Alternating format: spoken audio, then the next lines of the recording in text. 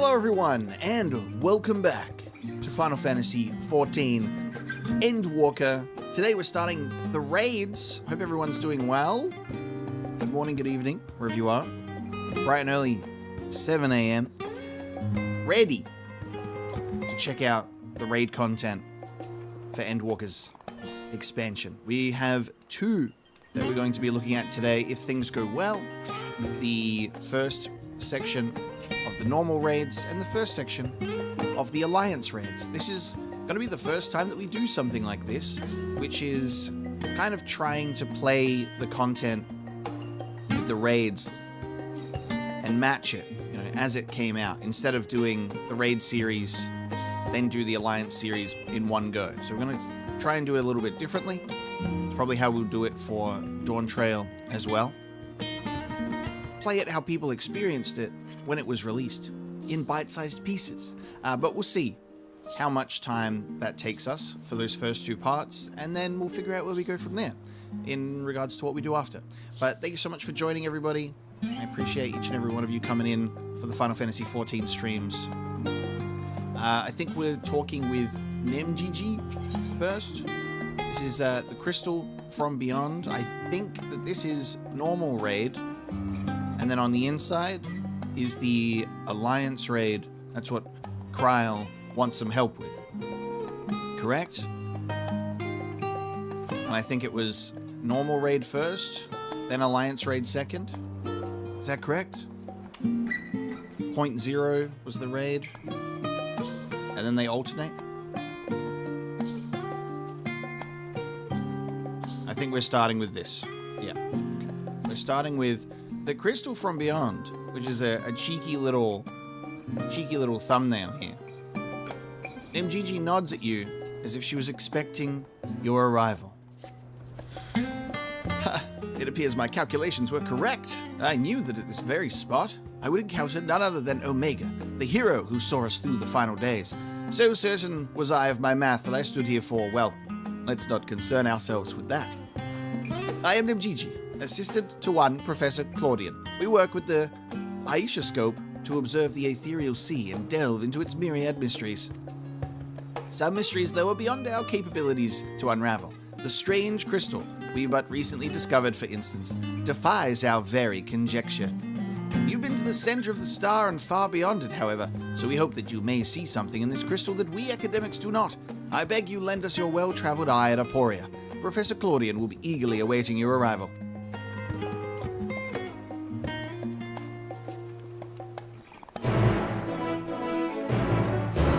Very nice. The raid usually has a little preview cutscene after the main quest credits. Well, we finished the Endwalker main quest in September. Been a little while. Do I remember what was teased at the end? I don't, but that's okay. Kuro, welcome in. Yeah, friend requested. We have the Ungaga squatting party.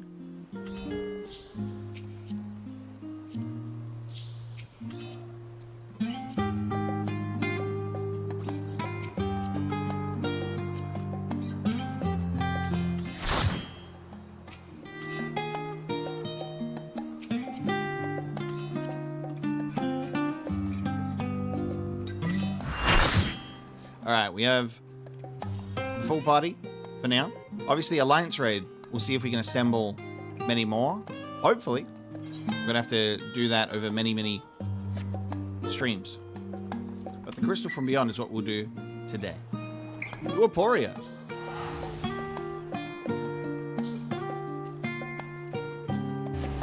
Mercury is trapped at a family event. It is time for all of us collectively to go and somehow travel to the family event and ruin it. Get out of there, Mercury. You're really, really sick and unwell. You go, I gotta run, I'm gonna vomit. And then you're like, I had to go, sorry, I was just... Must be something in the air. Making me all sick. Let's all collectively Throw wide the gates, and then we'll make Mercury disappear from the family event. Caster, hello, welcome in. Alright, cool. We'll have people travel over when it's time to assemble the Alliance raid. Very good. Greetings, Omega, and welcome to my humble laboratory. I am sure Nemgigi has already told you plenty about us, but allow me to introduce myself personally. I am Claudian, leader of this little research collective. I must admit I have been nervous about this meeting ever since Nemgigi set out to find you. For a researcher in my field, there is no greater an honor than to meet the first man in history to traverse the Ethereal Sea and return to tell the tale. The Professor speaks often and at length of your deeds, but he has no small number of achievements to his own name. He has peered deeper into the Ethereal Sea than any other in Charlayan, and the breadth of his knowledge is peerless. Peerless, perhaps, but for a single man, we must seize this precious opportunity to learn what we can from him, and perhaps crack this conundrum that has stumped the three of us for moons. The three of us. Who's the third? This guy. It was we who peered into the fathomless sea from the antitower in the Dravanian hinterlands.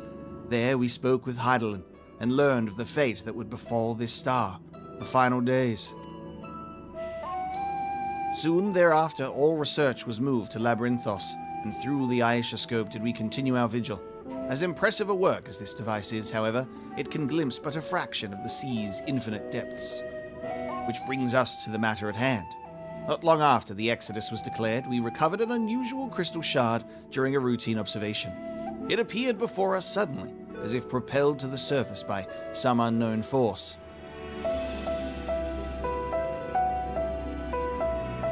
We found that it possessed an ethereal density that exceeds that of normal crystals by orders of magnitude, and its shape resembles nothing which occurs in the natural world. It was made, not formed. Unfortunately, that was the extent of the information we could glean before we were forced to turn our focus towards the Exodus. The crystal was very nearly forgotten amidst the sudden upheaval.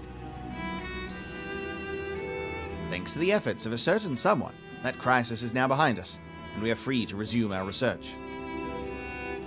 Thus did we decide to seek you out, the dauntless adventurer who delved into the unknown and beheld its innermost secrets. And now we would have you see for yourself.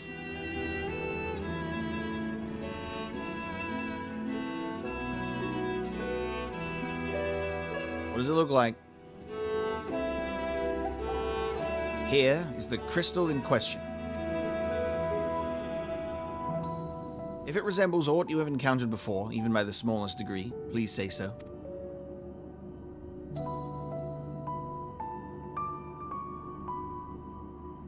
Ooh, it's it's one of these. It's one of these. Yep. I got one of those in my pocket right now, don't I? This is my little special little stone. I know of someone who bears a similar crystal, and memory abides within this crystal.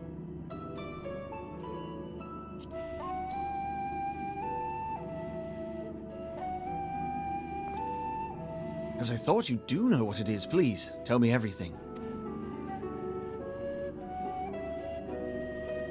Bloody memories and fucking Emmett Selk and Azem and stones and old friends and yes. I see. The Asians use these to transfer their memories to new vessels. Fascinating indeed. It was plain that this crystal was special somehow, but this revelation surpasses even my considerable expectations. Similar artifacts have appeared throughout the ages. Memories of martial techniques manifested as crystalline shards in the battlefield, or storied stones passed from master to student. Like job stones? A comparison between said artifacts and this crystal may prove a fruitful first step in unveiling its true nature. What do you think, Professor? Oh, he's yapping. Asian memories, windows through which we can gaze upon the Convocation 14. Unlike the crystal in Omega's story, this one does not bear the mark of the Convocation. Who, then, could these memories belong to? More importantly, why were they stored in this particular shard? More importantly still, why was it set adrift on the Ethereal Sea?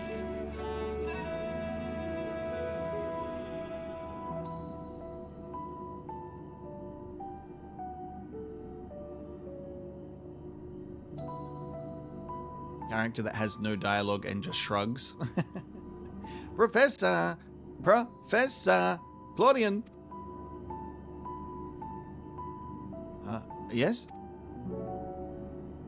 I'm well aware that contemplation is the key to breakthrough, but there is propriety to consider. We have a guest, one you invited explicitly. Must we do this every time?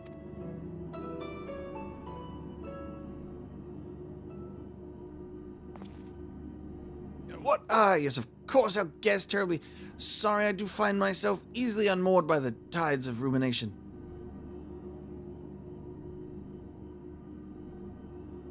Perhaps a more engaging use of your time with us would be for you to take up that crystal. If indeed there are memories stored within, they may reveal themselves to you upon contact. What do you think I have, the echo? Or some such nonsense?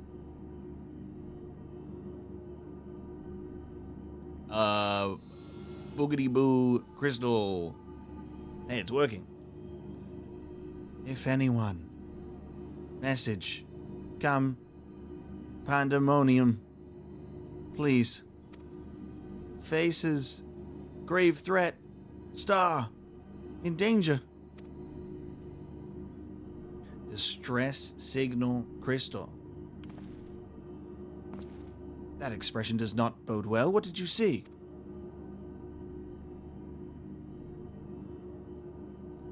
Fucking distress call.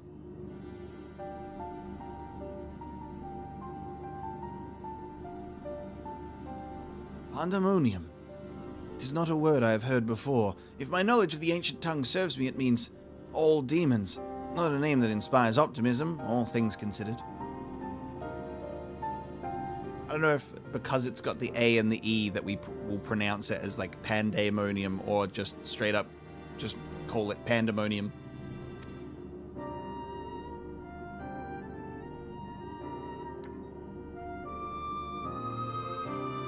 Ah, strange. If you look on the back of this crystal, there's a return address. In the event that another star-shattering cataclysm is in fact bearing down upon us, I would have the aforementioned examples of crystallized memory to hand. Nemgigi. Rusinod.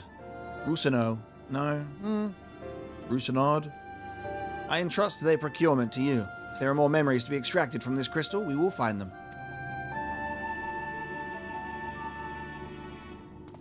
As for you, Omega, there is a person I would have you seek, the one who has delivered so dire a warning. Your story tells us that this crystal could have very well been made by one of the ancients. If that is the case, then discerning the nature of this Pandaemonium would require a trip far into the past, to an era before the Sundering. Ah, hence the thumbnail. Are we even able to do that a second time outside of the... That's crazy. I know of only one individual capable of such a feat, the very hero who traversed time to prevent the world's doom. You're gonna make me go back, like, maybe even further? I must confess, the tales people tell of your adventures beggar belief, and their veracity has been a subject of much debate among my peers. After today's meeting, however, there can be no doubt in my mind that every incredible exploit is fact. So I ask you now, return to the past. Find out what and where Pandaemonium is, and if we need be concerned by this message.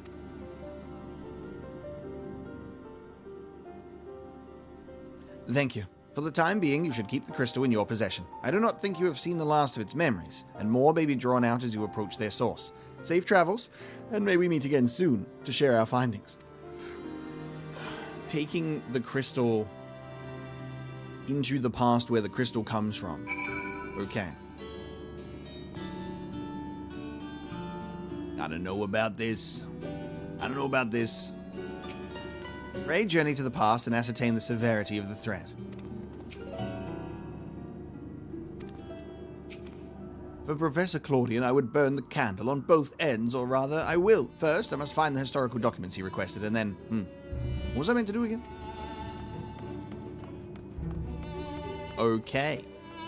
Journey to the ocular and approach the portal. Be back to the Crystarium, baby.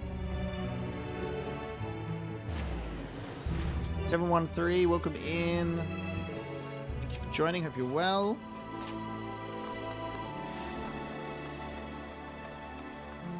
So we're going to go to the ocular and say, hey, to the past once more. As if it's that easy. This time I'll keep my clothes on.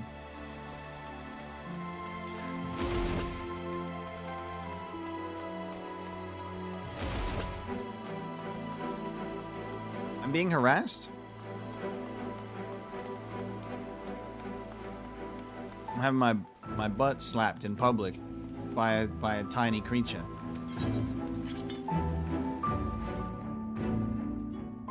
Lyra, welcome in. Hope you're doing well. Thank you for joining. Just in time for raid time. So far we have received a crystal with a disjointed distress call. We're going back in time because it's one of those cool stones associated with the ancients.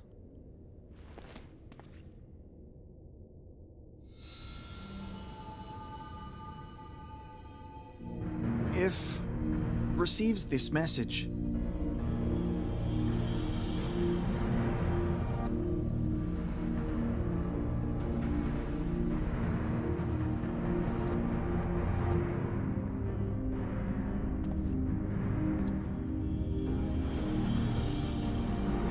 come, Pandæmonium, quickly!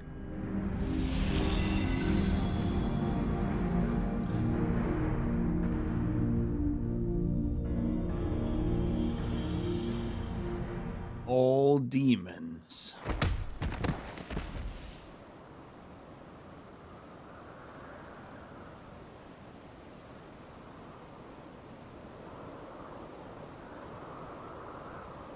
Whoa, Kingdom Hearts opening.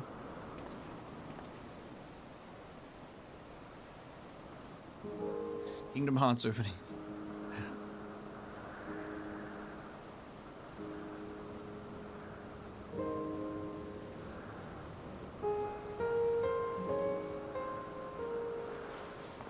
Oh.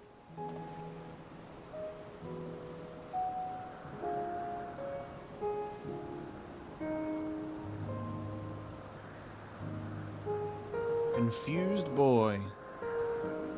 Look at those eyes. Could it be?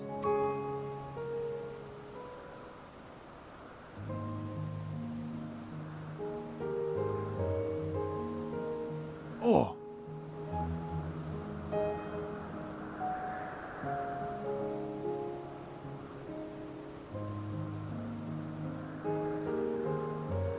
My thought process, my brain. Oh my god, why am I forgetting the name? Why am I forgetting the name?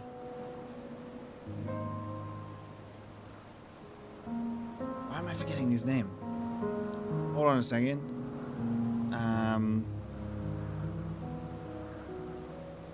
Hythlodaeus. I'm like, Emmett Soak and the other guy. Is this young Hythlodaeus? Younger? Even younger? No, of course not. Apologies, but for the briefest moment I thought you to be a dear friend of mine. I realize now that such a notion is preposterous.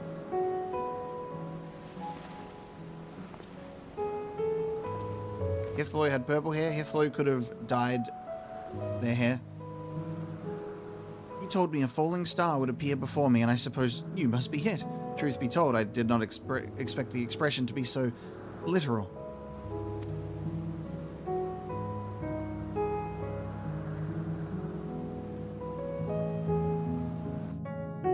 Or is this a Zem? Never mind, they've been given a name.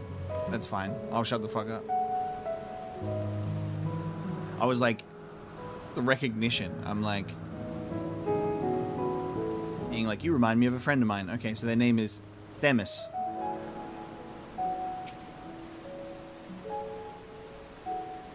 I can stop guessing.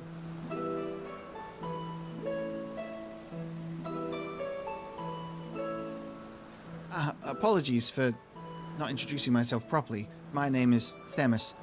As you can see by my bare face, I am not one of Elpis's observers. Rather, I am come here on an assignment. which has been more or less routine up until this very moment.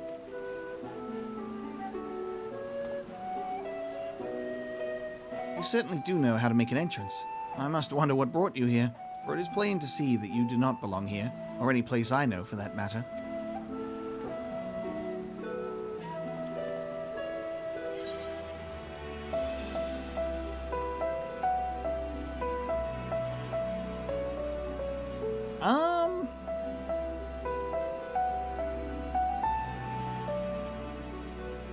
That feels very forthcoming. Especially me being in the past.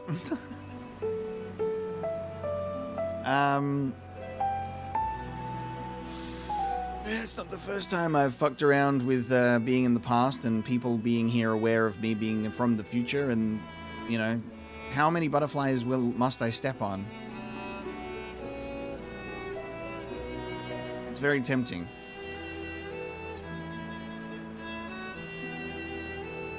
What's there to lose by being a little reckless?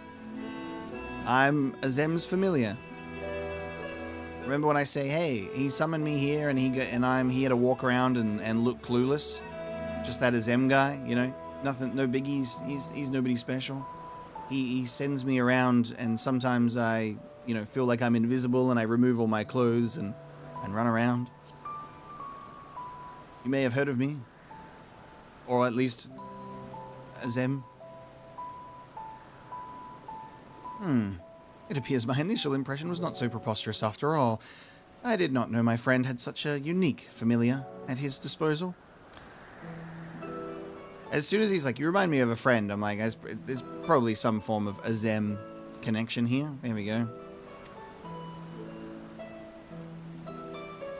If you are here at Azem's behest, then I believe I can hazard a guess as to your purpose. You are here to investigate Pandæmonium, yes?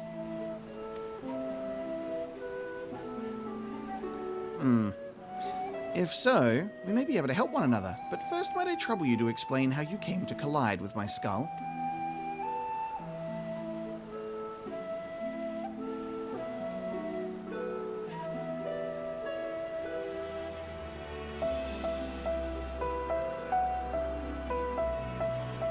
I see. I believe that dispels any major doubts I had concerning your intentions. Apologies for being so intrusive, but you must understand this is an uncommon occurrence.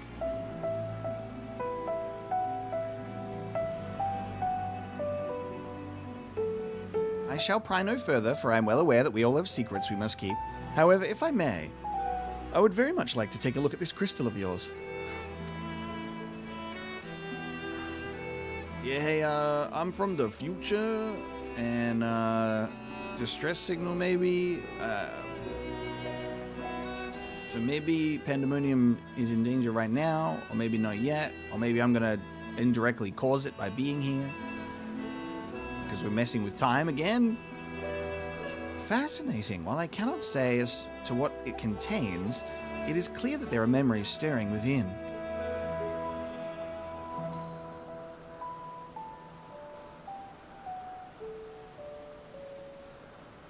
Memories that speak of something gravely amiss in Pandæmonium.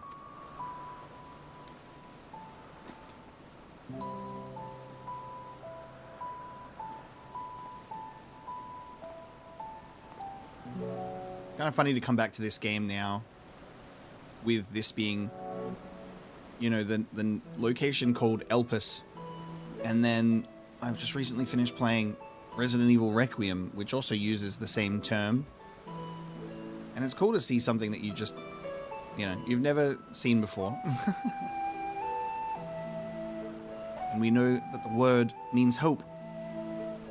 The facility extends beneath Elpis and is overseen by the words of La Habrea. It houses those creations that are highly valued as research subjects and highly dangerous to the star. Naturally, it is strictly guarded and under constant surveillance.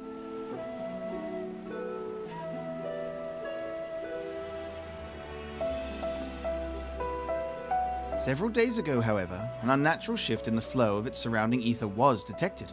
Soon thereafter, all communications from Pandæmonium ceased. I am here as representative of an organization that works directly with the Convocation and have been tasked with investigating this incident. How fortuitous. Our goals are aligned. Now that there is some measure of transparency between us, might I offer a suggestion as to what we should do next?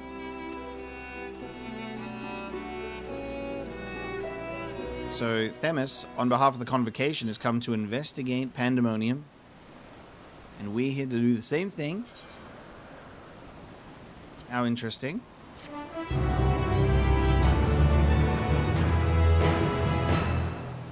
During the course of your investigation, you may discover valuable artifacts. These can be exchanged for equipment by speaking with Mylene in Aporia or Joel in Radzadhan. Right on, pal. We're back in Elpis.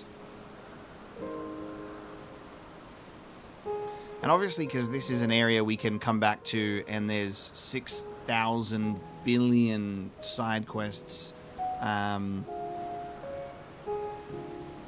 it begs the question of, like, when you leave time while time traveling and then go back to the same area, I'm like, where are we? Are we before when we first came here? Are we after? It just doesn't matter. Makes me very curious. Where familiars dare. Themis is eager to commence the investigation into Pandaemonium. Getting a lot of materia for our efforts here. Is Themis an accurate pronunciation? Or is it Themi? Is it Themis instead of Thomas? Themis? So many ways that you could pronounce this. Now then, my proposal is a simple one. Let us journey to Pandaemonium together. Our destination is the same, and I suspect the arrangement would work to our mutual benefit. Besides, I should have no trouble gaining us both access. I do hope you agree. You would be loath to part ways from the falling star I had been waiting so long for. Originally, I had planned to conduct my investigation with the friend I mentioned earlier. He also noticed the anomaly near Pandaemonium, so it only seemed natural that we should investigate it together. However, he eventually decided it would be unwise for us both to go. If two members of our organization were seen poking our heads about restricted facilities, it could raise questions, you see. Like Emmett Selk and Hythlodaeus, for example. I decided to go alone, but he left me with these words. Fear not, for in my absence a star shall fall before you. While I could not comprehend his meaning at the time, I believe now I understand. He does have a way of being right about these things. Even so, his hints at what to come are generally more cryptic. I suppose I should have kept my gaze to the heavens. But suffice it to say, I am grateful for your presence either way. As for the matter at hand, we must first gain permission from the words of La Habrea for entry into the Pandaemonium. There ought to be a speaker waiting at Anagnorisis.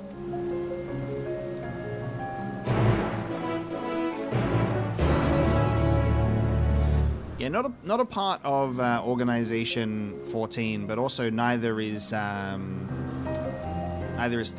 But it's like they're still, like, I guess, close enough associated. I find like that dialogue to be very entertaining, where it's like talking about, you know, oh, my friend, he said he couldn't arrive, and then leaves a cryptic hint as to what's to come.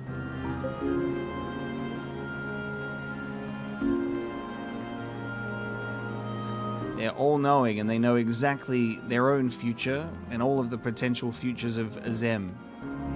Maybe.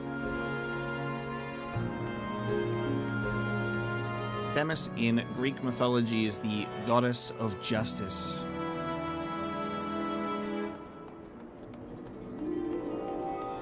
And justice for all.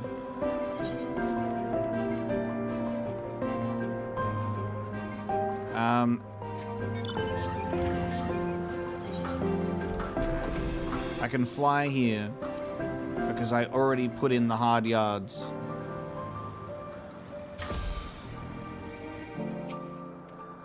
I sent a request for permission before setting forth to Elpis. With luck, we shall not be waiting long.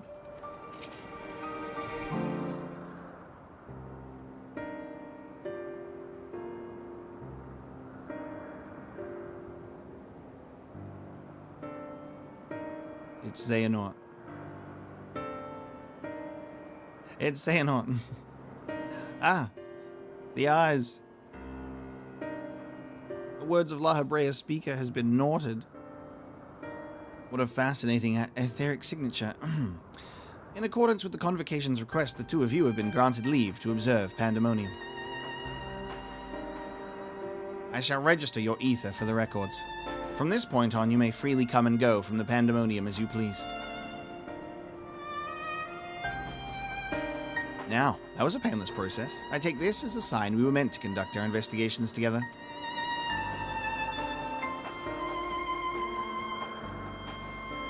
Of course, while you have been permitted entry into the facility, the specimens housed inside must be handled with the utmost care. You are to heed the warder's instructions at all times.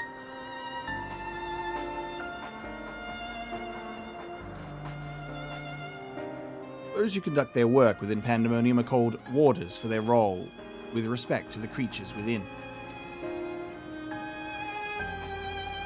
Generally, creations that pose a threat to the safety of the star must be undone. However, the words of La Habrea has deemed certain such creations as worthy of further study, interring them within the facility.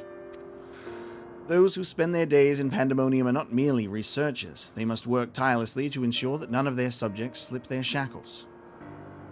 For all intents and purposes, the place is a dungeon. Perhaps such a comparison arouses frightful imagery, but Pandaemonium is a frightful place.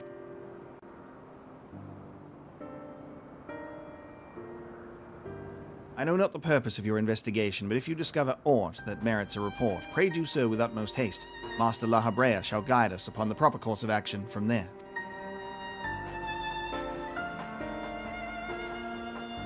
And I take it that means you have detected something amiss as of late.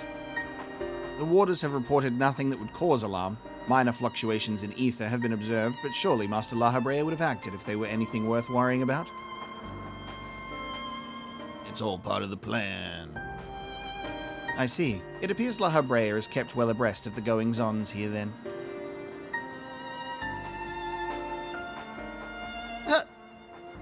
Doesn't answer.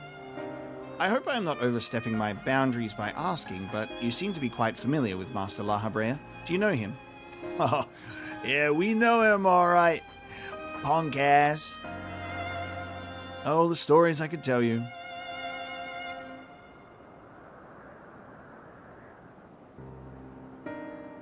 You are no mere familiar, are you? Master La Habrea is not known for being generous with his time. That one would have stories of his company almost beggars belief. Regardless, while I doubt I need to tell you this, he is of the Convocation. Take care that your actions do not hinder his work. Yeah, I'm special familiar. And with that, we are free to make our way to Pandaemonium. I have to remind myself if this is Neus or Neus. The Neus that will take us there is on the eastern bank of Leith. Let us delay no further.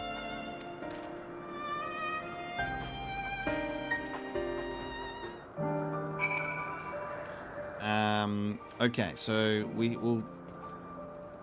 Google says it's Themis.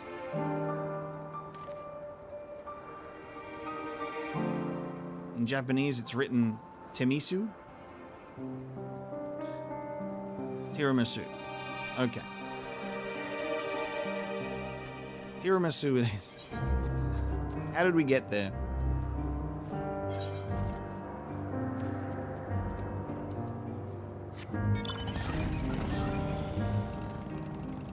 I will call you Them Is.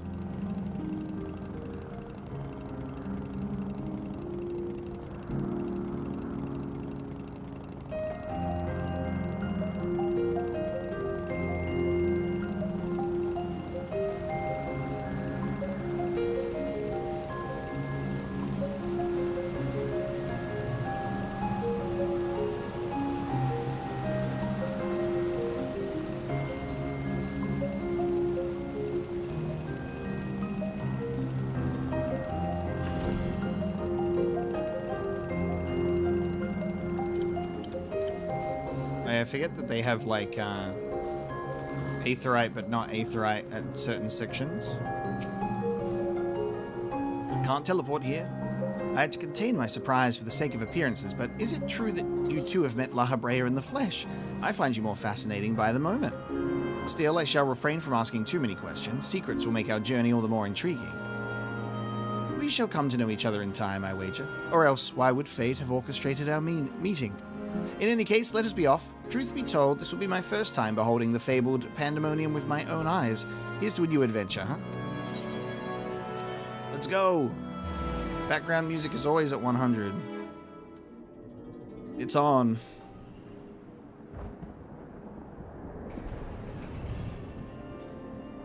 Oh my god. Sick?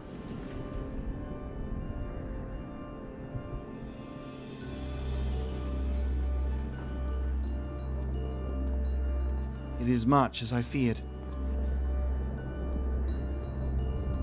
The speaker seemed in such high spirits that for a moment I thought the ethereal irregularity not nearly so grave a portent as I had imagined. Alas, 'twas a fleeting and vain hope. To gaze upon this complex network of chains and wards, the untrained eye might not sense anything awry. No effort has been spared in making this place impenetrable.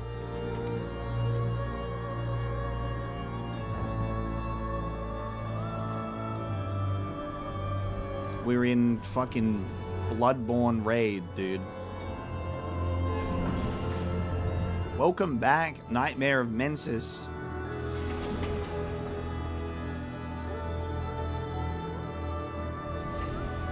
Even the finest of masterworks is not without its flaws, however. Someone, or something, is tampering with the protections. It is working from within, eroding them from the inside out.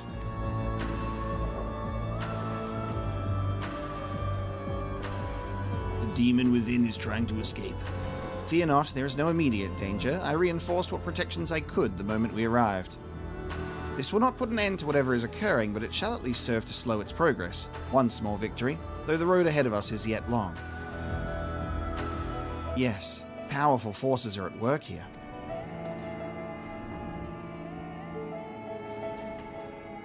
The silence in the air speaks volumes. While I did not expect a bustling facility, I see not a single warder. Our first course of action should be to seek one out, wherever they may be. However, there is something you must know.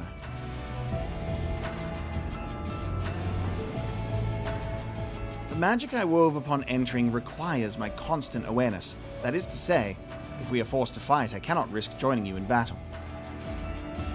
You must gather, maybe, a maximum of 7 other friends to help. Should I lose focus, Pandæmonium's protections will rapidly crumble before the force assailing them.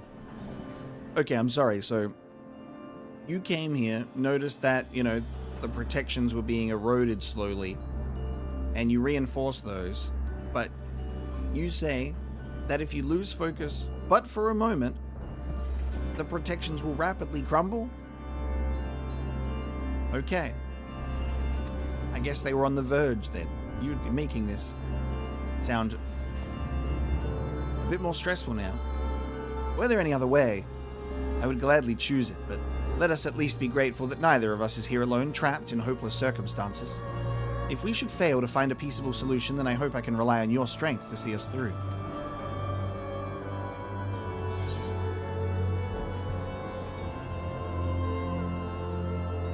Of course, you have my promise.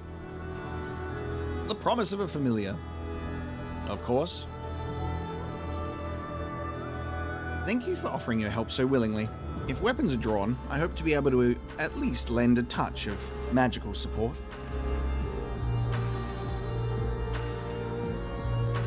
Creation magics do have their uses in that regard. I had it in mind to use your ether as basis for illusory allies that will fight at your side. Perhaps 7 shall do. Not exactly an army, but by the looks of you, a formidable band nonetheless. Ah yes, an illusory army. Not even real. Then so it shall be. Now what, I wonder, awaits us in Pandæmonium's pitiless halls? It is funny when he's like, hey, if there's fighting, I can't help. If you could assemble, well, I don't know, 7 people, but maybe I'll teleport 7 illusory allies for you. Asphodelos, the first circle, now available. Okay.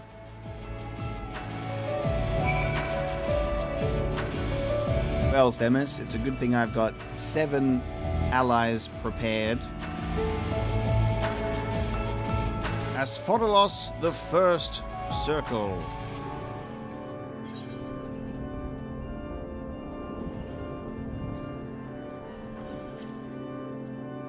Our first level 90 raid.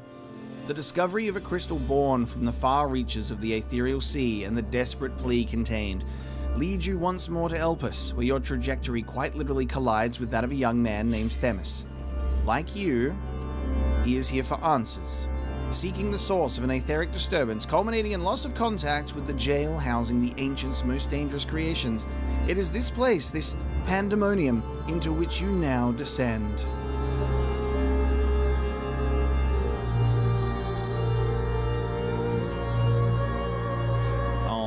We have the classic, someone is stuck on a crafting job. Did someone get stuck?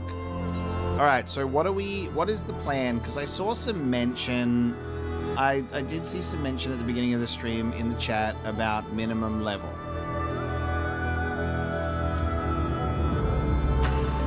We want to do minimum item level for this one. This is usually the thing that everybody doesn't want to be pressed. Especially when they go, but the ping. The oceanic ping. The near raid lag. Okay, so I will pick minimum item level.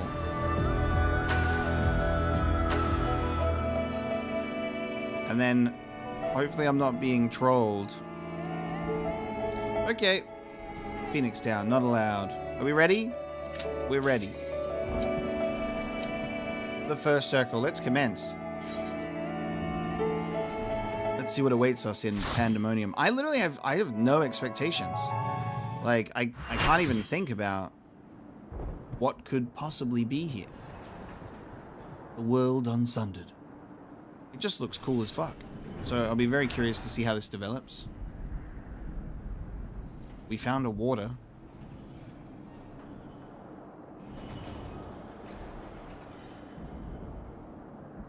Troll! Troll in the dungeon. Oh, I'll save them. I must. Wow, okay. This appears to be one of the waters we seek, but I am afraid he is in no state to answer questions.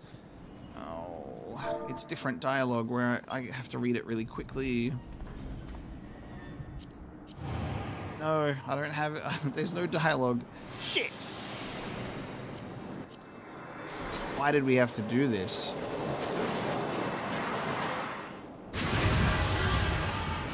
My friends. I gotta read the dialogue really quickly. If only it was voiced. Eric Thonios. First name Eric, last name Thonios. Okay. Shall we listen to the music for a sec? Straight into the fight.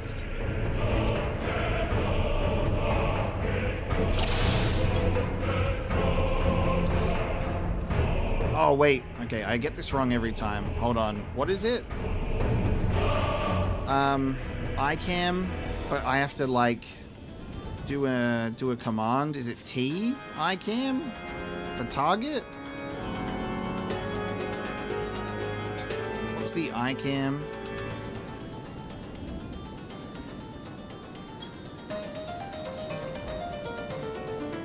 Where do I put it?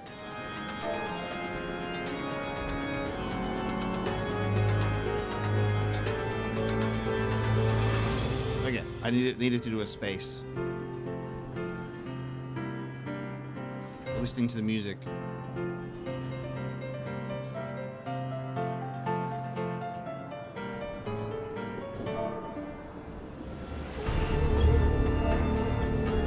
How do we get it to change faster again?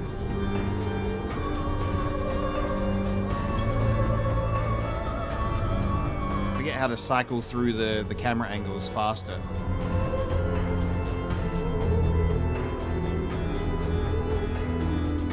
Yeah, Chain Man.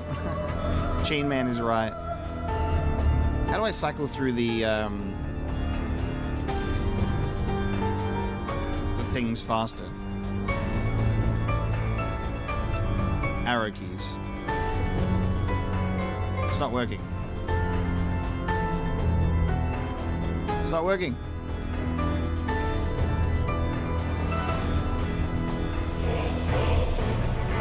It's not working. I don't know why. It's really weird.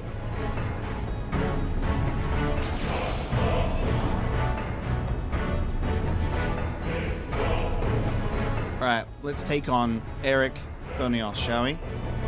In Greek mythology, the Asphodel Meadows is a section of the underworld where ordinary or indifferent souls, those who lived lives of neither great virtue nor significant, are sent to reside.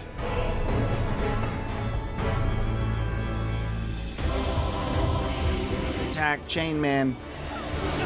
I must save them, but first...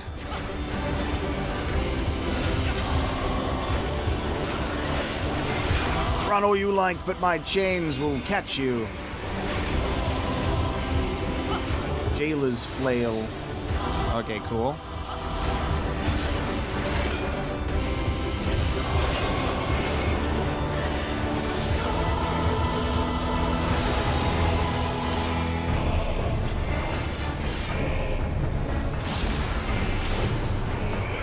Something I'm actually genuinely a big fan of with the later content in Final Fantasy XIV is not just having attacks be, here's the giant orange, like, circle damage thing. Like, obviously that's still a part of the game, right?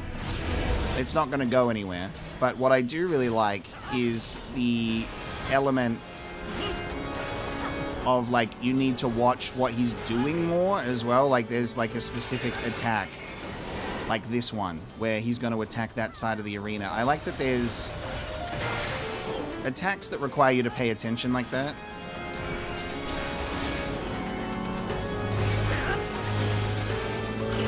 I find that to be, like, much more fun and engaging than avoid the big circle with the countdown. It's been really cool to see the, I guess, the evolution of mechanics and the complexities of them, and then being like, how the fuck does this all work? Your flesh to ice.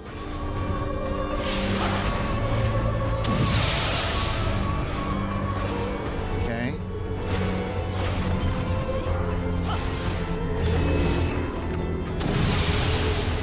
Okay, that one was not good to be on the ice.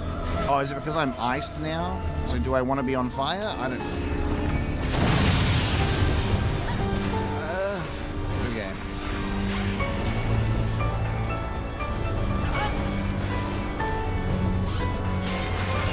I didn't take any damage on the first ice, took damage on the second ice, and then took damage on the fire.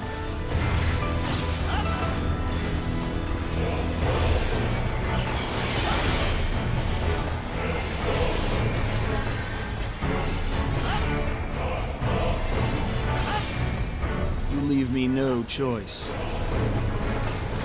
Shining cells.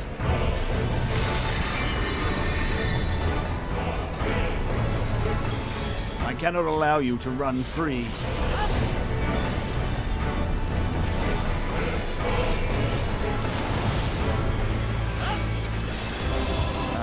Okay, Aether Chain. Okay. Step on the opposite of what the colored flame he's doing. I will lock you away once again and forever.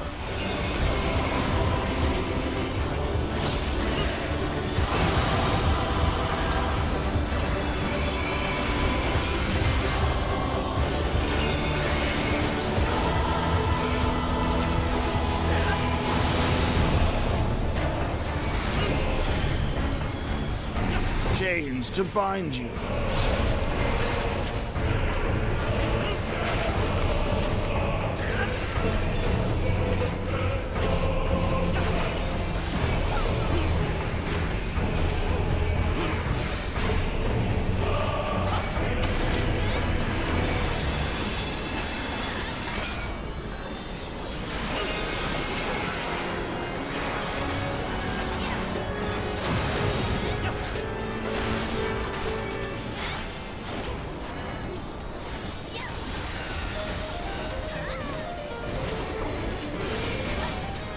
No, the lives of my colleagues are at stake. Slam shut.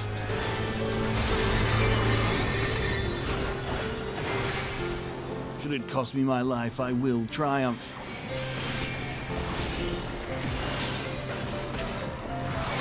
An overwhelming cold. So I feel the cold. Do I want to get nice and warm in the fire?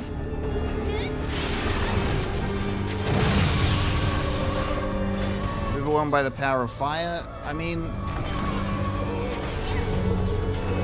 Then I'm going to stand in the ice and cool down a bit. Okay, yeah.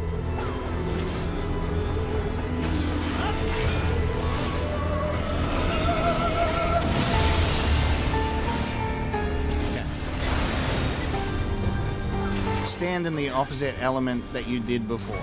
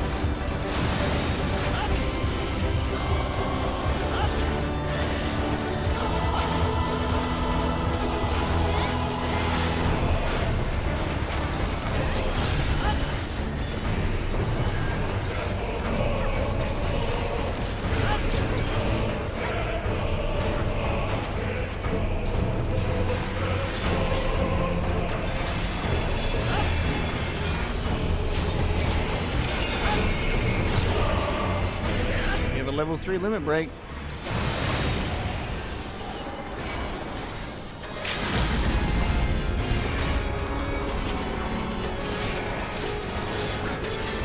Finish him.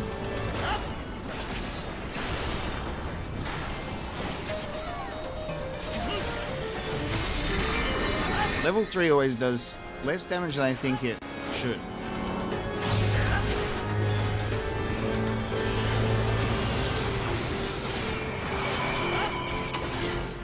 Oh wait, I start with fire, yes, so, yes. So you just go to the opposite of what you start with, right? So now I'm going to get nice and cold. I still do take damage on the first one.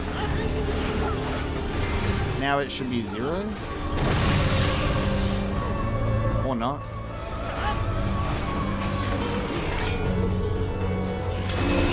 Sometimes I take 0 damage, like there. I don't know why. Compared to taking other damage.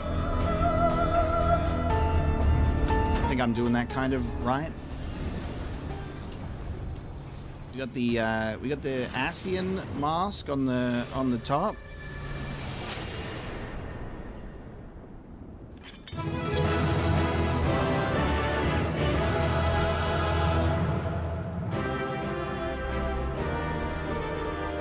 Yeah, we got him. That guy that really wanted to protect his comrades.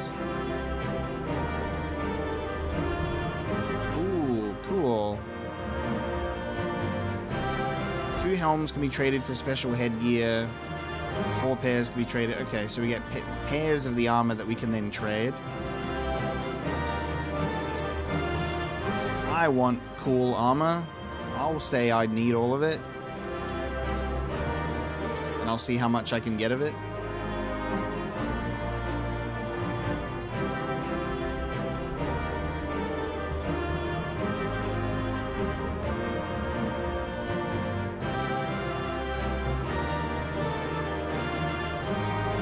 Cool chainman fight. sure what to make of it yet, but I love the aesthetic. We'll have to see how it continues to build. Also, He Who Never Was, I appreciate sharing the excitement, but also being respectful of spoilers. Thank you very much.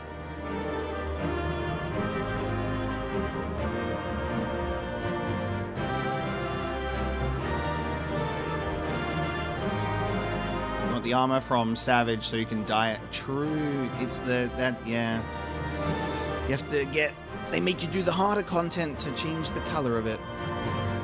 Hey, if I like the raid armor, we can always do some Savage stuff to get other armor pieces sometime of this one and other ones. I'd be down for that.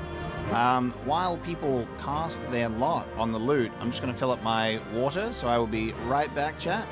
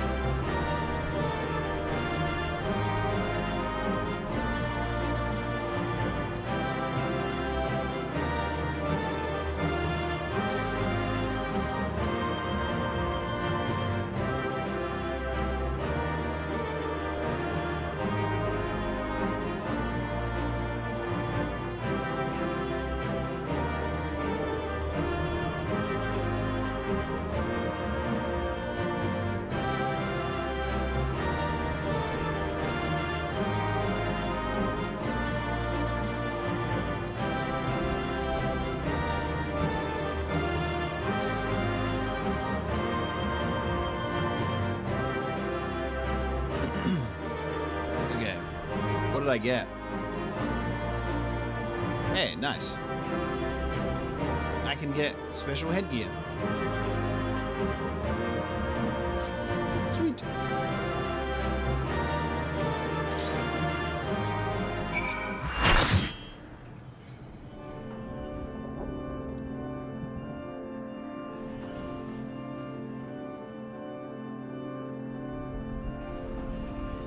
I'll try and find some part of this username that I can like separate, so forgive me. I'll just say Sogan, thank you so much for joining the stream.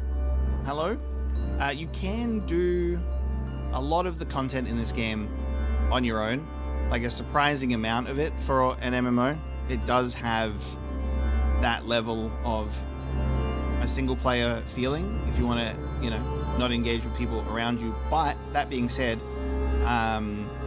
a lot of the dungeons and content like that is multiplayer, but it's pretty easy to like queue up and do, I guess. So you can just like run it without needing to have a group of players to do the activity. I mean, it's obviously easier with a group. That's like the objective for MMOs is my friends, my power, stronger together. They have added the ability to do trust dungeons, and I can't say with confidence if that has been retroactively added to everything since A Realm Reborn, because I haven't done it.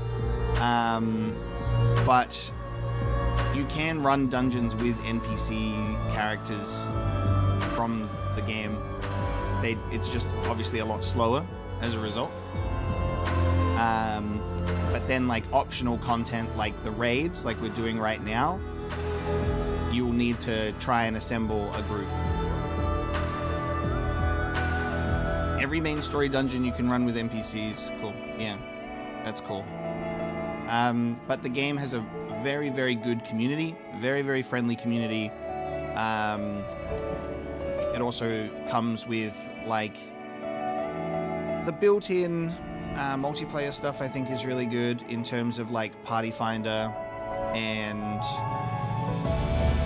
also just the Duty Finder as well. Like, there's nothing in the Party Finder at the moment. I don't know if that's because we're in an instance or because that I'm also on Oceanic servers, but, you know, you'll see a bunch of, like, gamers asking for help on a bunch of stuff. This is the Duty Finder, where it's basically like You can queue up on any of the content in the game and matchmake with people. But yeah.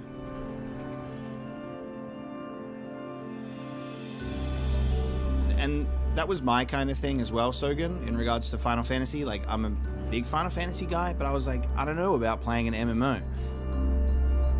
After playing so much of this game and being able to experience the later expansions, obviously if you're here, maybe you don't care about spoilers as much, because at least we're not doing main story stuff right now. We're doing optional raids, but I will say, being at this point in the game, this is some of the greatest Final Fantasy content I've ever experienced. Musically, thematically, like the stories, the characters are just absolutely fantastic. So my lesson has been learned.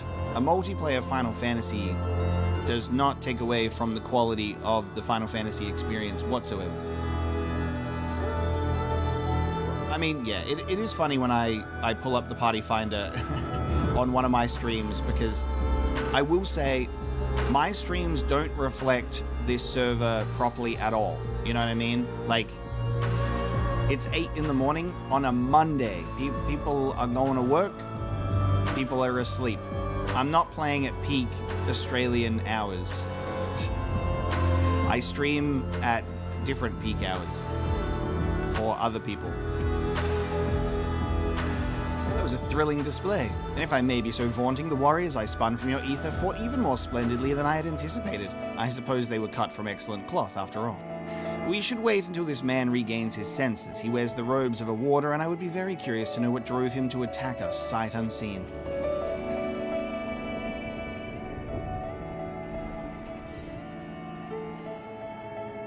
Okay, trusts his Shadowbringers and beyond, and duty support with NPCs is now every dungeon. Cool. And yeah, Shadowbringer free trial, go crazy.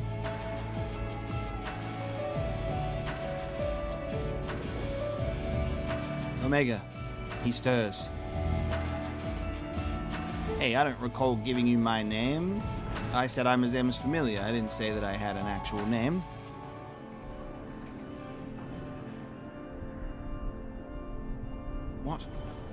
What came over me? It's coming back to me. My mind was filled with a storm of desperation, anger. I leapt at you, though I knew naught of your intentions. Pray accept my apologies, and my thanks. Had you not knocked some sense back into me, I may have fallen upon someone less capable of defending themselves.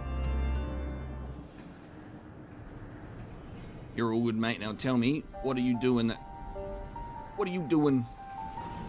I am Eric Thonius, a warder of Asphodelos. I'm butchering these names, by the way. Eric Thonius is what I'm choosing. First name Eric.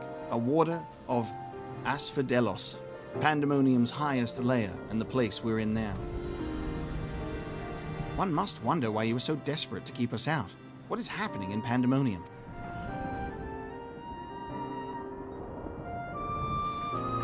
The creations interred with Asphodelos have been set free and stalk its halls to no end but violence.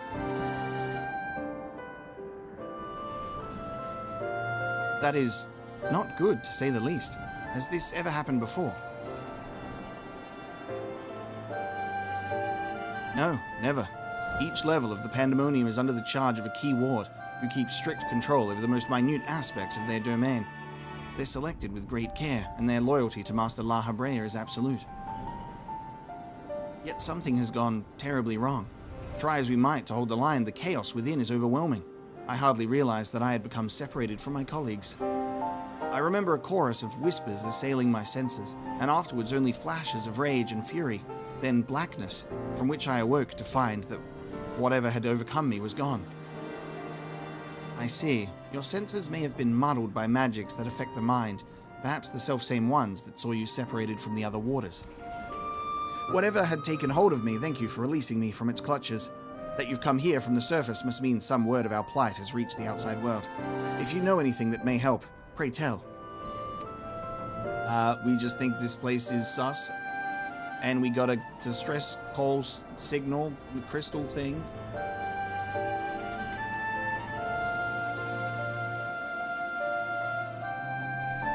Yes, Ragnar. Australia is in the future, remember?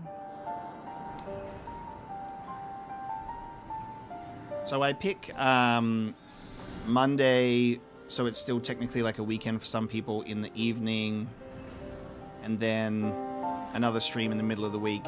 And hopefully we can try and line up the raid content to be more on the weekend.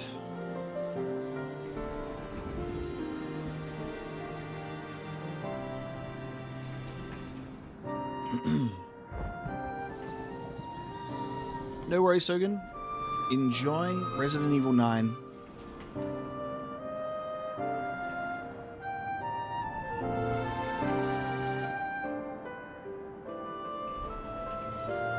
Asphodalos, the D being the word stress. The word stress. Asphodalos.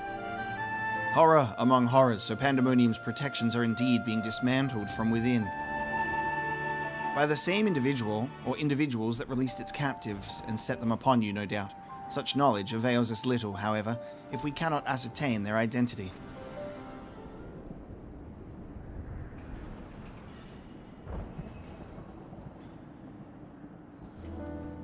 Themis, was it? You said you worked for an organization under the auspices of the Convocation. Were they to receive word of what has transpired here? What measures would they take?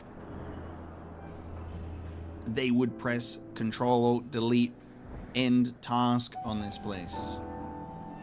Doubtless, they would consider this place to be a lost cause. Pandemonium's ties to the outside world would be severed, or perhaps it would be wiped from existence entirely.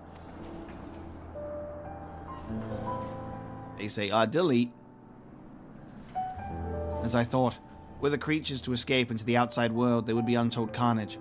The words of La Habrea would never risk that, despite what value the research subjects may hold. All the more reason to work with haste. If we can't expect further help, then it falls upon me to save the others. I'll not leave them behind. You would go alone? I won't leave the other warders to face certain doom. I know they fight for survival even now. They wouldn't abandon their duty. They would see the creatures return to their cells at all costs. And so I must do the same. Themis, I know the request I'm about to make of you is a monumental one, but please, say not a word of this to the Convocation, until I've been given a chance to set things right.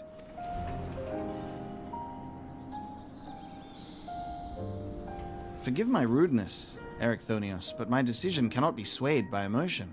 You would only be consigning yourself to an early death. The strength of resolve alone cannot win in the face of overwhelming odds. Actually...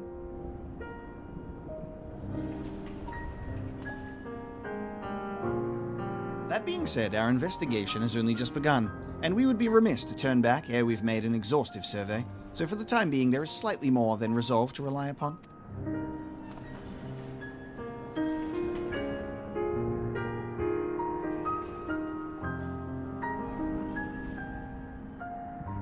I knew you would be all too eager to join us. Each moment since you fell from the skies has been more interesting than the last. More and more you remind me of my dear friend. Which goes some way toward encouraging me that this matter will yet reach a satisfactory conclusion.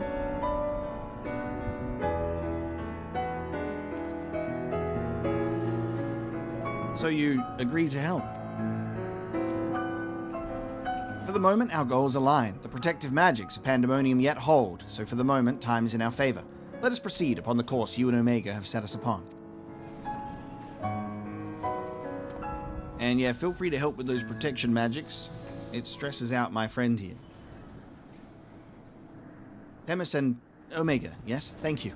The warders owe you a great debt already.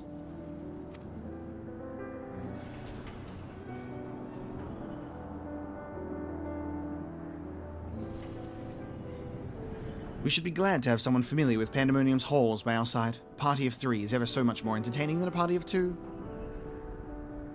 Now, let us turn our attention to rescuing your colleagues. Perhaps it would be wise to approach the gates, in case any have followed you out.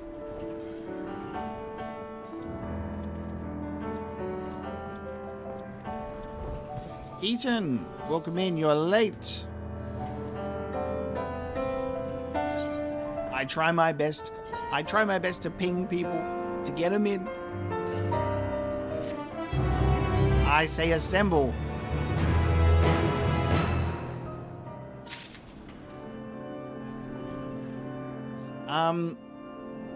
I'm gonna have to ask for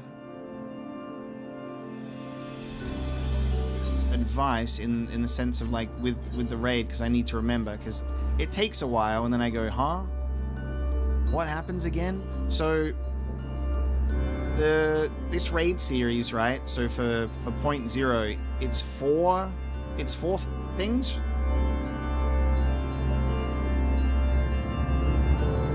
So we're doing 4 different runs, right? And then we take the break until the next patch. 4 raids. Okay. Awesome. So we've just done 1.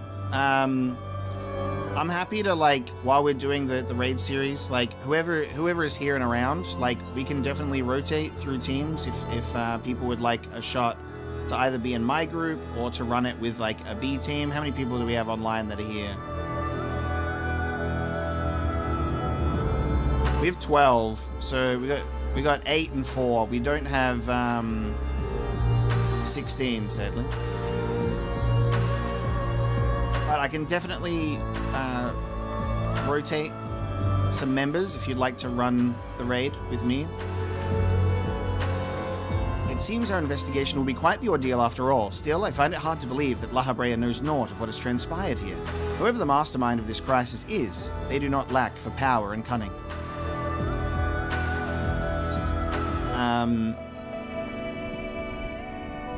Yeah, let me know how people are feeling if you want to, like, sort it out. But I can definitely grab you in for one of them, Keaton. Especially if it's your favorite raid series. Under the surface. Yeah, I think doing all 4 of these and then doing the beginning of the Alliance raid should be a pretty nice stream length today.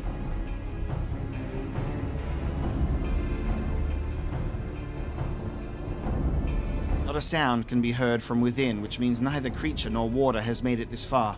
We should begin forming a plan to save them at once. Forgive me if I misunderstand, but do you mean to rescue the waters and creations both? Well, yes, it's important research for them, isn't it? Naturally, although they may be dangerous, they're valuable research subjects. I wouldn't see our labor or untold hours of study go to waste.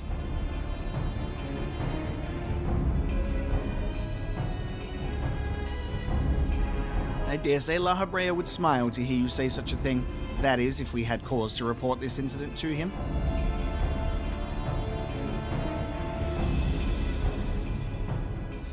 Smile. I'm not sure his face is capable of such warmth.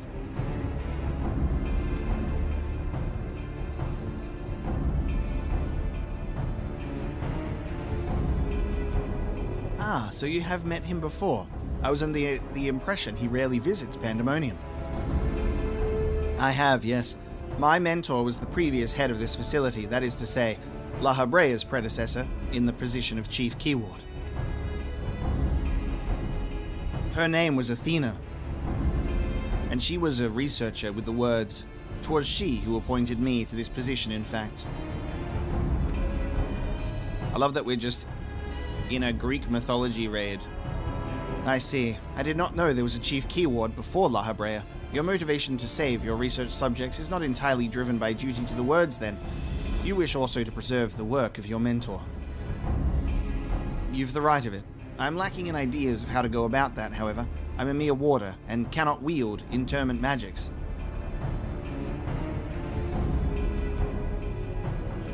Ah, but of course, I can hardly expect you to be versed in the magics we use here. If you recall, during our battle earlier, I bound you in ethereal shackles. Interment is a more refined and powerful magic based upon the same principles. While both are used to keep our subjects docile, only the keyword of each tier is permitted to use interment. Even if I were allowed, I lack the aptitude to use the spell to any notable effect. Fascinating. I have some knowledge of these forms of spellcraft, actually. La Habrea himself established their foundation, if I recall. While shackles are meant to bind an object in place for a short time, interment freezes the very space around it for as long as the caster wills. Indeed, while the illusory beings you summoned in our fight suggested as much, I see your knowledge of magic is vast. Perhaps you've already mastered the art of interment and I've been lecturing you like a child all this time.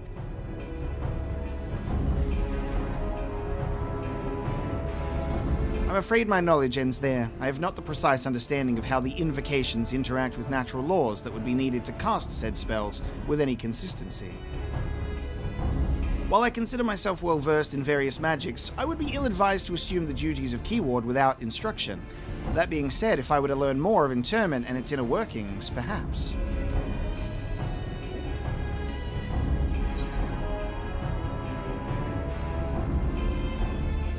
Well, you have a water standing in front of you.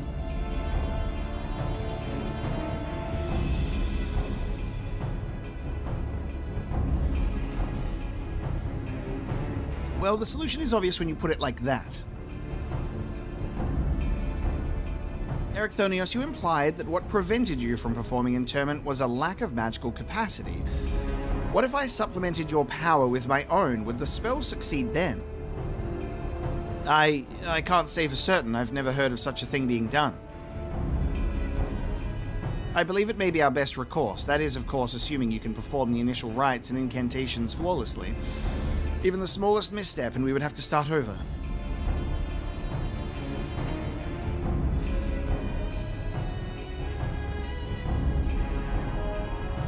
You needn't worry about that. I've seen the spells cast so many times that their motions have been burned into my memory. I won't disappoint. Very well. Let us work out the specifics afterwards. Once we do, we can test out our methods on one of the escaped creatures.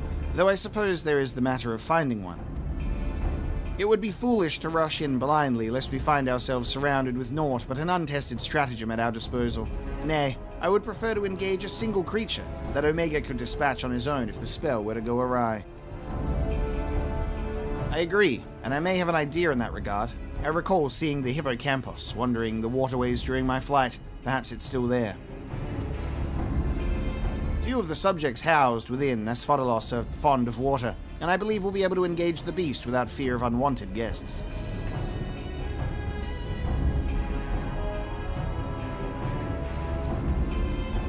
And that shall be our first target, or perhaps subject is a better term. Before we commence with the interment magics, the creature should be weakened to a sufficient degree. I believe I can trust you with that task.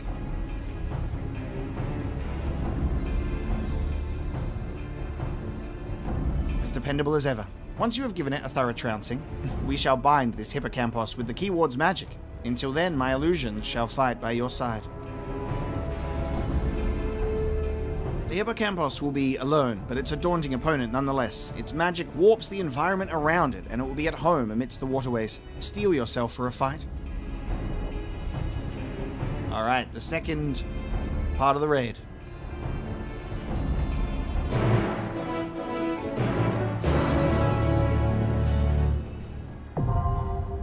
The second circle. I wonder how they decide on the aesthetic of this place, you know what I mean? Where they go, we want to set this place up. We want to make it look dangerous. I mean, it is full of demons after all. Get those, the chains with the big old floating cages, but make them empty.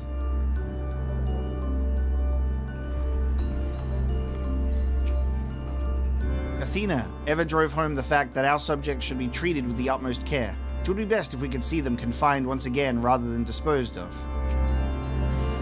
I take it we are ready to fulfill our respective roles. Truth be told, this will be the first time I've practiced magic that requires such a degree of cooperation between parties. How thrilling!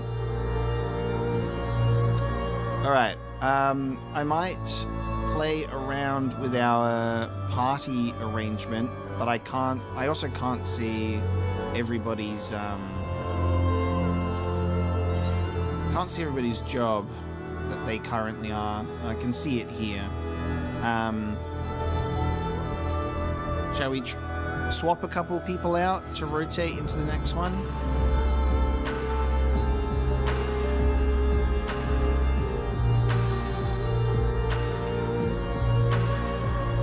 I'll grab Mozu. Mozu is a whatever that job is.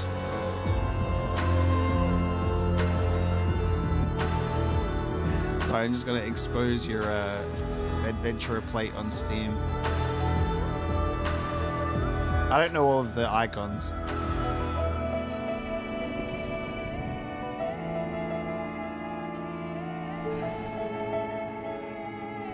Spread the agenda. Yes, it's a scythe, isn't it?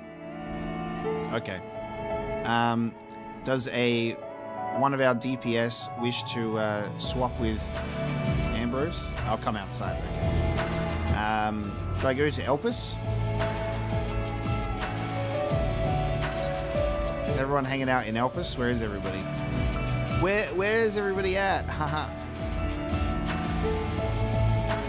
Where are we?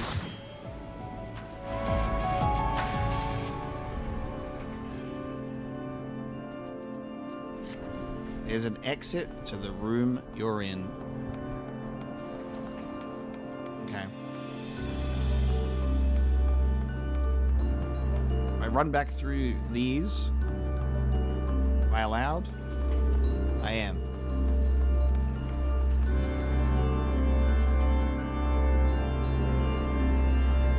They're making me run all the way back. This is the run of shame.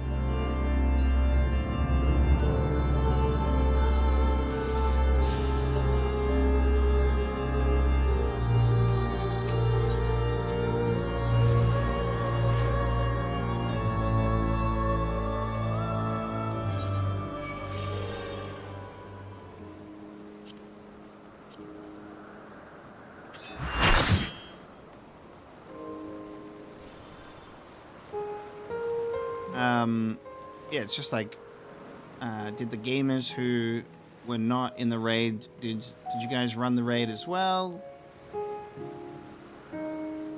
Or are you just hanging around? Would you like to be in the second one? I just want to make sure that, you know, people aren't just waiting around and everyone can get a go or something. That's all.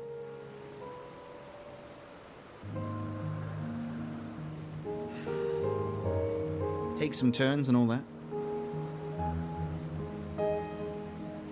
But if there's more for like a B team to do the run as well.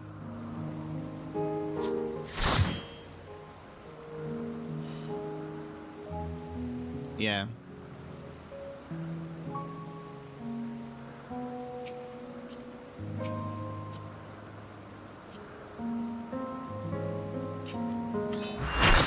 No worries, Megan. Thanks for joining. I'm glad that I've got people that are excited to play as well as people that are excited to watch. It means that I can still have a chat to interact with, you know, instead of us all being locked into the raid. No worries, Kenzo.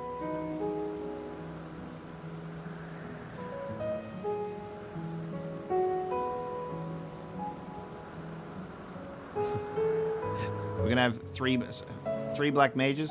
Nah, sorry, Mozu. We gotta kick you out. We need black mages only. Actually, no, I'm kidding. But yes. Izuki, also bring you in. And let's do that. All right, let's do the second raid. Yeah, chat, if you're having a good time, feel free to like the stream at least. The stream needs your support. The warder, Ericthonios, has brought with him the chilling news that all creations within Asphodelos, the highest level of Pandæmonium, now run free of their fetters. In order to prevent total chaos from bursting forth unto the world above, Themis and Ericthonios plan to utilize interment magics to safely capture any errant creatures, if their theory translates well into practice, that is. With only one way to find out, you head for the waterways to confront a monster of legend, the water-wielding Hippocampos.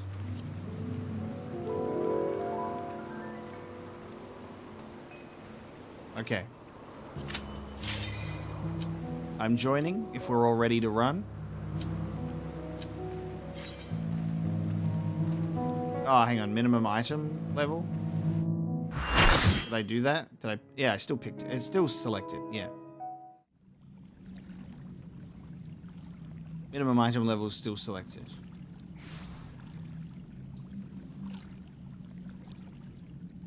Ah, the sewer level.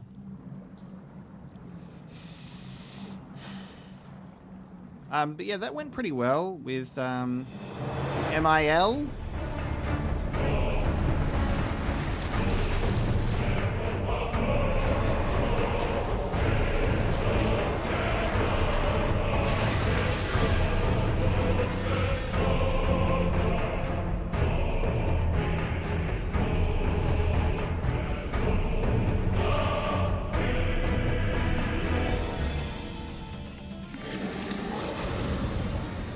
Body is a mouth.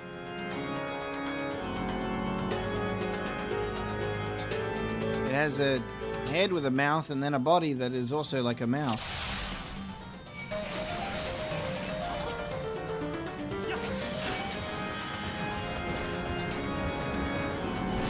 No, it's floating above itself? Oh my god, that's so wild. It's not even connected to its lower half. What does it mean?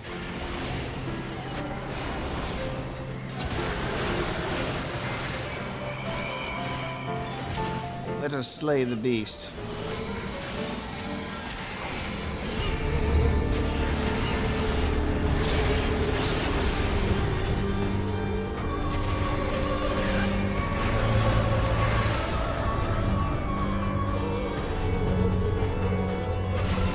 Its head and body are at odds, yet I doubt it signifies anything good. Oh god. Okay. Spoken cataract. So that's what that does. Does it attack in... Okay, the head... Okay, the head goes outwards and the body is straight ahead. Got it.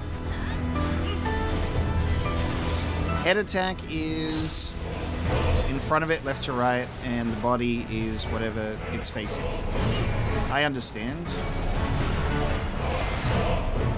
Sewage deluge. Hey, Final Fantasy VII. Oh.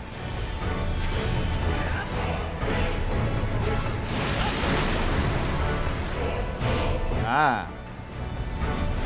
We do well to flee to higher ground, lest the creature drown us in its rage.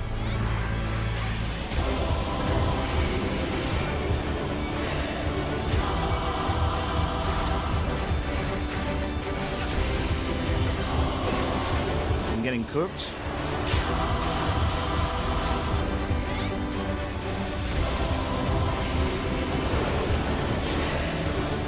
Our healers are dead. Right.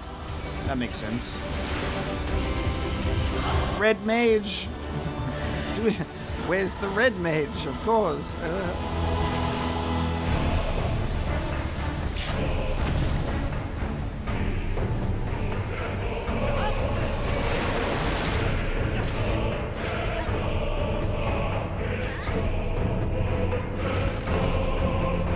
Its head comes off, have care.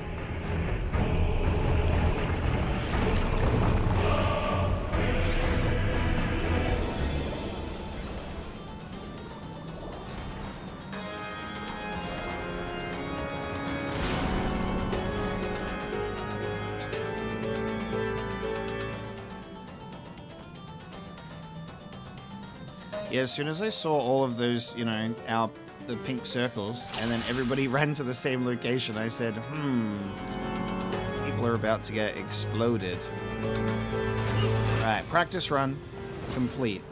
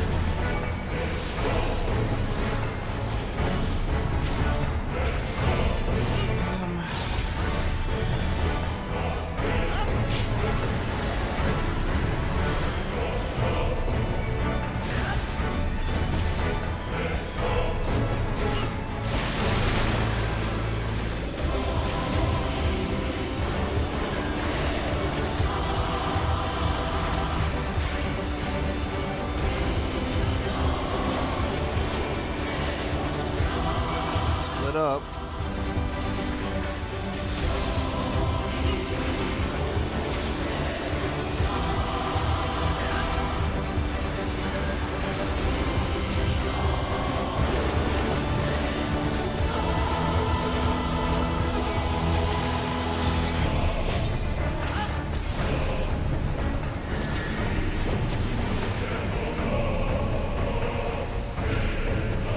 Want to be where he... Okay. I guess. The water has receded.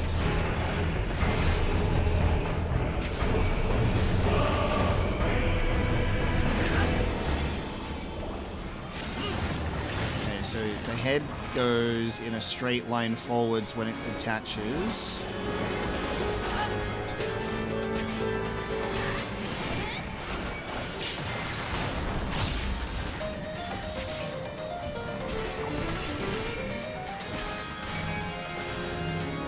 I don't know what this means. Do I have to be separate from you guys, I think, for that? Yes, because it attacks me first.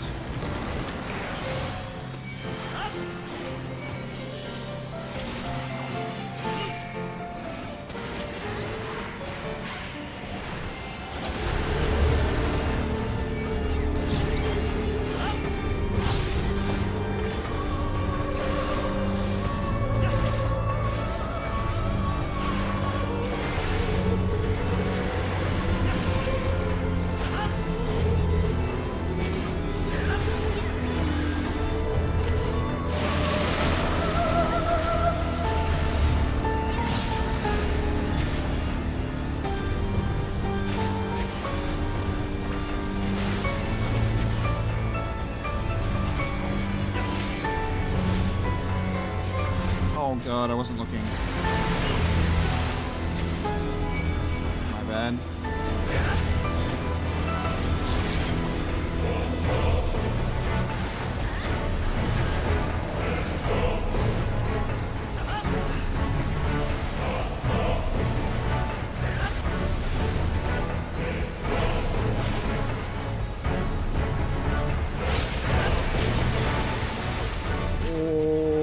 Oh, we just lost both our healers again. Oh. Fight with all of your might.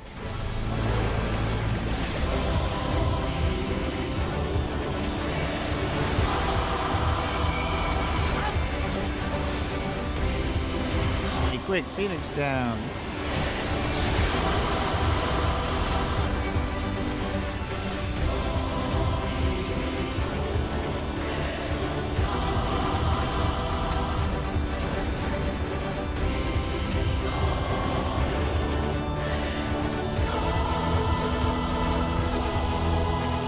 Have to forgive some oceanic server ping delays.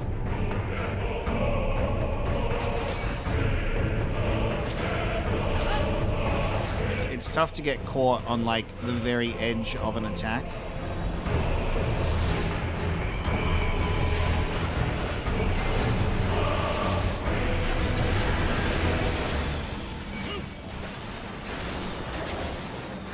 Yes, exactly. The minimum item level experience.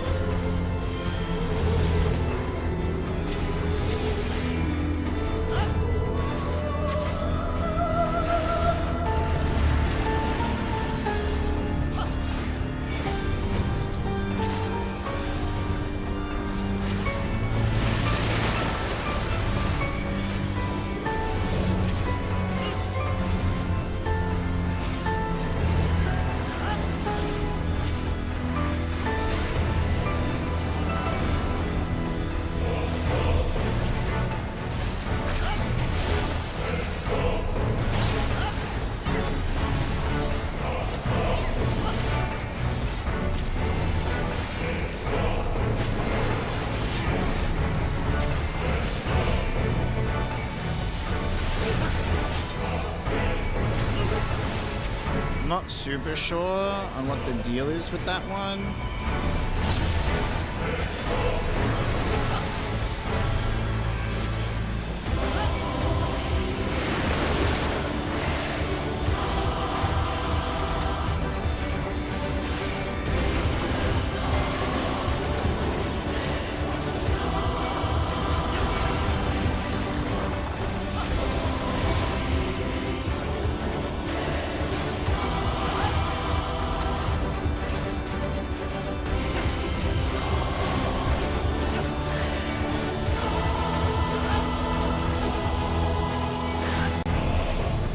I'm getting attacked first.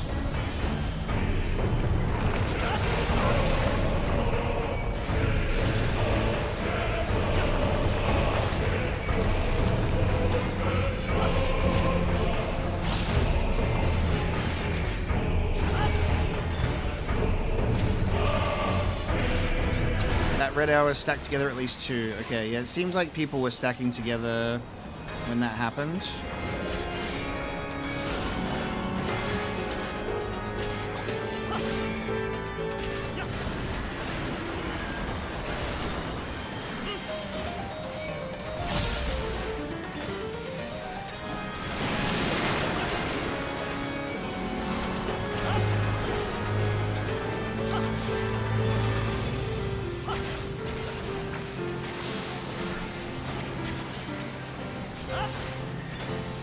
Shit.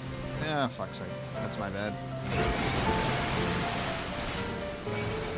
I realized how quickly you can get stuck if you're on the head side of the attack.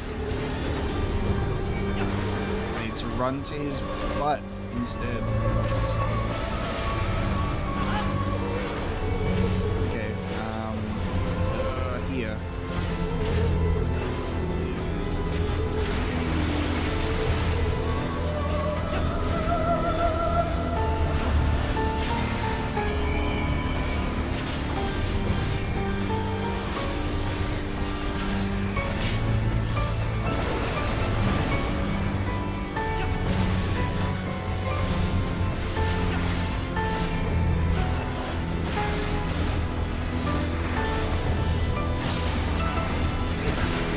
Witness the equivalent of like when two people are walking towards each other in the hallway and they keep going to move past each other, but they go the same direction, except with an arrow over their head.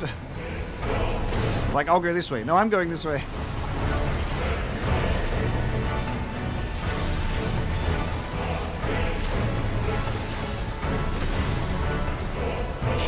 Oh, I've been hit into the head. That was nasty. That was nasty.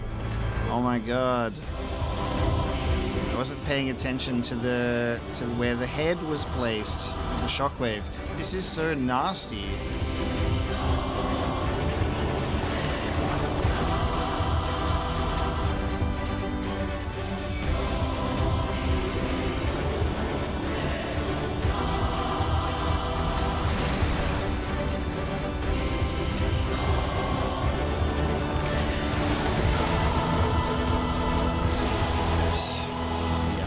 That was brutal.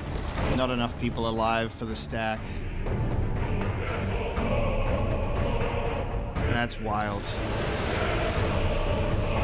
Here comes the clutch, right? We're almost at level 3 limit break. The healers are gonna go crazy in a second. Just watch. Level 3 limit break heals gonna go insane.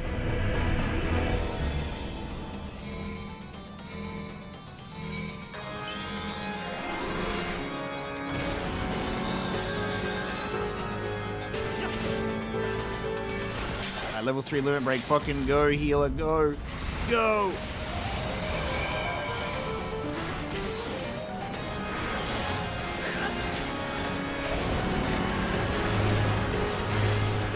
Welcome back. Everyone's alive.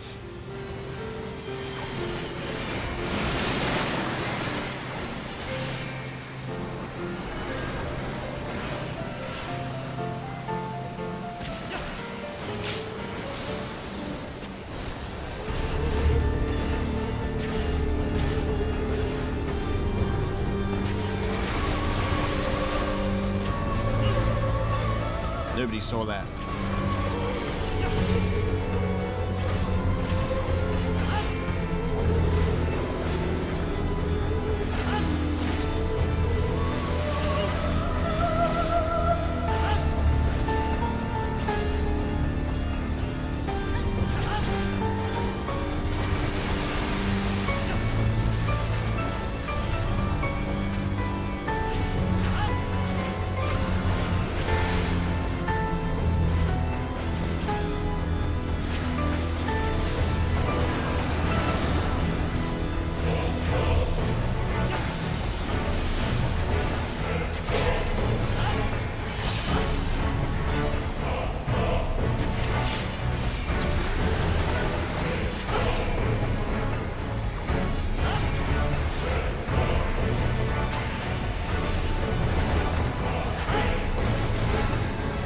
The severed head is over there. Oh my god, it just grew another head.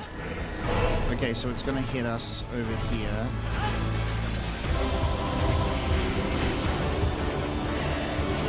Nice.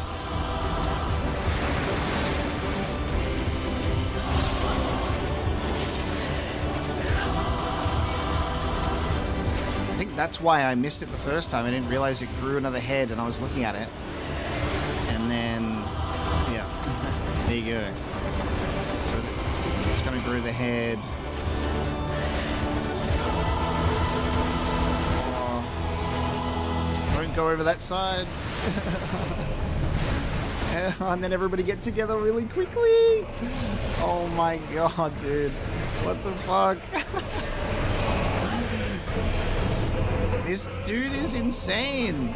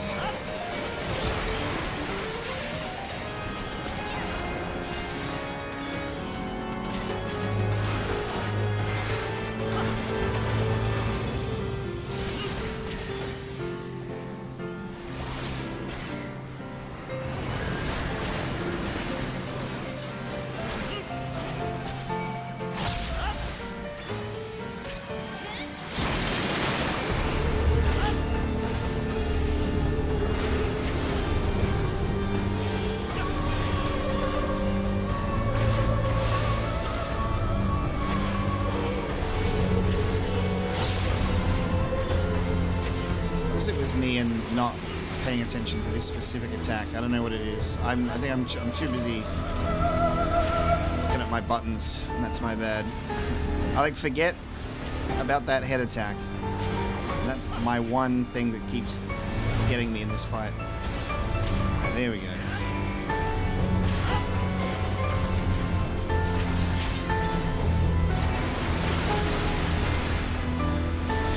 He's almost dead.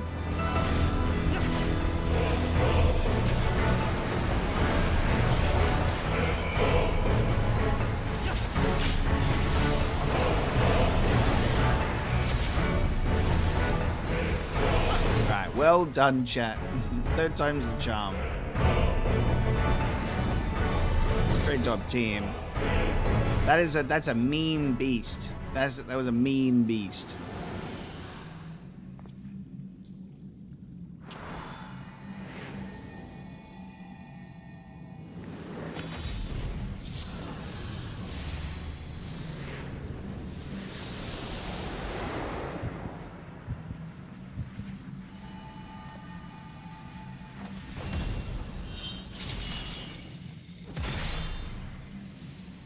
That's the fun part. There's a lot to look for in terms of like what they're gonna do. They also split up the goddamn head with the body. He grows a new head to trick you.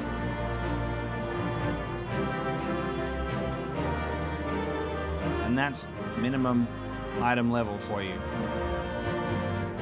Okay, I've already got 2 helmets. I need suit. need one more pair of greaves. Need gauntlets. And pants.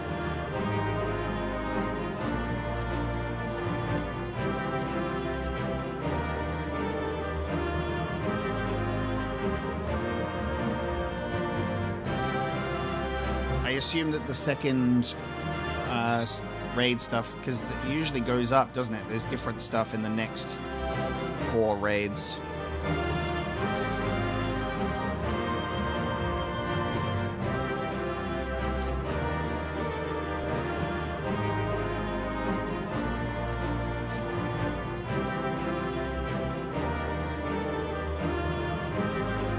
Remember to roll the loot, please, yes. Doesn't go anywhere until everyone does it.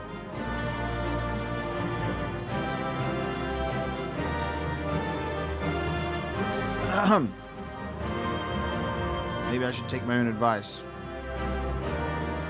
I missed the helmet. Keaton, you left.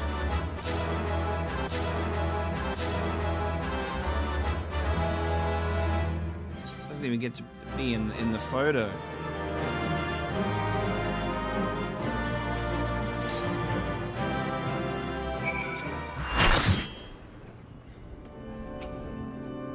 That was a trial by fire. Or water, I suppose, but I had faith we would see it through.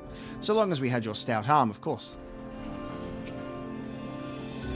I knew that you were no mere mercenary, but to make such clean work of the Hippocampos, seasoned fighters scarcely have occasion to visit Pandæmonium, let alone display their skills. Mastery takes all forms indeed. Needless to say, our plan worked to perfection in no small part thanks to you two. Themis's power was more than enough to complete the interment. Spellcasting was never my strong suit, but that almost made me feel like a proper magos. Truly, having seen your abilities firsthand in your fight with Omega, I beg to disagree. Shackles is the one exception, and 'tis only because I'd been forced to practice it since I was but a small child. Other magics leave me feeling completely out of my depth. Regardless, it seems luck is on my side. To guide me to you, we may prove the impossible possible after all.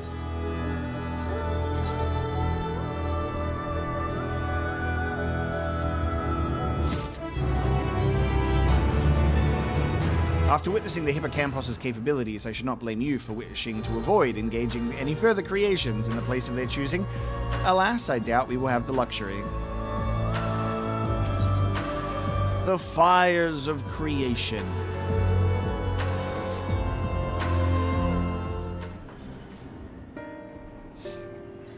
While our success in sealing away the Hippocampos is certainly heartening, the fact we have yet to see any other warders concerns me. The keyword of Asphodelos is nothing if not cautious. Doubtless he has gathered what warders he could and retreated to a safe area. Let us hope so. It occurs to me I know little of the keywards besides their magical prowess. Is there aught more you can share?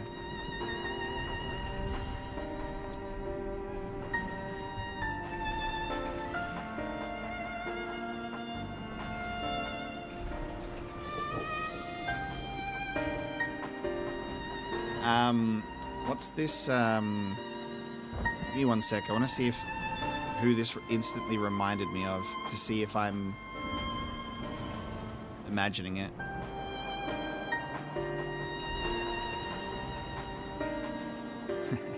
He looks like, Van Hohenheim from Full Metal Alchemist.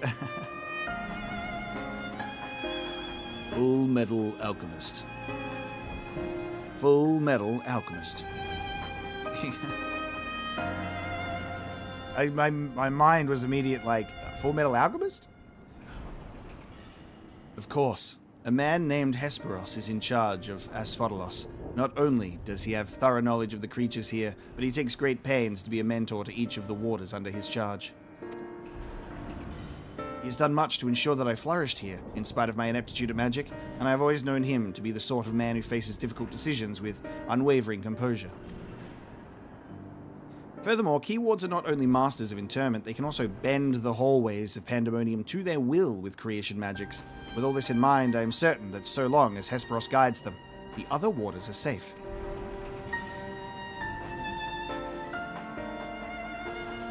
I can see why absolute control over the environs is imperative. Had we faced the Hippocampos upon arid sands instead of the waterways, I suspect the battle would have ended much more quickly. In any case, if this Hesperos is as capable and caring as you say, we would do well to seek him out as soon as we can. He has like as not taken your colleagues to a secure location. So easy to slip up on reading English when it is written like that. He has like as not taken your colleagues to a secure location. The safest place would be the innermost circle of Asphodelos. From there, they could flee to Abyssos if hard-pressed. Even should they have sought safe haven within the other circles, if we make for the fourth, we ought to encounter them on the way. Indeed, and we shall gain a comprehensive understanding of the situation within Asphodelos, which will be essential in determining whether we ought to continue down to Abyssos. The rub, of course, is that I myself possess no power to bend the circles to my will. Instead, we must proceed through the central corridor, which was barred by the Phoenix? Last I checked. The Phoenix? I have heard the name before. A fiery bird with life eternal. Okay. We can't just say Phoenix. We have to have it be spelt that way. Oi, it's that fucking fiery bird of eternal life. What do you call Phoenix? Beyond unquenchable brilliance, the perfected concept boasts nigh boundless restorative powers, if I recall. Truly an exemplary feat of creation magics. Perfection is ever built on the back of failure, however, and La Habrea suffered countless missteps during his experiments. Yeah, safe to assume it's just pronounced Phoenix, but it's also just... it threw me for a loop at first. And he was hardly the only one. This Phoenix will be one of many attempts at the concept gone awry. Aye, far from evoking wonder, our Phoenix is a creature of fury and wrath, and seeks only to turn the world to ash. Thus it was confined within Pandemonium. Ash instead of resurrection. Burn everything. Hey, Yugi! That is a Phoenix! Development of the concept continued elsewhere, but as the moons turned, more and more researchers abandoned the project as an impossibility, save for La Habrea and his words. When I received word that at long last La Habrea had succeeded where so many had failed, I was nearly overcome. Pray tell, how did the warders of Pandemonium celebrate their master's accomplishment?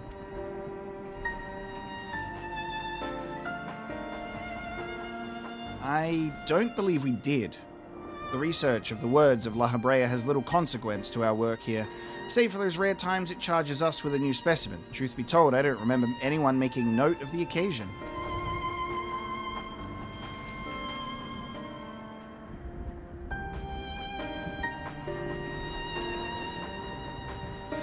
But enough reminiscing, we must make ready to confront the Phoenix.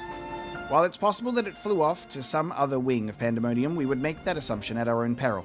Better to assume that we'll need to bring Asphodelos' most unruly subject to heel. I certainly see no reason to delay. The Phoenix's power over flame will avail it far less than in a barren corridor than elsewhere. So it may serve us to subdue it sooner rather than later.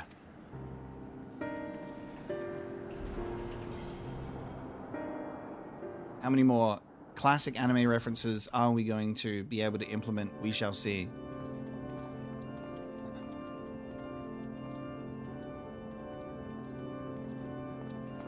Without trying to force it.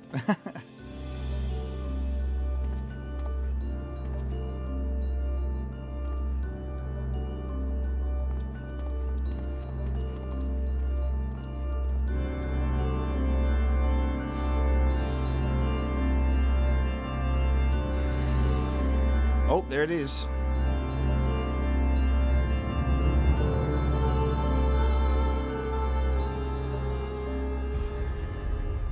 Whoa, what the fuck?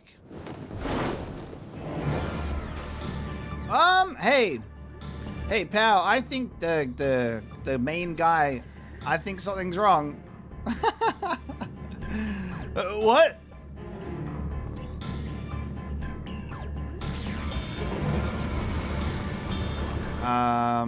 Okay, what?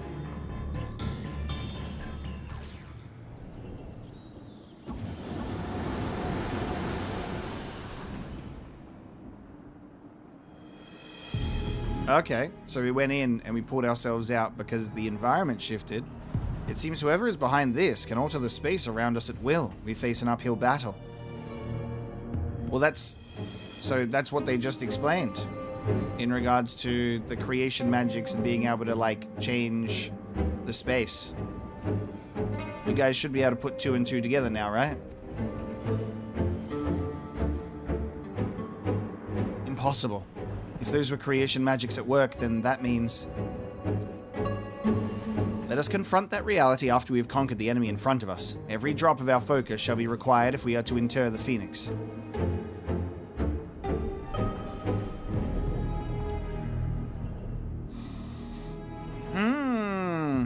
Okay.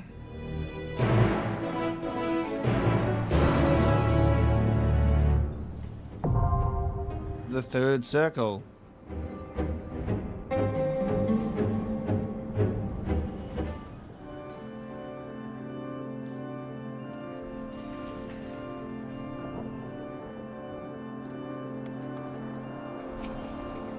We shall gain naught from allowing the larger implications of this to distract us from the fight ahead. The Phoenix's rage will be unbridled, but I trust you are prepared for the worst. Fight well, friend.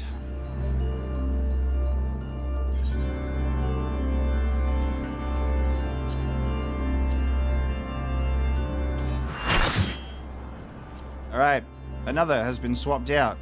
Would we like to... Anyone else want to join that hasn't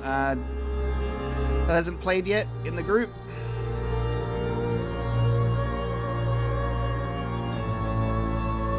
I think that's Kuro and Mobius haven't had a chance to rotate in yet.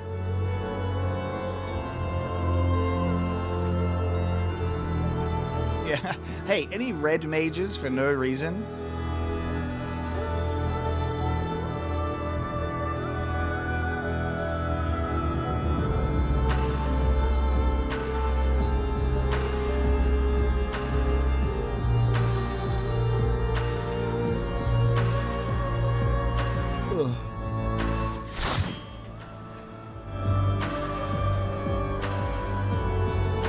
Kurosame would like to tank. Okay.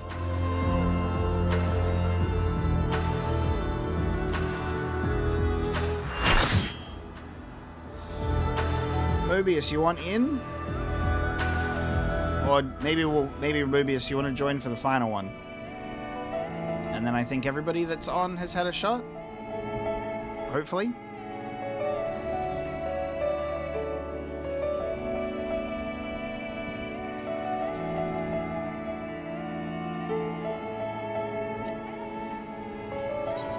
Alright, we proceed then to the third circle. Having successfully subdued the Hippocampos, your group sets out to find Erichthonios' fellow warders, presumed to be hiding in the deeper circles of Asphodelos. Standing in your way, however, is the Phoenix, a violent, failed iteration of the iconic immortal bird. It soars through holes warped by creation magics into an arid, desolate wasteland. Its perfect choice of battlefield, awaiting any foolish enough to venture into its newfound domain. Excuse me. I believe we are still rocking the minimum item level. Yes. Before we jump into this one, just give me 1 sec. Chat, I will be right back, and then we will jump in.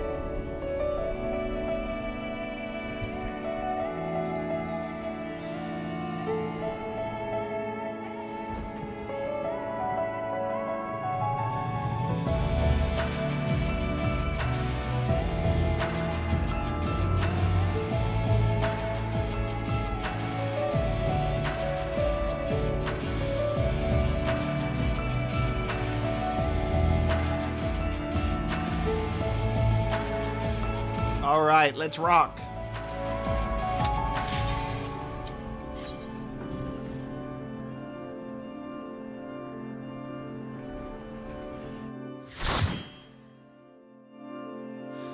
Is my favorite color orange by any chance? Actually, I love the color orange, so this is gonna be just fine. 7 friends, I choose you. Get it?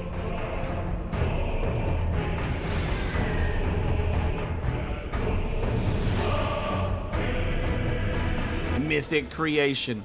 The Phoenix. Oh my god, it's a 3-headed bird as well. How cool is that? That is such a gnarly design.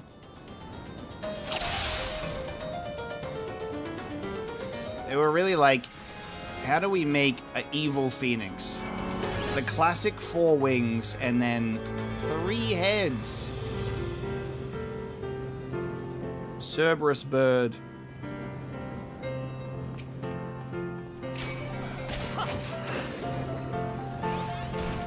And so we fight the bird.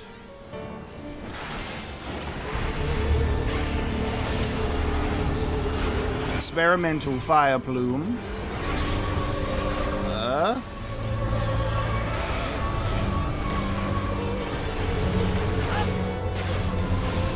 Okay, it bombs the outer edge and then the middle.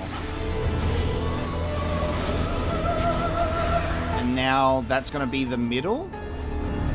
Because it's a big one? Yeah. Big orb. Easy. Easy. Throw something else at me. Scorched exaltation.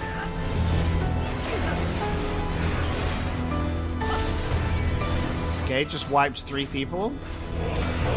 Awesome.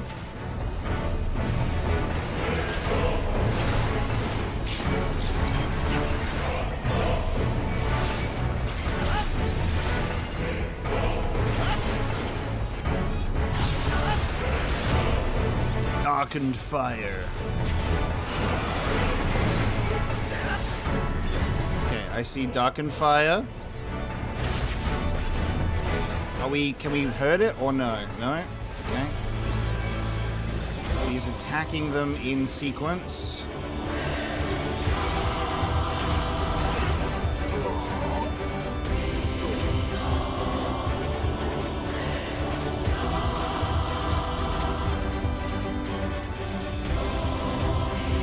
Okay.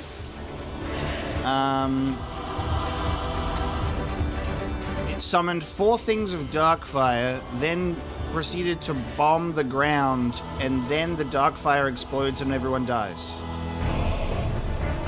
It's the anti-Phoenix Flame where we all die instead of we all get resurrected. How do you counter that?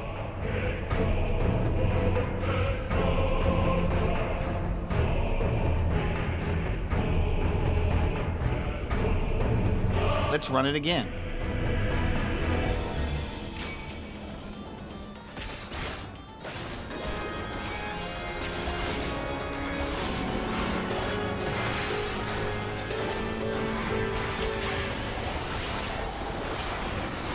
Alright, so he's gonna bomb the outside, then the middle.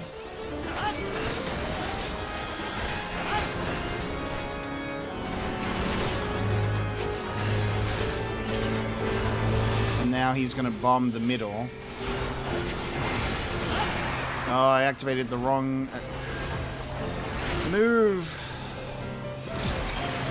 Okay, that's my bad. I also wasn't stood far enough away.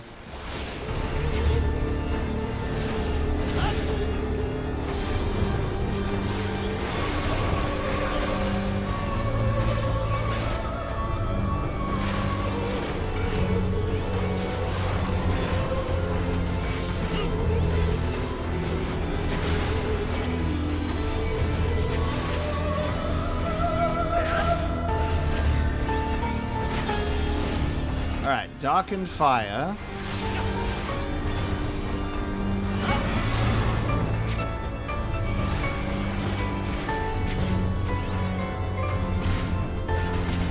people with... Okay, it's the people that have the thing on them. They need to stand at it, and then it just gets rid of the fire. Okay. There you go. Okay, so whoever gets marked needs to go and stand at the fire, and then it gets put out.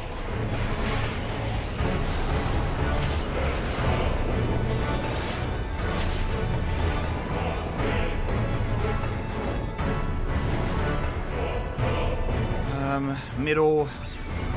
Okay. The middle head lighting up means it's going to attack the center. Storm sweeps through, pouring burning rain. Oh my god, okay. I'm assuming we're staying in the... Wait.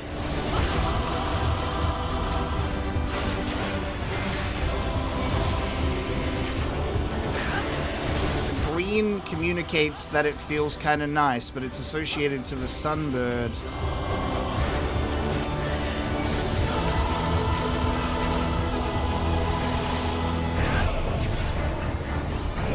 Okay. Is the green... I think the green circle protects us from the scorching rain, so you want to, like, kill the birds in places that we can have, like, a safe area? So you kind of want to get the bird over to a nice spot.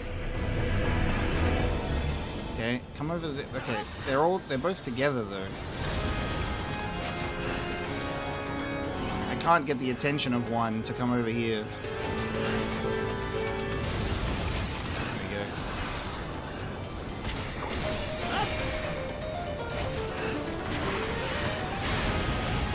go. So two overlapped a little bit, so... Oh, no, wait.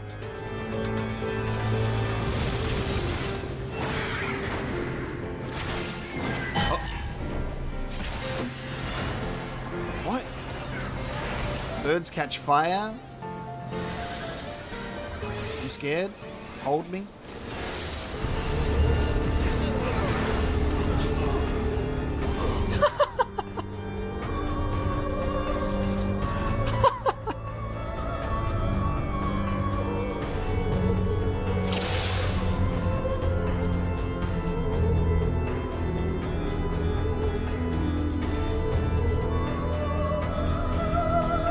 A storm sweeps through, pouring burning rain. The birds catch flame together and burn ever higher. The phoenix and its spark fledged are burning bright.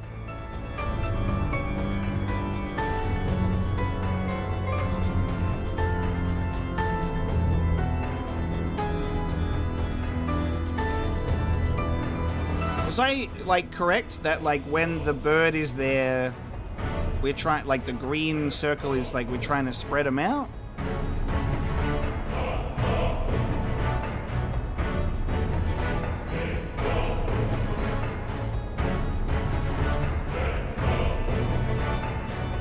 I was correct, okay. Yeah, like, kind of separate them. Alright, well, let's go again.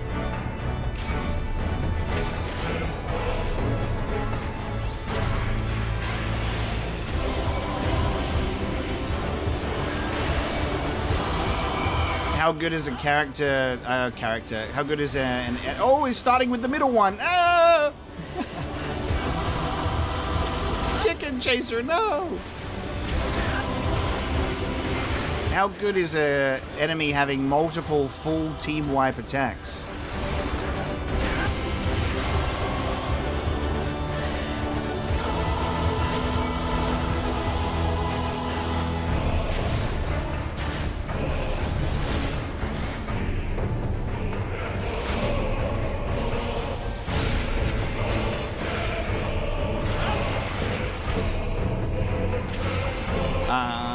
Okay. We lost our healers.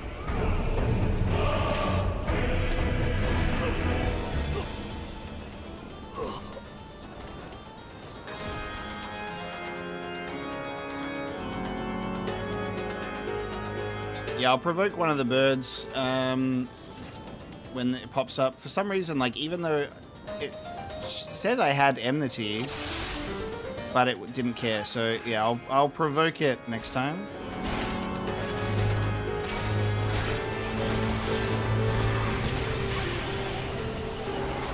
Alright, look for multiple orbs or one big orb. It's multiple orbs.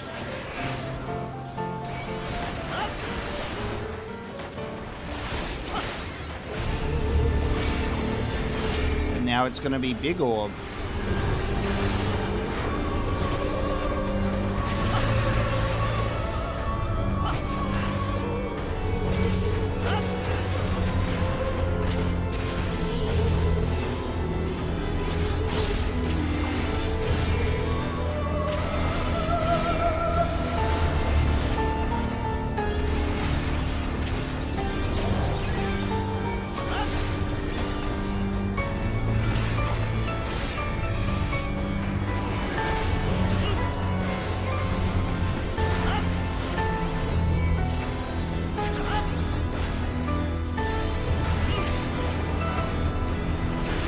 Okay, darkened fire time. Here we go.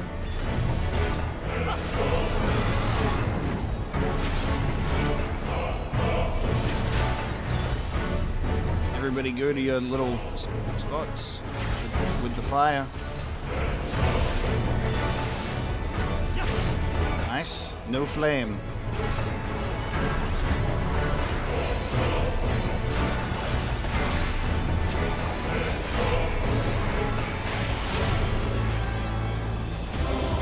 Right Cinderwing. Okay. So now we're getting close to it, going through the center. Oh, yes. I'm gonna go through the center.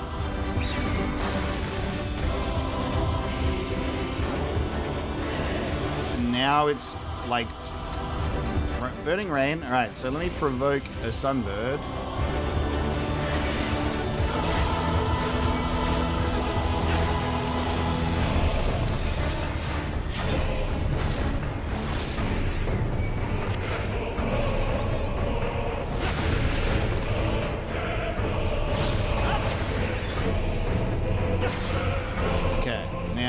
Next songbird.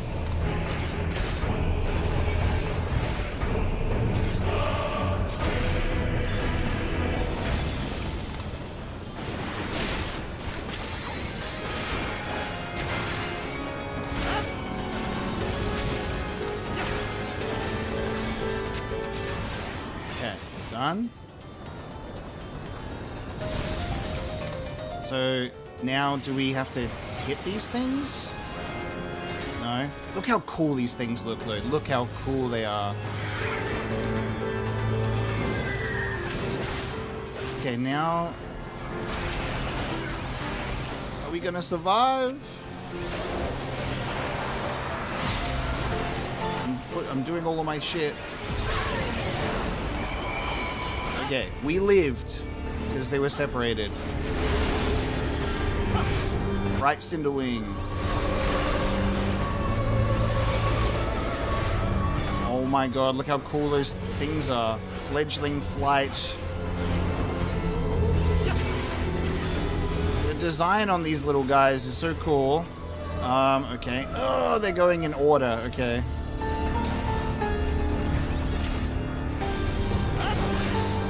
Cool. Very good. Yeah, split up. Ah! This is not hectic at all. It's just super normal.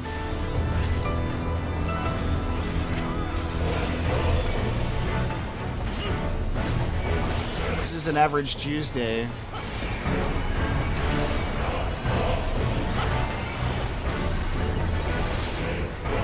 Phoenix is not even at half health yet. Devouring brand. Fire is consuming the field.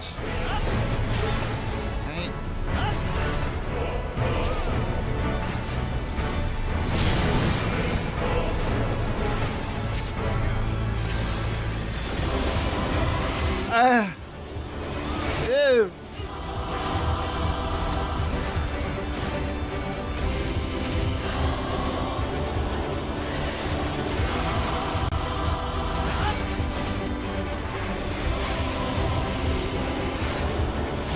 Experimental char plume. definitely have to save the level 3 limit break for a full team res, I expect. That just makes the most sense. Alright, big circle.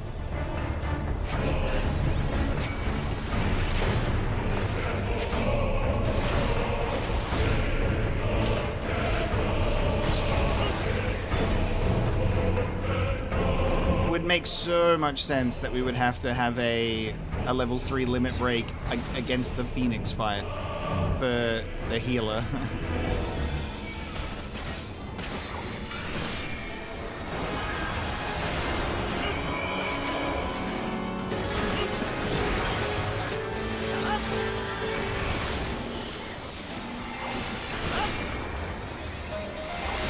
Okay, we're about to have fledgling flight again, so 1, 2, 3, 4. So let's get ready to run in a little line here.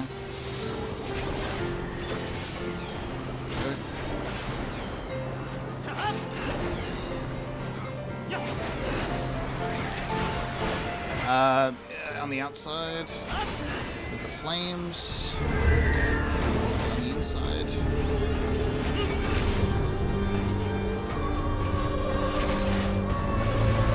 Searing breeze.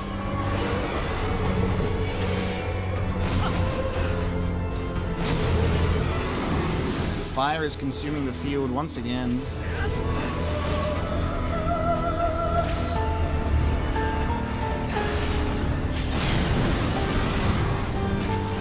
Oh my god, and darkened fire as well. Oh my god. Alright, yeah, get to your darkened fire spots. I said, don't forget about that.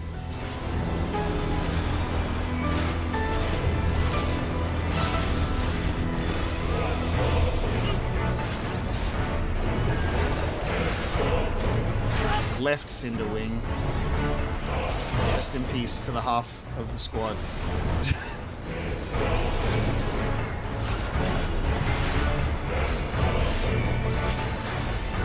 Scorched Exaltation.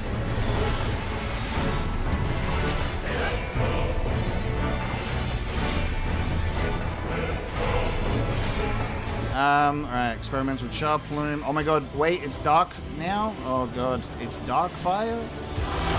Jeez. Okay. We probably won't do savage. Minimum. I don't expect.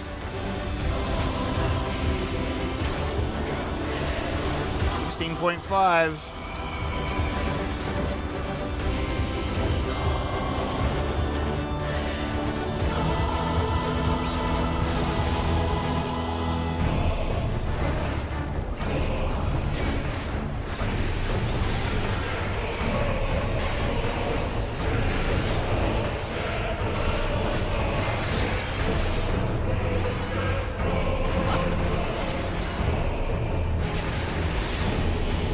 Fledgling flight once again.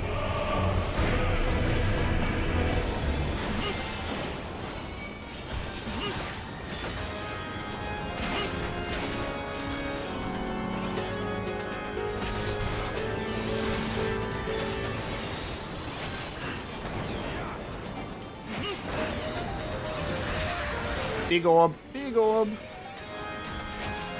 Big orb, okay.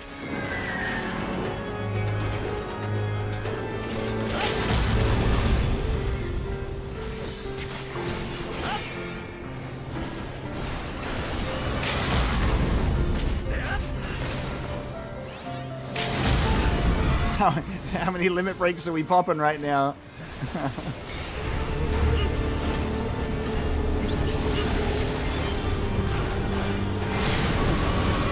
Nice work.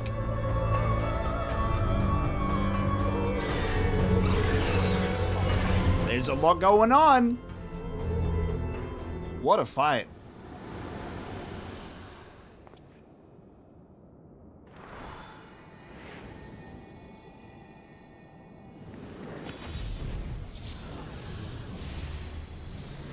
Easy fight, man. These mechanics are for babies.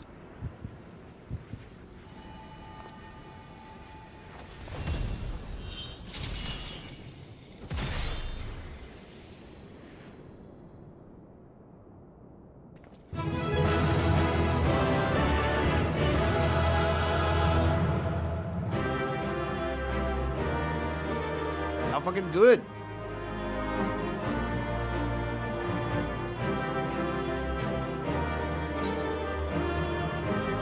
Oh my god. The suits of armor. Right. Got those. I need the pants.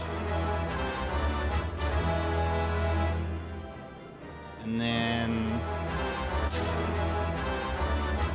I think I've got all of them now. There you go. I can exchange for the full set. Didn't mean to greed that, but sure, why not? Lovely.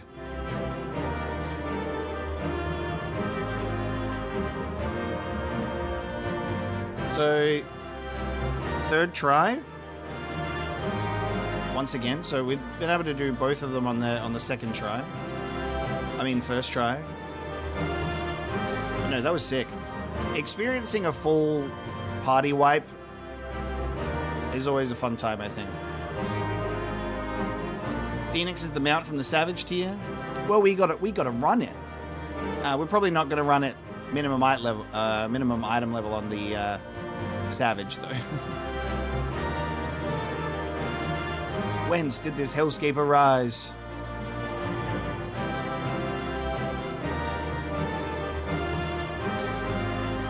We've won, but the question remains, at what cost?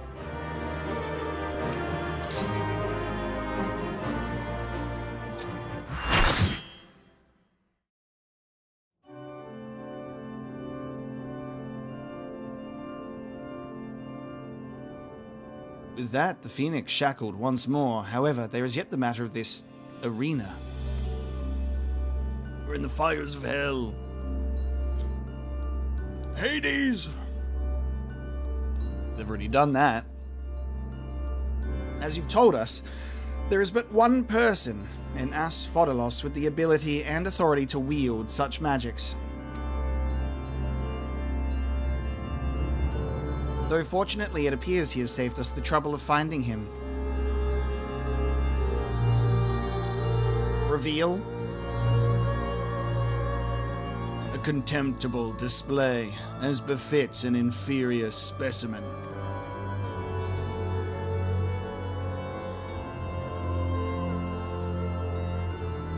Even so, I expected it would at least delay your advance. Imagine my surprise when I saw the chains of interment drag the Phoenix back to its cage. Either the bird is even more a failure than its creators cared to admit, or you are no mean trespassers.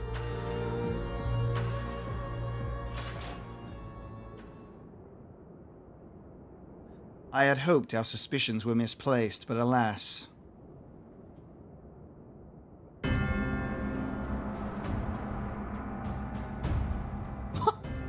Bro.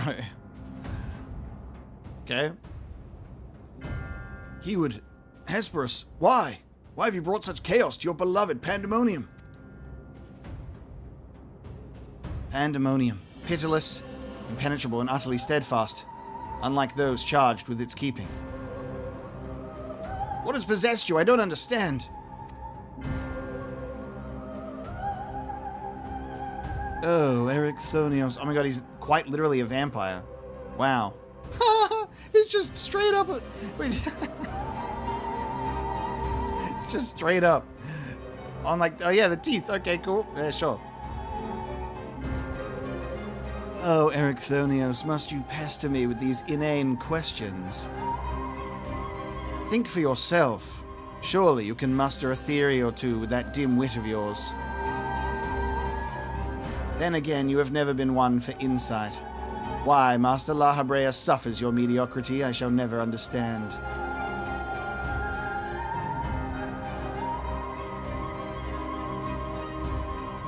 You may look like him, but you're not the Hesperos I know. Something has warped you too, from the inside out. The keyword I knew had compassion for all those under his charge, be they clad in robes or shackled in chains. Was all that a farce? Did you hide your contempt for us all these years? Those who are content to merely glimpse the water's surface are doomed to be dragged into its depths. You prove my opinion of you with every word. My mind is clearer than it has ever been. Even now, seeing you feebly grasp for answers makes the bile rise in my throat. Such wasted potential. To be son to Master La Habrea, yet no more skilled with magic than a newborn babe. La Habrea's son. But of course, it's always about La Habrea.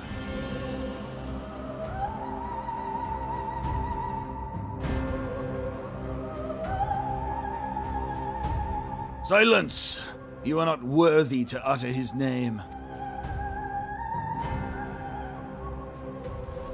For once, be grateful to witness a feat beyond your meager abilities, beyond your shallow reckoning. I have slipped the surly bonds of mortality.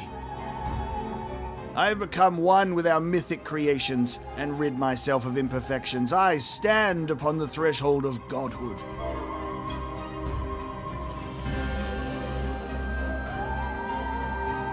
As a Hermethios shall I serve Master La Habrea, ever faithful unto the end of days.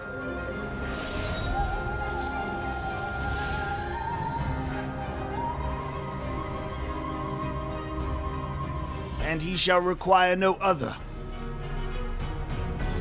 I think not.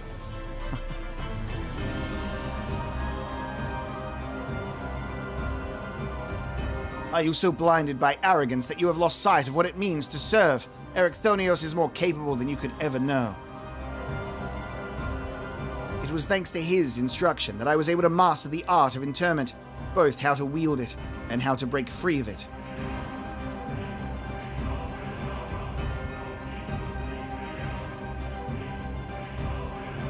Omega, let us quit this place. Whatever poison has corrupted Hesperos' mind, it is plain his power far eclipses our own. We must have time to gather our strength.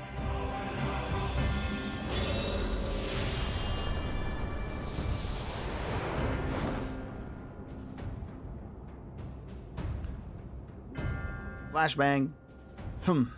Weaklings though they may be, it takes a singular aptitude to master interment so quickly, to say nothing of how swiftly that familiar laid low the Phoenix. Regardless, their noble aims will be their undoing. Where they fritter away their strength in calming the beasts of Asphodelos, I continue my work. Even should they survive long enough to reach the heart of my domain, naught shall await them but doom. I eagerly await your arrival, Erechthonios. Even dullards have their uses. I love it when there's no one there to listen to him. But villains, they love to talk, even to themselves. So, yeah, so much Greek, and then, vampire? My darkest suspicions have been realized. We face the keyword of Asphodelos himself. More than that revelation, however, Erechthonios worries me. He loved Hesperos for his compassion, but received naught but scorn from whatever the keyword has become. He has said little since our return. I only hope that the shock of recent events does not prove to be a death knell for his resolve.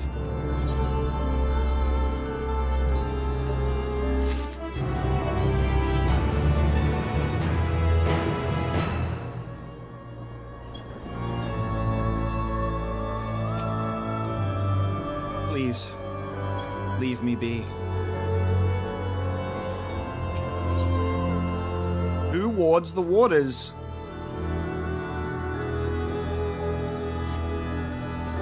Much as I am loath to disturb Erechthonios so soon after what just occurred, I am afraid circumstances do not afford us the luxury of time. Perhaps it will do him well to speak about recent events concerning both the keyword and his father.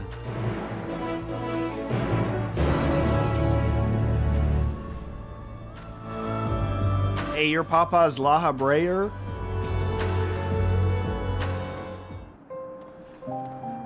Such devastation.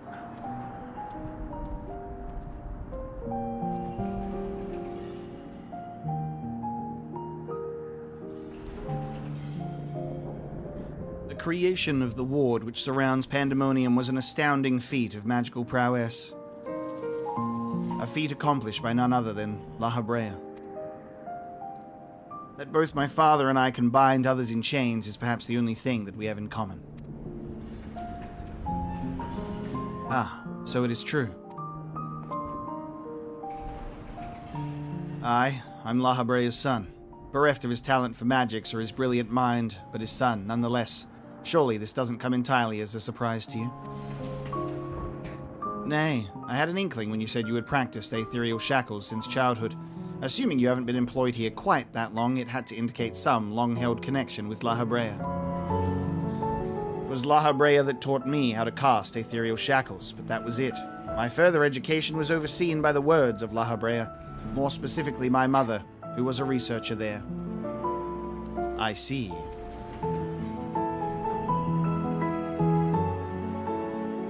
Ah, so Athena is the mother. You did speak of Athena, chief keyword, before Aglaia. She is your mother, yes?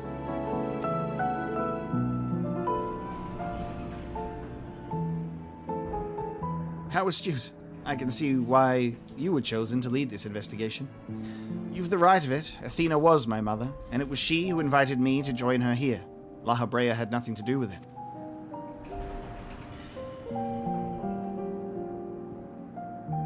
I see there is little love lost between you two. What I cannot see is why Aglaia was appointed chief keyword when another was already in place.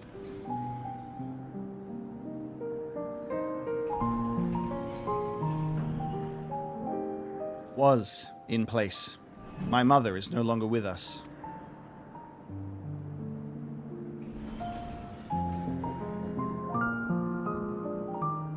And Aglaia was all too eager to assume her responsibilities with nary a moment spared to mourn her.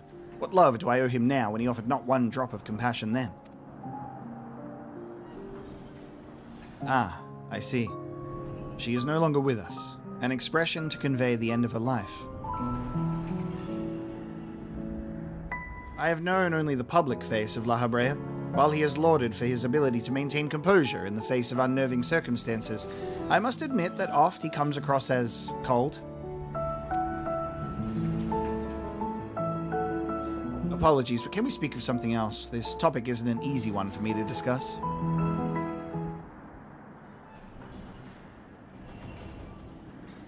Of course. There are more pressing matters at hand after all, namely how to deal with Hesperos. We have yet to see the other warders. Judging by what we know, we can surmise that Hesperos has confined them somewhere beyond our grasp. And now that he is aware of our presence, he will be preparing for our next encounter. We cannot expect to face him on equal footing. Quite the opposite, in fact. Every moment we spend chasing after the creations is another moment Hesperos can contrive another advantage for himself. The wisest course of action would be to find him first and foremost.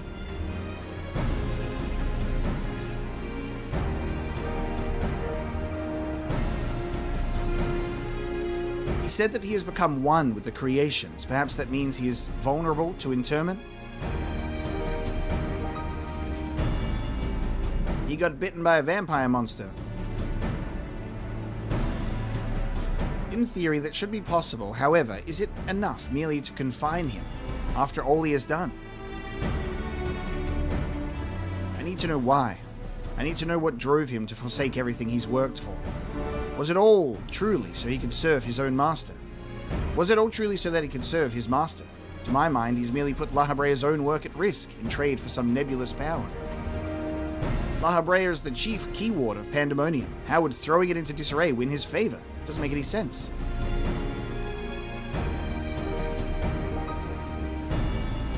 I share your curiosity, but we must consider that our enemy has us at a disadvantage in every sense. What do you think? Should we seek to put him in fetters, or would it be too dangerous to allow him quarter?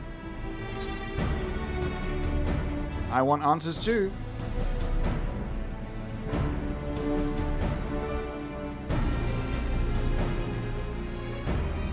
Daring as ever, I see. I know not which trials you have faced in your past, but to see you so certain is all the convincing I need. Very well, let us try Ericthonios' plan. Thank you, Omega. I believe I can shed some light on the nature of our foe. When Hesperos spoke with us, I noticed he bore the telltale fangs of the Verkalarchus, a beast which feeds off the ether of its prey. Likely, that is the creation Hesperos merged his essence with. Do you know vampires here, guys? And we know all too well that he can change the environment around himself at will. The battle will not be an easy one, but I believe in our victory. Time for the fourth circle.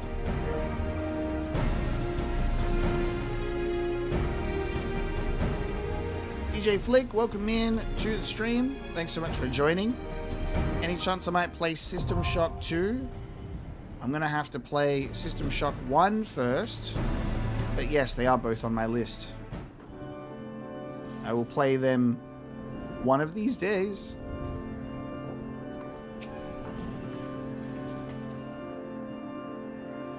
He called himself a Hermethios and claimed immortality. I know not how he discovered this dark art, but his actions do not bespeak a sound mind. That Hesperos possessed such a lust for power that he would resort to this. Clearly, I misjudged him. I'd like nothing more than to strike him down myself, but seeing you wipe that arrogant grin off his face will taste just as sweet. Alright, I gotta run all the way out of here.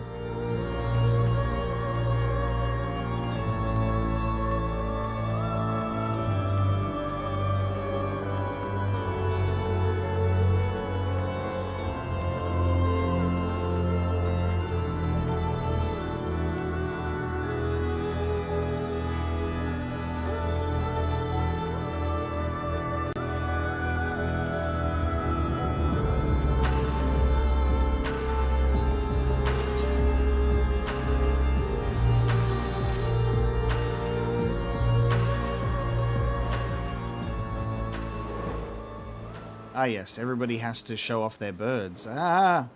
Ah! Help! Help! Everyone's got giant birds.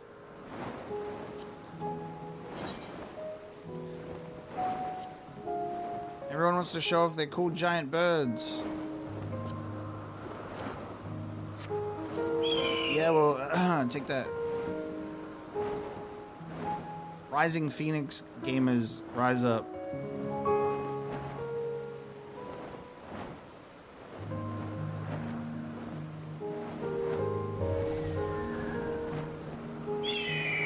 I'm gonna have to get that cool bird.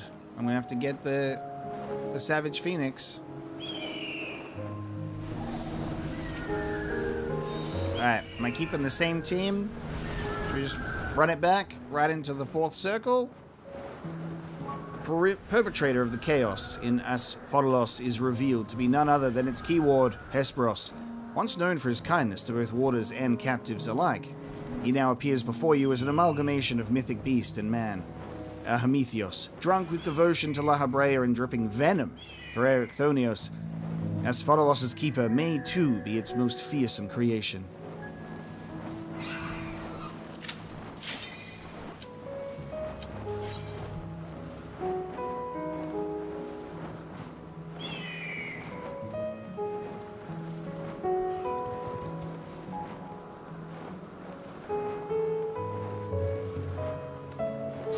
We shall wait for Neku to return.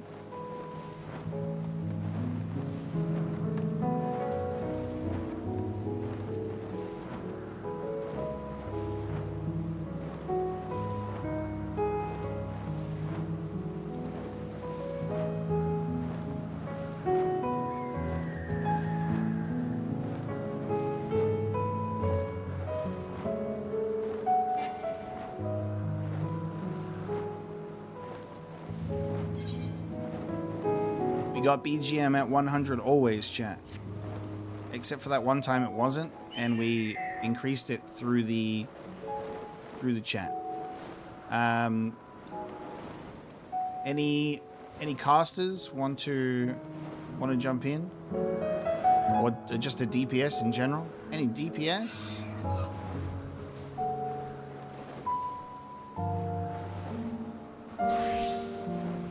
Cast.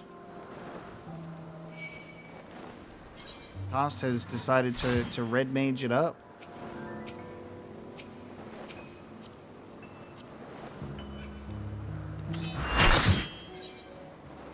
Back in. Fourth circle time. Let's go.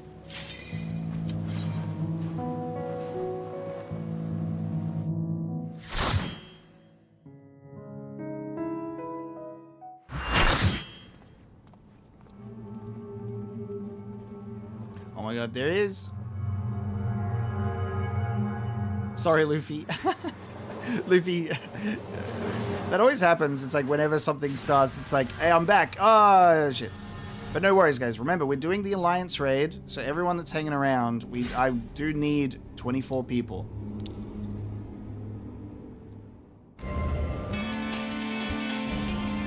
Okay.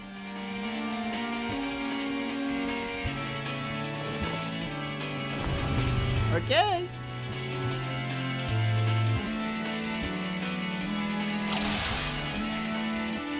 Classic situation of obviously character names and stream chat names being different. We have lyrics.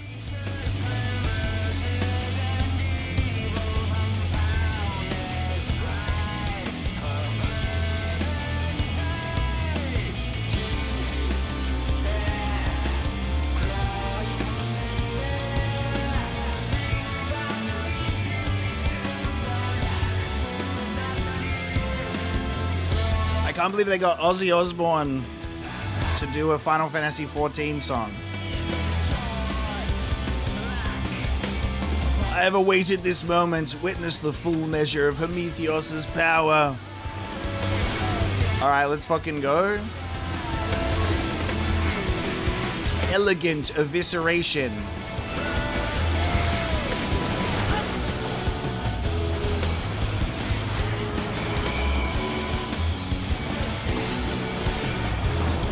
There is but one master in Hesperos. He's got a cloth.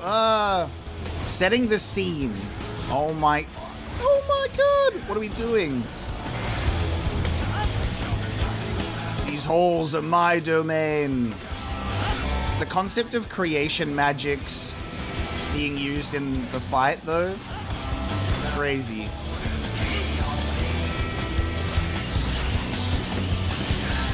You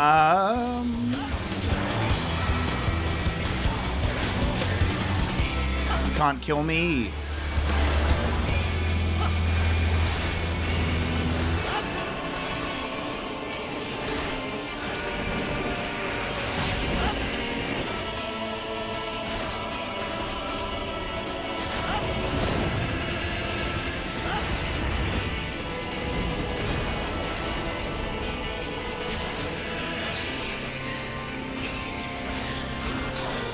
Puts a different environment in, then he summons some sort of vortex in the middle.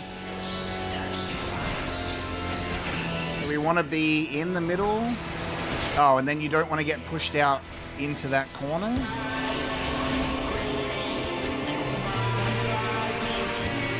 Hell Skewer.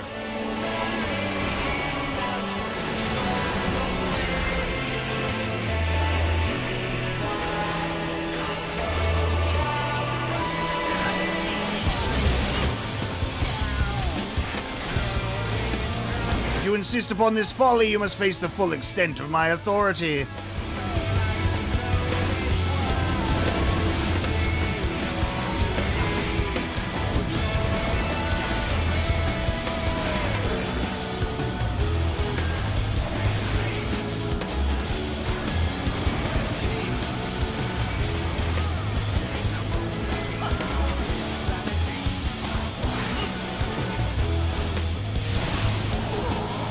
It is standing as far away as possible when that happens? Okay. It's like some of them, I guess depending on what it is, there's different things. Oh, it's going to go in sequence, so now this one is the one that pushes you out. That's what I was thinking. Okay. And now, I don't know what that one does. I missed that one because I think I was dead. Alright, I understand.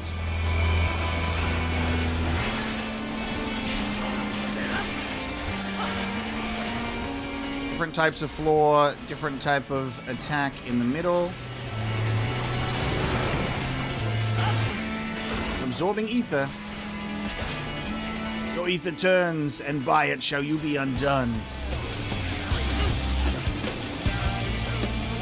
I'm supposed to be where my job is, or not where my job is?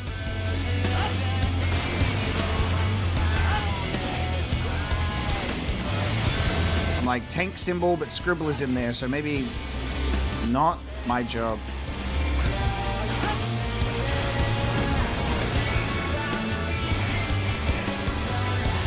Scurry vermin, ere my blade finds your bellies.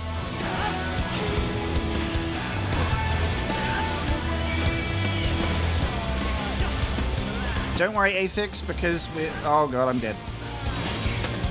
We're doing Alliance Raid after this, so we're going to need everyone that we can. But we are at the final thing of the normal raid for today. So he goes in that direction and then attacks from there. Ah. He's going to do it again. God damn it, he's doing it again. Oh, there was a different attack. Oh my god. I'm cooked. Didn't realize he was going to do a different attack. Who is this guy?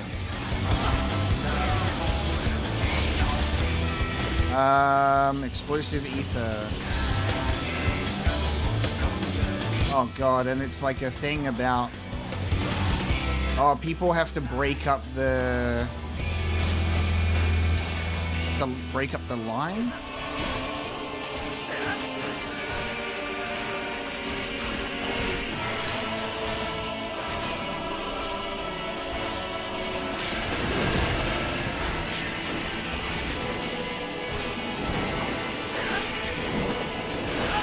He's setting the stage everywhere. Oh, everywhere?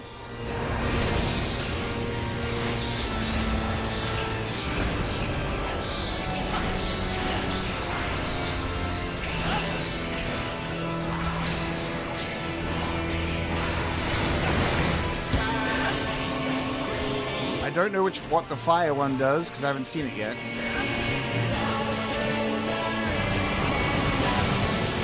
Fire's first. I have no idea what the fire one is going to be. Oh, it's a stack?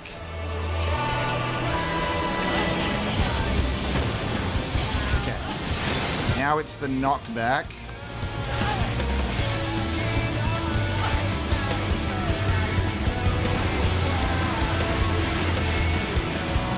I don't know what this one is. I think it's just scatter. Oh, no, it's the job one.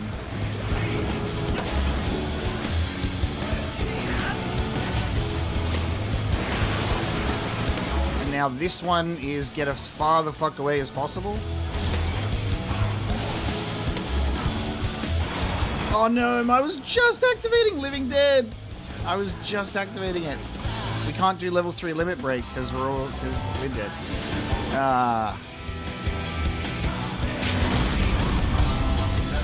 Oh, we have red mage. Hold on. I forget. We had red mage. Oh my god.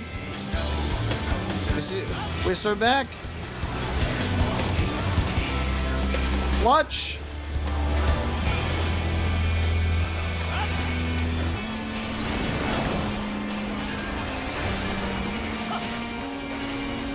Such a shame that I died when I activated that ability.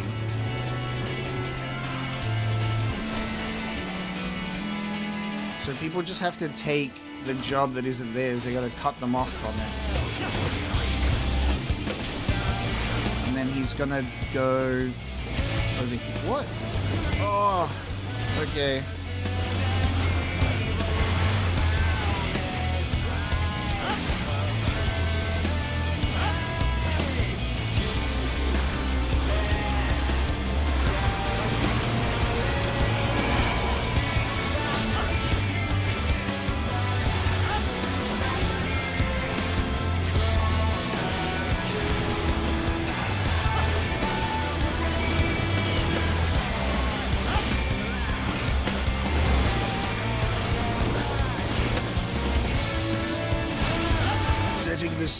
once again.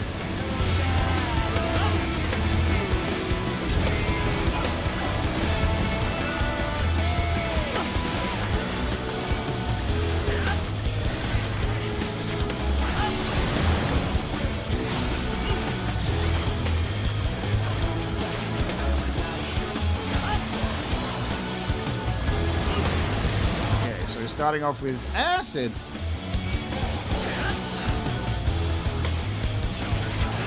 So, acid attack. Then this is get as far the fuck away as possible again.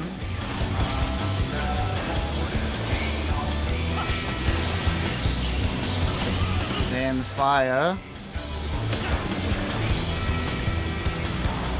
Which is everyone get on a stack. And then we're all going to get sucked in.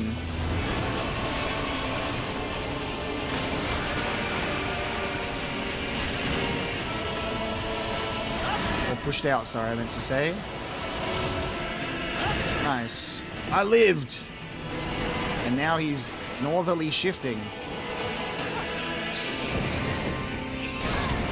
Ah, the spikes.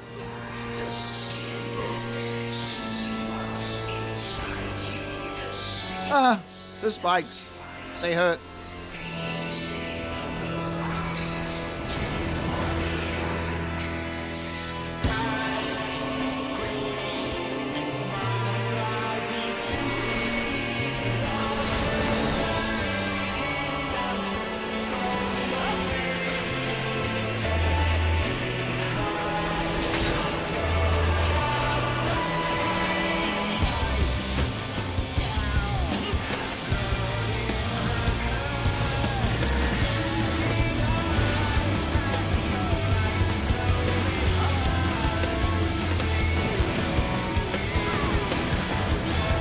Survived getting pushed.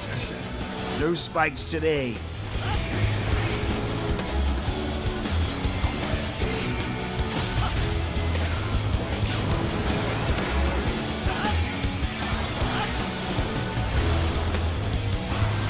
How's that for a red mage saving the day so we can first try Hesperos?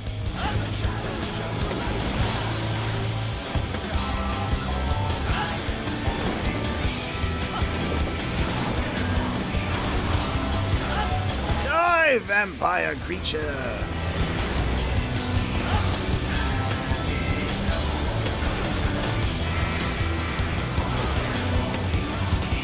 Sick. Not even like an easier fight just because we didn't do it 3 times. Like it was still like there's a lot in there. We just locked the fuck in.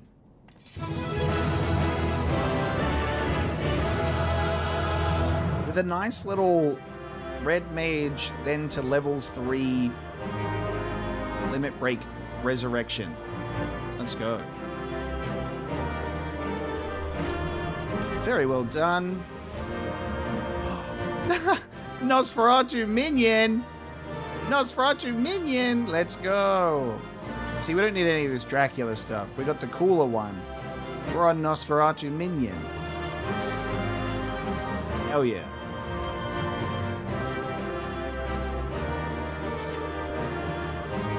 I love that he's just... Hey, look how he's so big. Giant man. Here we go. Victory.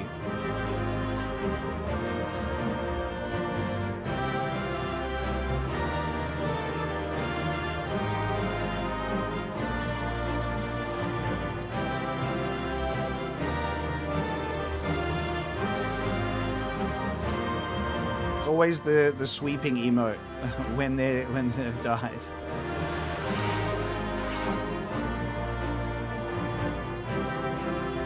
Nice. Hesperos, why? We need only seal him away. Say goodbye, vampire.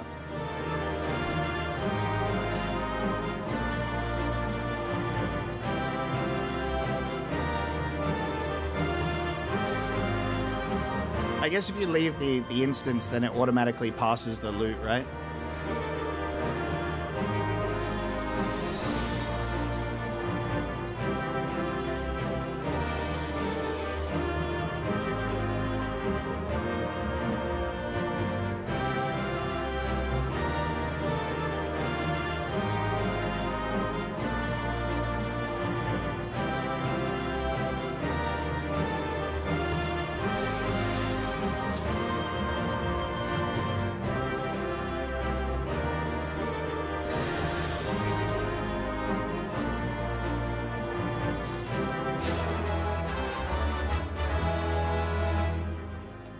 Nosferatu has been achieved.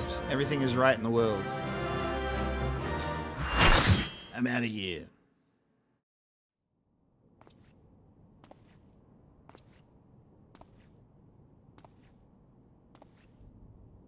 Now, Themis, we end this here.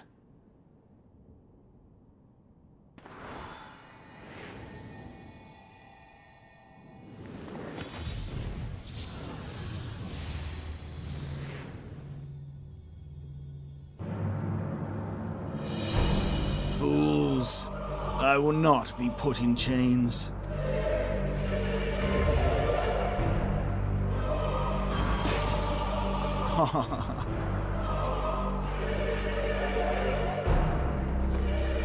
To think that I would fall before one such as you.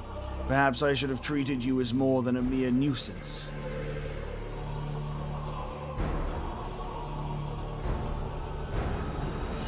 Despite your victory, you shall never have the knowledge you seek. The secrets of my transformation, the secrets of my deception, they shall return to the star with me. You are wasting your breath, Hesperos. We have the upper hand now. Surely you can see that? Yes. Yes. My repertoire is not exhausted yet, however. Although I have failed, my end shall be on my terms.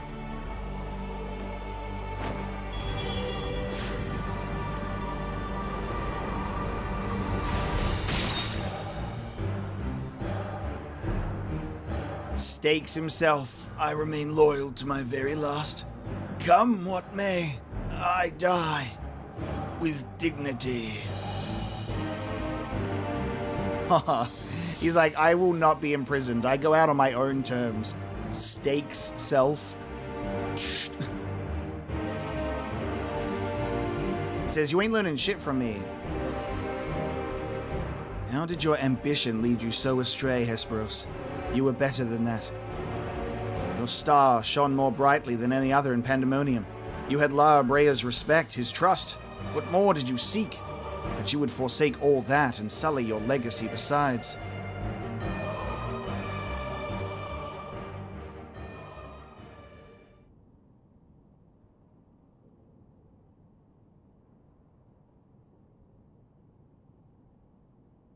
He became so blinded by his own desires that he lost sight of his duty. In the end, he lost everything, and his plans lie in tatters. I fail to see any dignity in that. Even so, I would have liked to know why he chose this path. Hesperos' infatuation with your father was his undoing. Perhaps he was jealous that fate had chosen you, and not him, to be La Brea's son. So terrible did this jealousy become that he sought verboten power, power that La Brea would be unable to ignore. How does a pursuit for respect warp one's heart so? How does infatuation with one person turn into contempt for everyone else? I've never heard of such a thing. It's not as uncommon as you might think.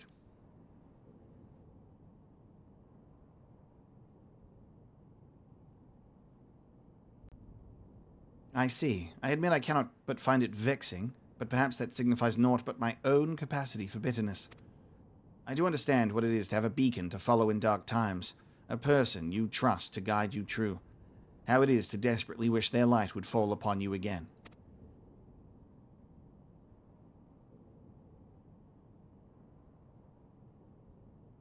But we have spent enough time assuming the intentions of the departed. There are the living to consider. We must find the other warders and round up the remaining creations forthwith. Of that at least we can be certain. I believe I can be of help in that matter. The influence of Hesperos' magic is fading throughout Asphodelos. Now is the perfect opportunity to seize control of the facilities and restore things to their original state. Seize control? Can you really do that?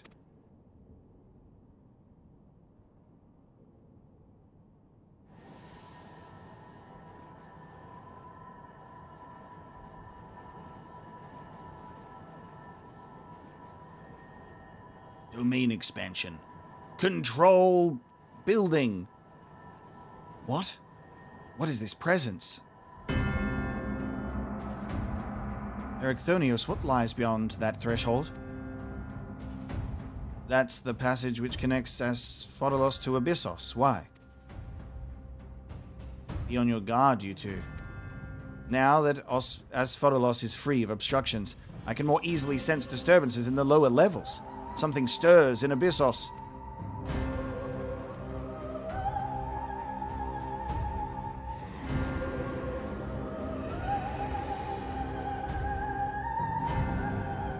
The problem comes from the abyss itself.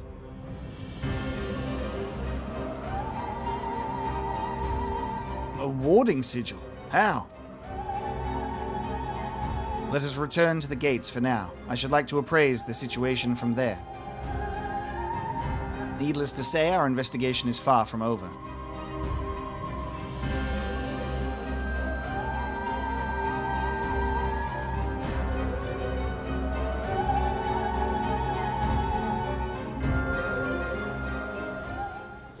It's not bedtime for anyone, chat. You wake up because it's time to raid again.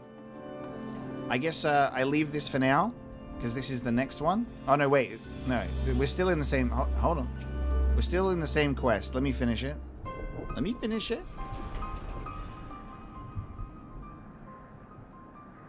Although we have defeated Hesperos, it appears we have but scratched the surface of Pandemonium's troubles.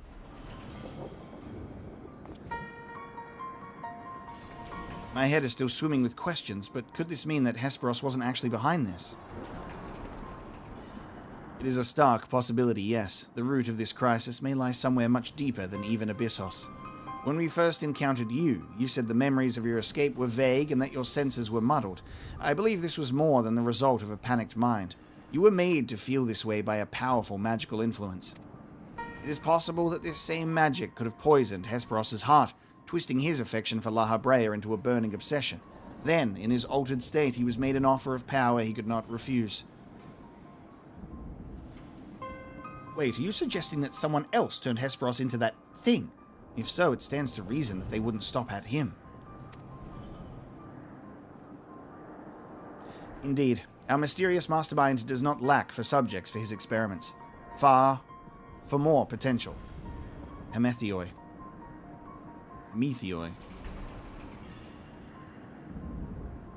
If what you're saying is true, then my colleagues, they're doomed to share the same fate as Hesperos. Do not lose heart yet, Erechthonios. Hesperos challenged us alone, and that what tells me the process of his creation was a long and taxing one. If he was the first Hemitheos, then the rest of the warders are likely still alive. However, much as I would like to hasten deeper into the Pandaemonium, the way forward is sealed off. We must focus our efforts on finding a way through. With the creation still having free reign in Asphodelos, that won't be easy. On the contrary, I yet retain control of these circles, and thus can wield interment magic within their holes at will. The creatures will pose no threat to us. Just like that, there's nothing stopping us from returning order to Asphodelos. Just so. I shall require your expertise to keep the peace after the subjects have been returned to their confinement, however. You are Asphodelos' sole remaining warder, after all. Truth be told, I did not expect this investigation to become so involved. Of course, I would like to resolve matters here without resorting to outside help, but... Do you mean to send a report to La Habrea? 'Tis too soon to say. Let us first find a way into Abyssos. It will be best to withhold our judgment until we have ascertained the whereabouts of the other warders and the identity of the party responsible for their disappearance. Agreed. Even so, if it means saving even a single life within the Pandæmonium, I'm not above asking La Habrea for help, should it come to that.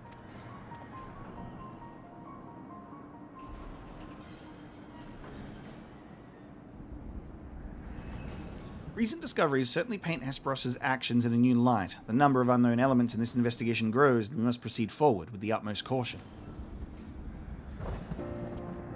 To that end, Erechthonios and I shall remain here for the time being. Much as I enjoy your company, I do not believe we shall be needing protection so long as we remain in Asphodelos. You should take this time to rest. Surely you are weary, and there may be more battles ahead of us. Themis' burden may grow heavier in your absence, but he's shown that he's more than capable to bear it. Still, I would help wheresoever I'm able. All we've achieved so far has been thanks to you two, and I mean to repay the debt I owe. I don't know what use I can be outside of placating the creatures, but I'll find a way.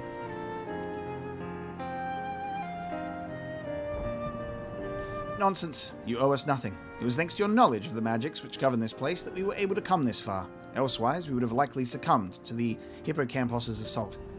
Each of us has arrived at this dire pass by separate paths, but it is only by combining our respective expertise that we will reach the end of it and see Pandæmonium saved.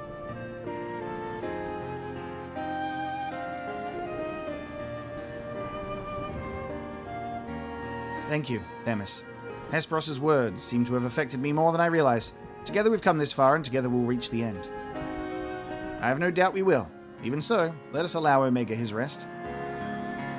Besides, you have someone awaiting a report on your progress, yes? I dare say your story will be much more than they ever imagined.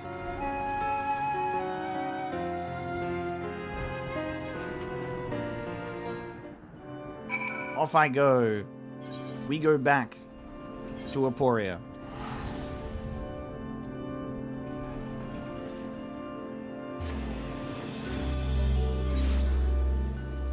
I'll put out the another Final Fantasy XIV squad notification in the Discord about the Alliance raid.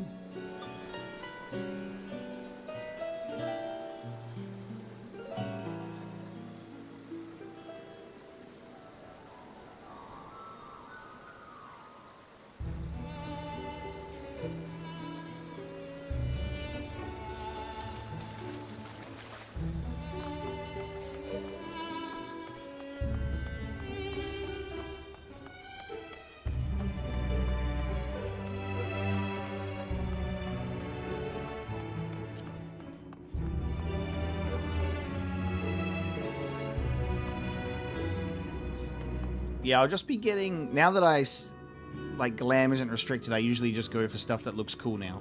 Which I love. Welcome, Omega. Back from the past. None the worse for wear, I see. So what did you find? Oh, man. A fucking pandemonium full of demons. A crazy vampire guy. And, like, people going crazy in there. Phoenix was wild. And there's this fucking creature that killed us with a floating head. So there is evil afoot in Pandemonium, an already ominous place, I must say.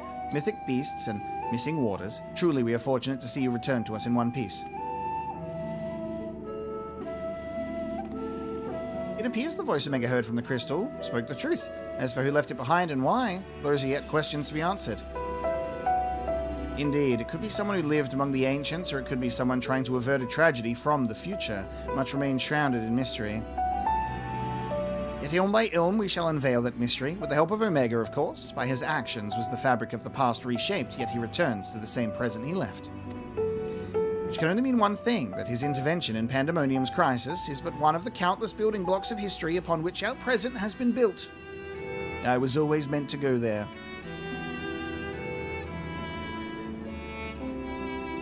There is no telling what consequences would arise if we stop pursuing this matter now. Whatever plot is unraveling within Pandemonium, we must not let it reach its conclusion. If one of those creatures should escape, what ripples would carry forth to the future? They might wreak havoc upon the world of the ancients, and their despair would leave an indelible mark upon history's pages. That despair would only feed the terrible beasts that arose during the final days. The first final days already had a drastic effect on the eons that followed. If the scars it left were made even deeper, then we risk losing our present entirely.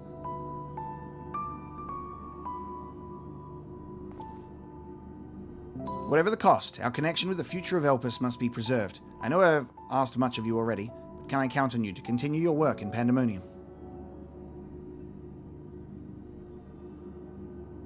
Your tireless efforts are much appreciated. If there is aught we can do to ease your burden, you need only say the word. Speaking of which, might you return the crystal into our keeping? While we cannot accompany you to the past, perhaps something can be gained by researching it further. I'll say, here you go, mate. Here's your bloody crystal. You can research it further.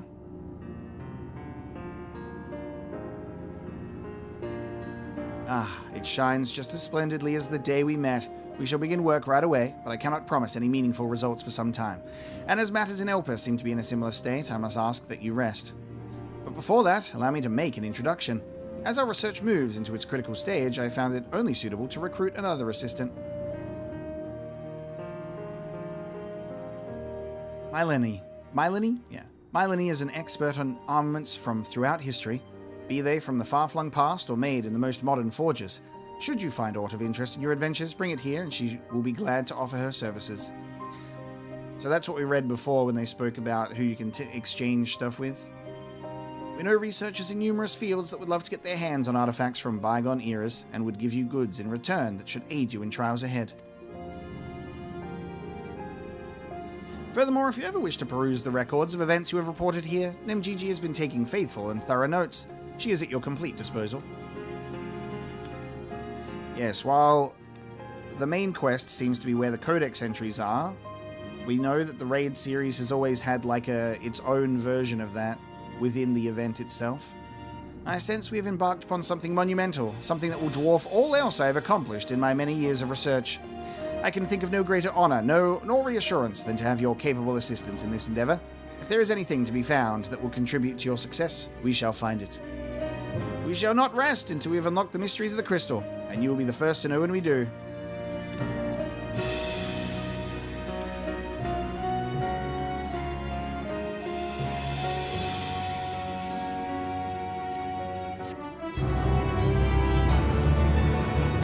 Quest complete for now. Azrael, welcome in. You've been thinking about getting into the Final Fantasy series in release order, but would I recommend playing Final Fantasy XIV? I think Final Fantasy is something that you can approach in any order you want, and whichever game appeals to you the most, because you don't have to go through it in order, because they're not connected. You know what I mean? I haven't played Final Fantasy 1 to 6 yet. Those are still on my list. But I've grown up with the entries after that. Look at one that appeals to you and start there, see if you enjoy it. Final Fantasy 14 is fucking awesome, though. Let me pass party leader across then, and a party finder can be arranged, and I'll have a look at some Pandæmonium relic exchange for now. I guess it's just the base level one, right? Final Fantasy 14 is the one that's free to play, yes. That free trial, though.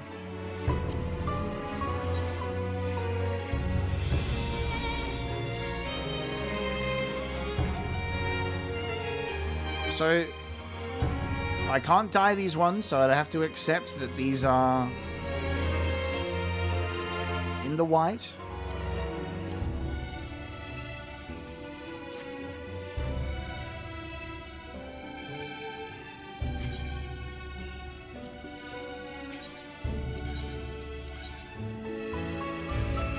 Oh, that's the Savage versions, right? With those books.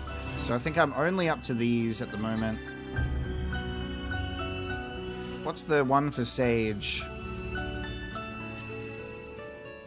I don't like the exposed shoulders.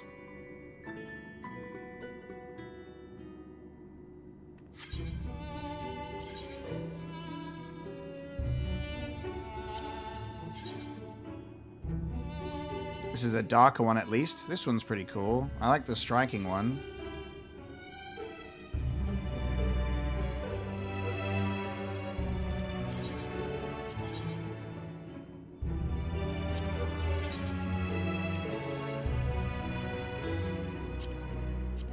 The designs of them are quite nice. I like them.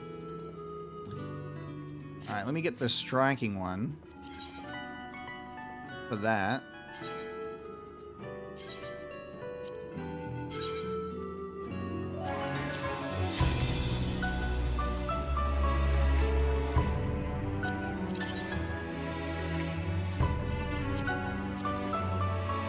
I might get the Van braces of Fending. Mix and match. Get the ones that you think look the coolest. Because it's all free game now.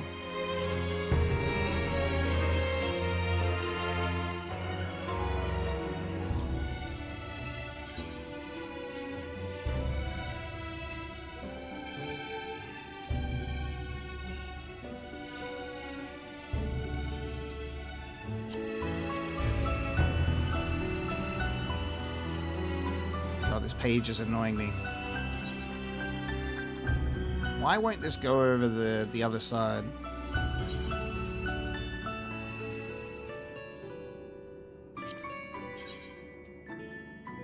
You put that over there.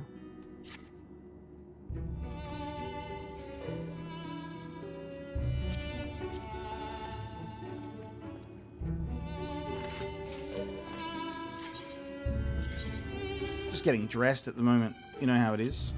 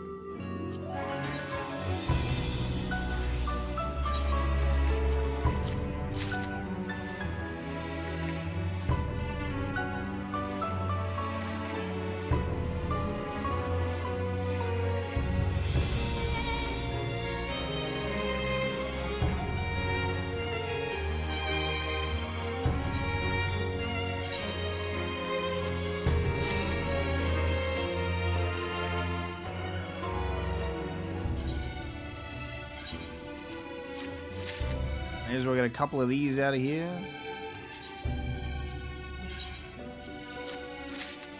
There you go. Alright, I've spent my goods. But we'll see what happens with doing the savage stuff. Oh wait, I didn't get a helmet yet. Hold on.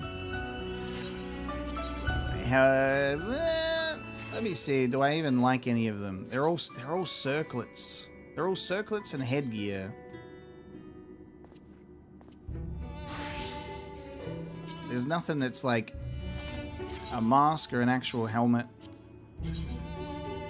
It's here's some crazy stuff on your face, you know?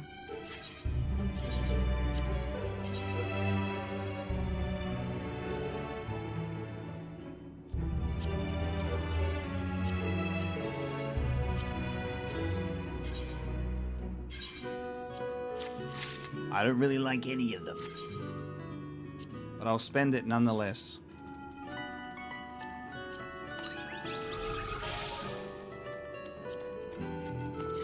Okay. It's now party finding time.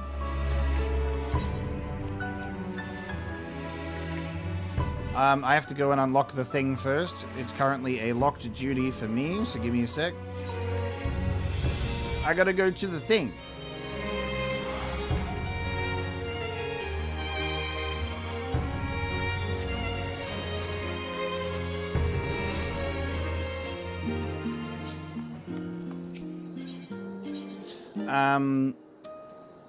Yeah, would be keen to do, obviously, experience savage raids and stuff like that as intended, and then, you know, do them unsynced for loot after that, you know?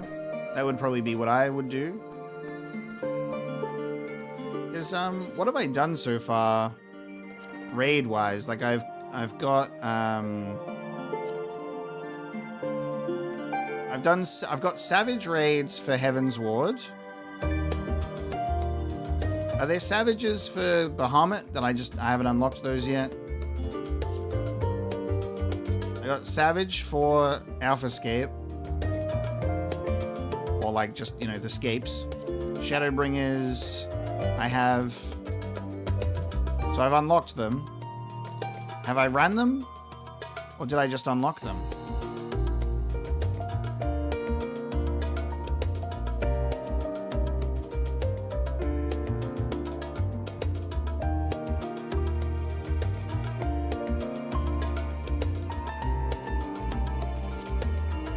I can't remember if we actually ran any.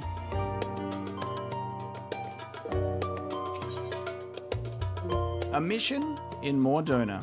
The fresh-faced student's face lights up at the sight of you. Ah, Omega, welcome back. Are you perchance here to see Kryl? I'm given to understand she has a task for which she desires your assistance. Indeed. Then I shall fetch her at once. Pray wait a moment.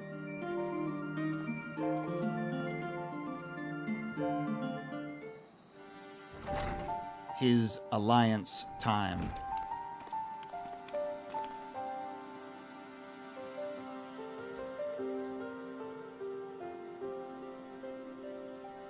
Omega, my thanks for coming. If you're now available, I'd like you and Raha to assist me in the task I had mentioned.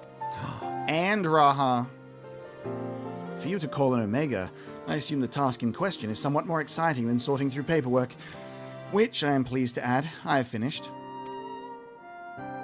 So if Omega is ready, then so am I. Our venture to the bounty has only served to whet my appetite for fieldwork. This is Graha content. Is Revan here? Or is Revan missing out on Graha because it's not main story? Not to oversell things, but I suspect you won't be disappointed. Ere I divulge the details, however, permit me to provide some background. As you know, our organization, Students of Baldessian, was founded by my grandfather, Galuf. Our stated mission was to uncover the mysteries of Hydaelyn and interpret her will, particularly through the study of her gift to us. We've since learned the whole truth, and it might be said that we've fulfilled our mission, but our work is far from over. In the course of our endeavors, we've also sought to devise countermeasures against threats that come to light. Our involvement with the Warring Triad is an example of such. It is my belief that in continuing to seek out the unknown and dealing with threats, we best carry on the students' mission. We best honor those we lost when the Isle of Val was destroyed.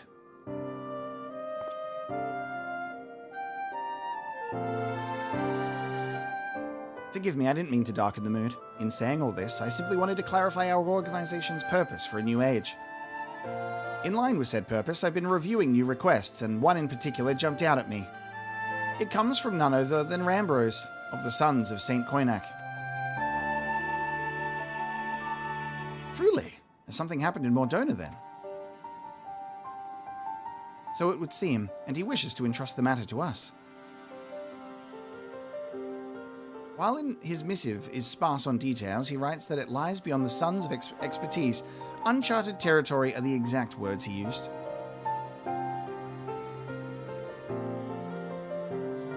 I'd like you to meet with Rambros and conduct a preliminary survey. What say you?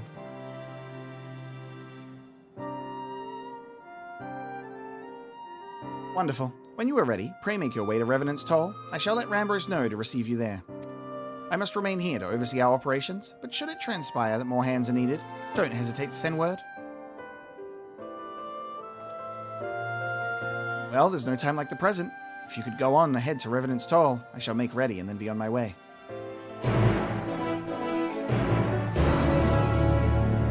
It begins. And Revan is indeed here. Lovely.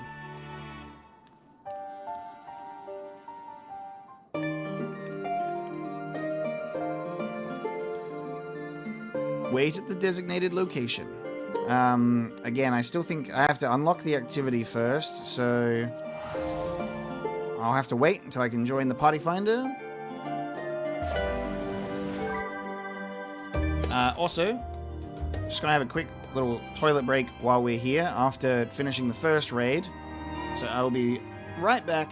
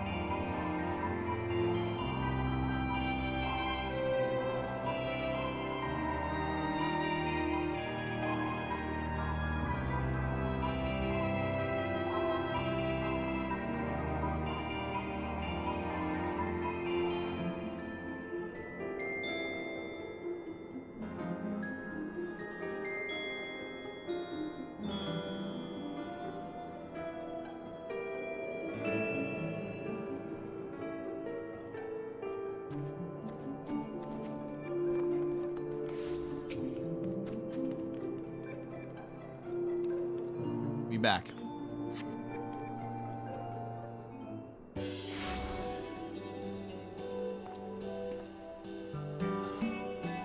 There you are, Omega. It would seem we're early. My apologies for the wait.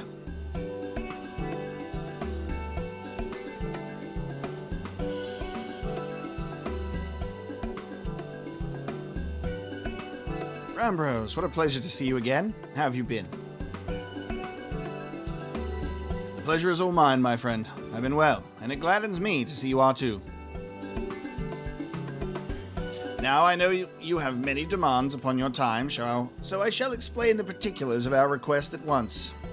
Recently, an explorer came to us who claimed to have discovered the Phantom Realm.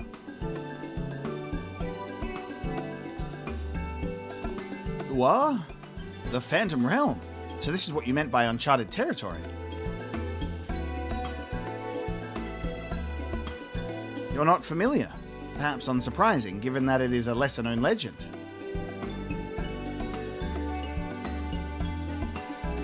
The legend holds that across Eorzea, there exists a realm that appears as a mirage. Though visible from a distance, it fades away as one draws near. While it is featured in myth since ancient times, the realm's existence could not be proven, and thus it is seldom mentioned in literature. In spite of this, fueled by rumors of the occasional sighting, the myth has persisted and continues to capture the hearts and minds of explorers. It's the Mirage Island from Pokemon Emerald. That you yourself should reach out to us. It is real then? When first the explorer in question approached us, we doubted him, but we couldn't doubt the evidence of our senses. Nay, the realm is real, as you will soon see for yourselves. Good God, part of me still struggles to believe it, but we have no reason to doubt you. Suffice it to say, we are eager to see the realm too. Whatever truth awaits, I pray you will succeed in finding it. Seek out the explorer, one Derek. He has seen more of the realm than us and should be willing to serve as your guide. I asked him to accompany me here, but he preferred to continue exploring on his own. He'll be somewhere near the banks of Silver Tear Lake, I expect. Understood. Our thanks, Rambros.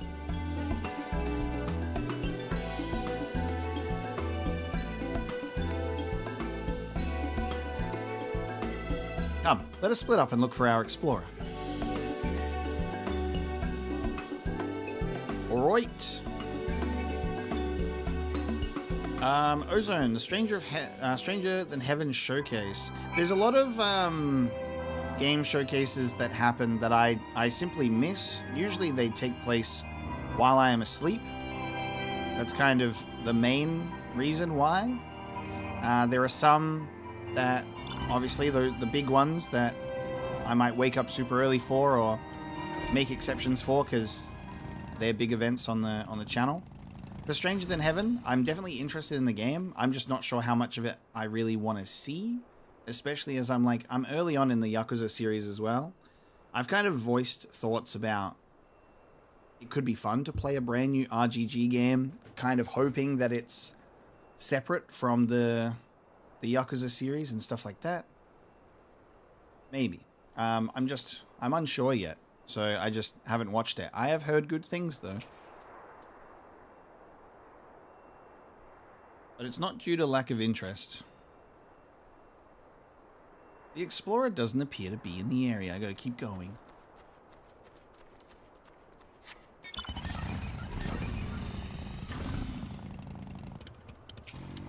That's chill. It's an easy thing to forget.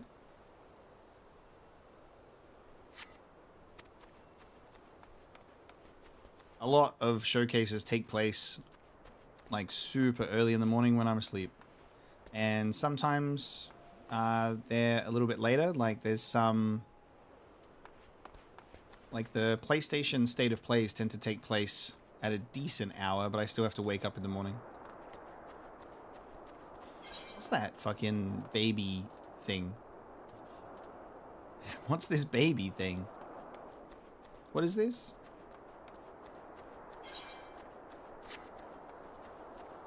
It's a quest I've already started. What is this? Oh, you see a small Oppo. It couldn't possibly be the Explorer, or could it? I did a double take because I was like, is that for a different quest that I've picked up?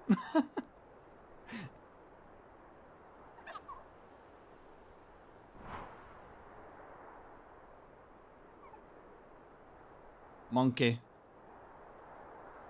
Just in case you were entertaining the thought, Omega, that Oppo isn't our Explorer. I have the man in question with me.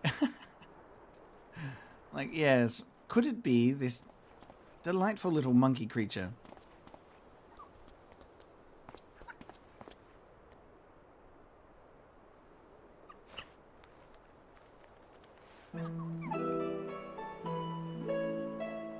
Surely that's a minion. Without a doubt.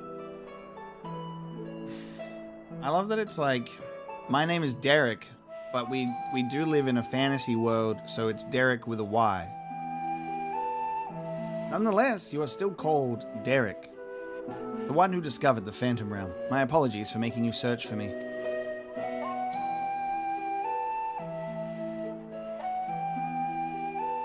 Curious about this creature, are you? I found him injured during one of my journeys and tended to him. Since then, he has taken to following me around. He's inquisitive, but otherwise harmless, so pray pay him no mind. Just a little guy. You are the hero who delivered our star from doom, are you not? What good fortune that one as capable as you should lend his aid.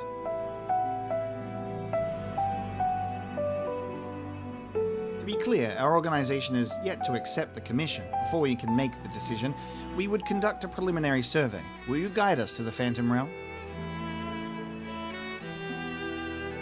Of course. I will show you to the entrance at once. The gate to a realm long dreamed of by explorers.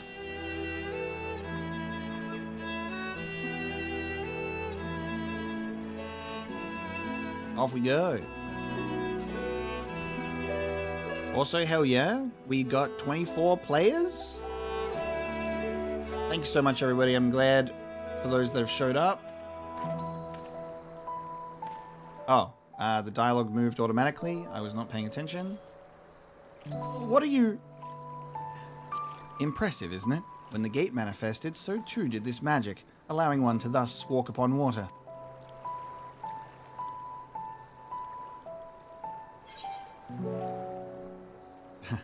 This is just like Urianger's spell.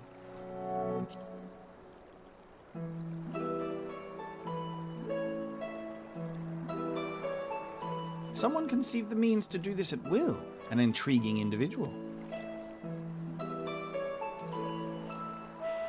It's perfectly safe, I assure you. Come.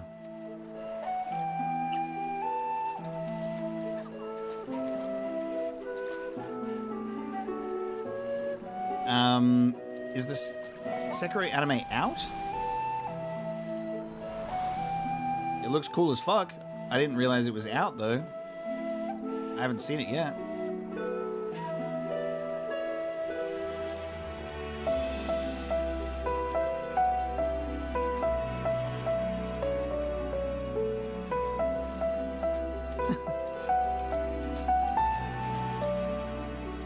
Being, like, scared of falling through the water as if we don't know how to swim and also swim underwater.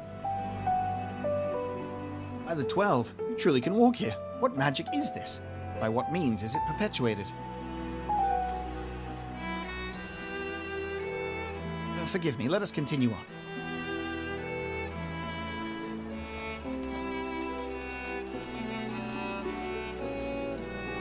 Oh, okay. Worded it weirdly, it's not out yet. Yes, I would be keen to watch it. I also really need to watch the Nier Automata anime as well. And I'd like to figure out, and I probably will try and figure it out, do a reaction series on the channel for them. Because I would obviously love to share my reactions with people.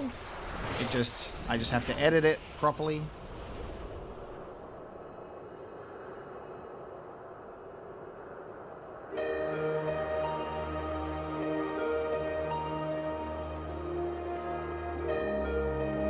This is the Phantom Realm. We've walked through the gates of heaven.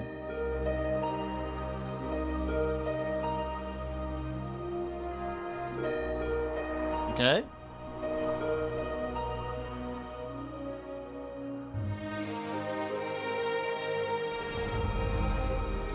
Final Fantasy XIV and the Floating Islands. The Omphalos. The Omphalos. Final Fantasy XIV when there's a chance to have more floating islands.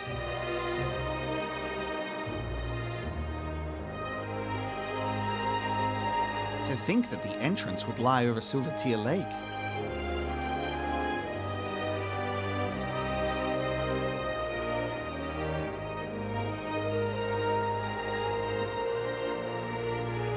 There is nothing out of the ordinary with the environment. The sights, the sounds, the smells, all appear as they should be in nature. That is to say, this place is no illusion. Omphalos.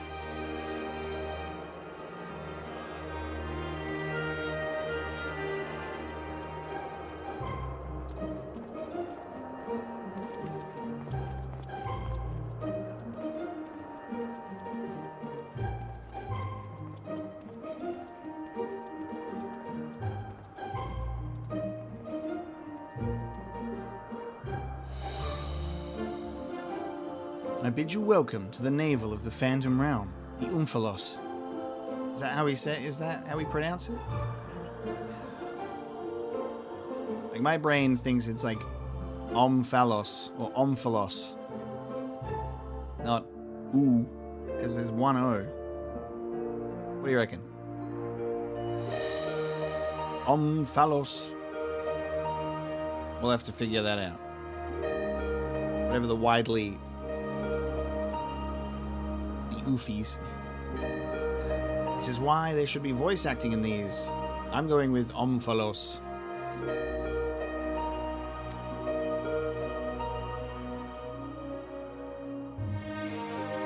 Yes, we really are Greek maxing, aren't we?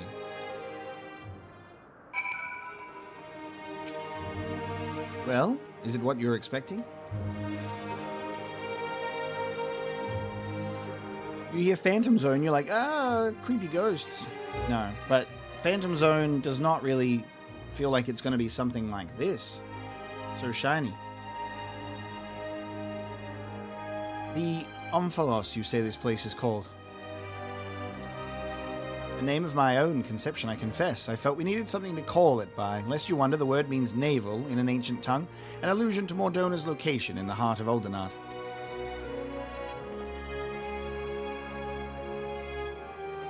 As you can see here, there are man-made structures, and the place appears well kept, yet there isn't a single soul in evidence. Because they're phantoms. 'Tis my hope that you will help me to shed light upon this realm, to learn who created it, and to what end.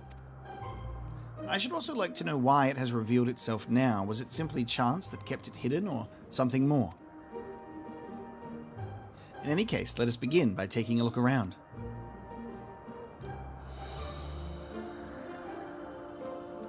Looking around Omphalos.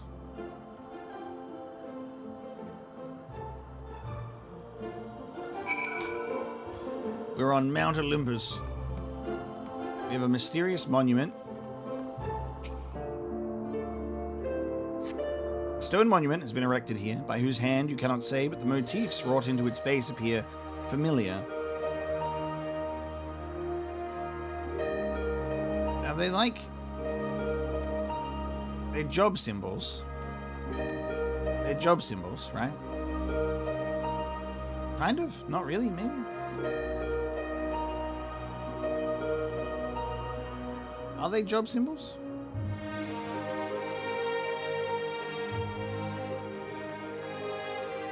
You got rainbow colors. Pray do not mind me. Take a look around at your leisure.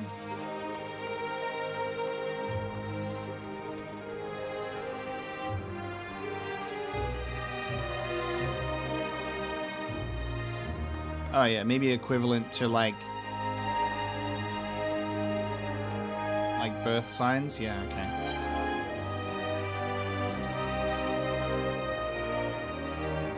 It is, yeah, no, it's the Guardian It's the Guardian thing. So my Guardian is Naimia the Spinner. It's the Guardian.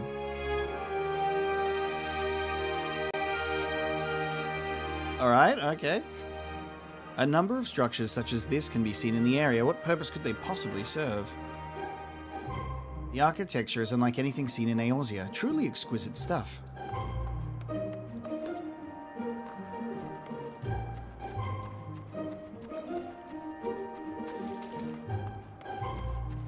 Hey, can I get on my bicycle in here?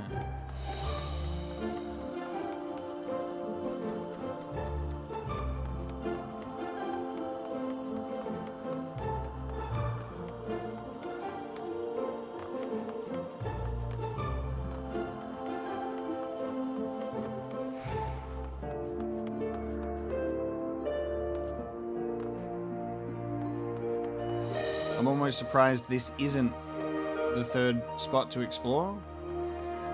It means I've missed it nearby.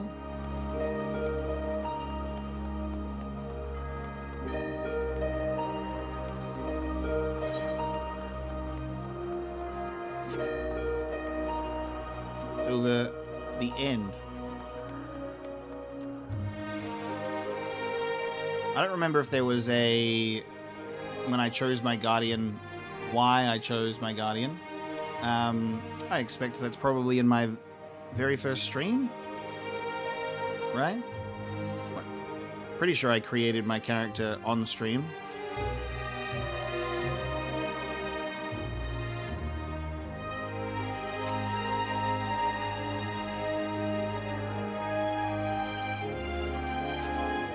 In the distance, you see what appears to be the Crystal Tower.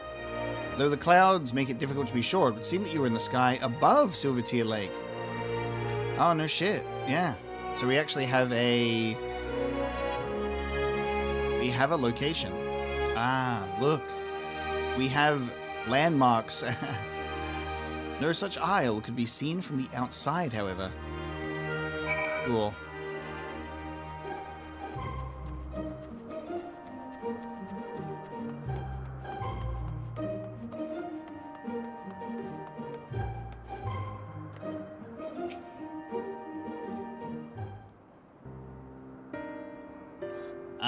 Yeah, if you want to watch the Realm Reborn playthrough, go in it with sort of the mindset that it's very, very early days.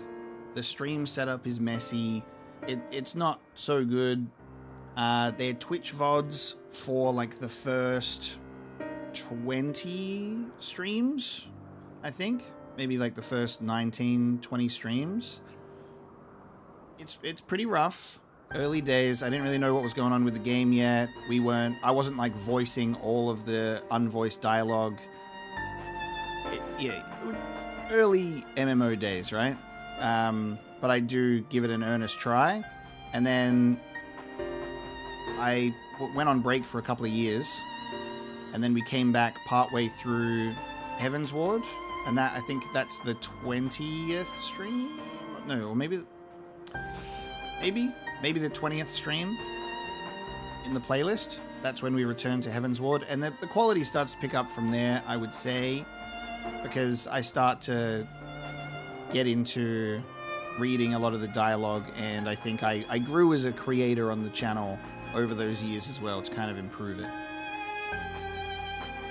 But yeah. It's harder to watch those early ones.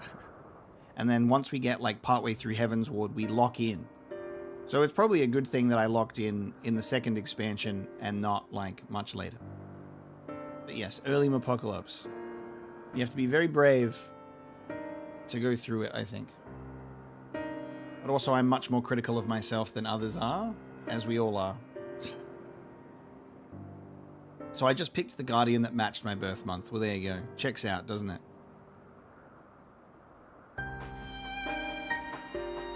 Finished looking around, have you? What are your impressions? We have had only a cursory glance, but this is truly a mysterious place. A gleaming spire rising beyond the clouds, that is most certainly the Crystal Tower.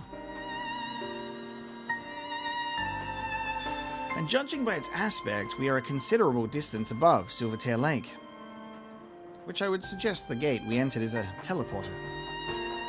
Is it Silvertear or Silvertear? I think it's probably Silvertear.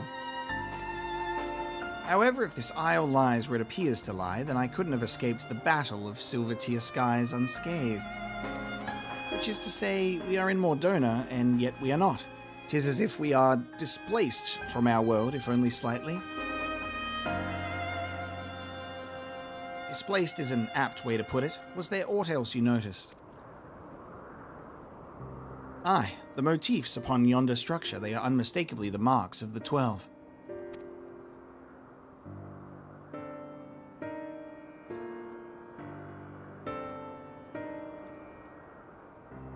By which I posit that this was created to be a place of worship.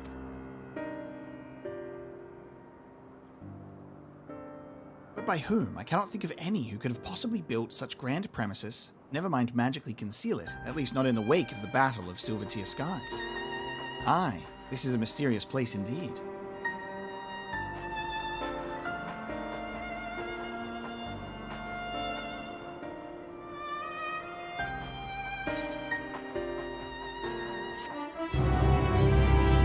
First mission down.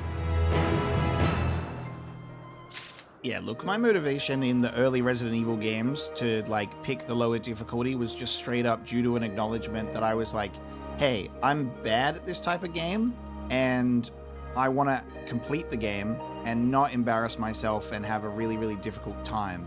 So I picked the lower difficulties in the early Resident Evil games, and I got significantly chewed out at the time, and still to this day. I still get chewed out over picking the easier difficulties on the classic games.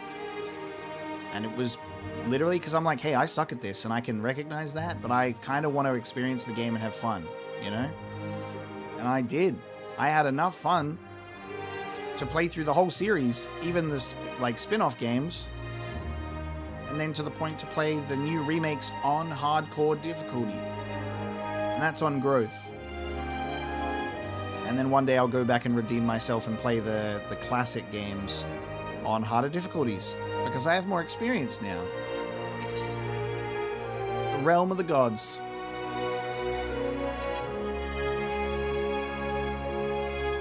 Yeah, the comments, especially on Resident Evil 3 Nemesis, those are the ones I remember the most of, like, getting a lot of difficulty pushback of, like, how dare you?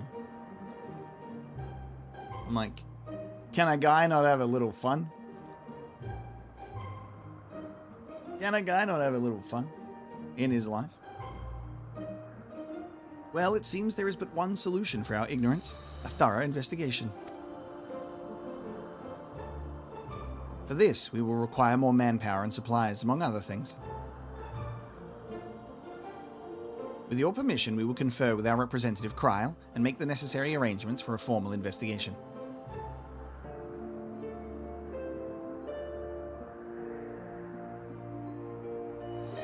If that is what must be done to commence your work in earnest, then by all means.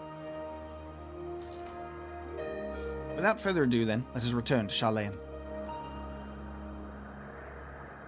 Hold, mortals. Mysterious, ominous voice.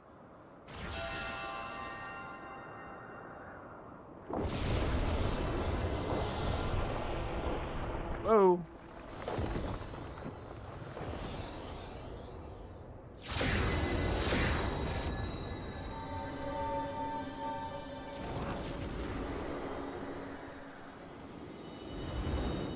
Ah. Of course, orbs of light.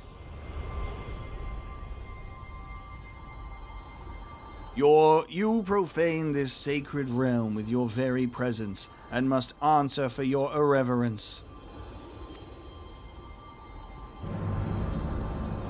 Whoa, oh.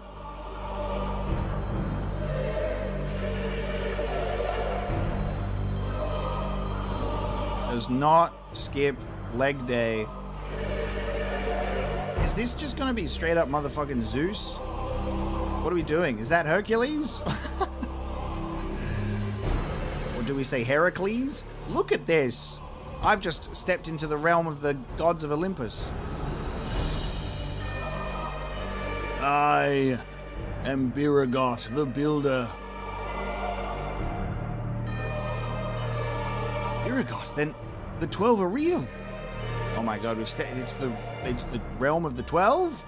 For real? This is not a place of worship. We just stepped into their fucking house. Let there be no doubt. We are not simulacra born of mortal faith. Nay, we 12 are divinities true. And in Heidelin's absence, we are the star's rightful rulers. Its will.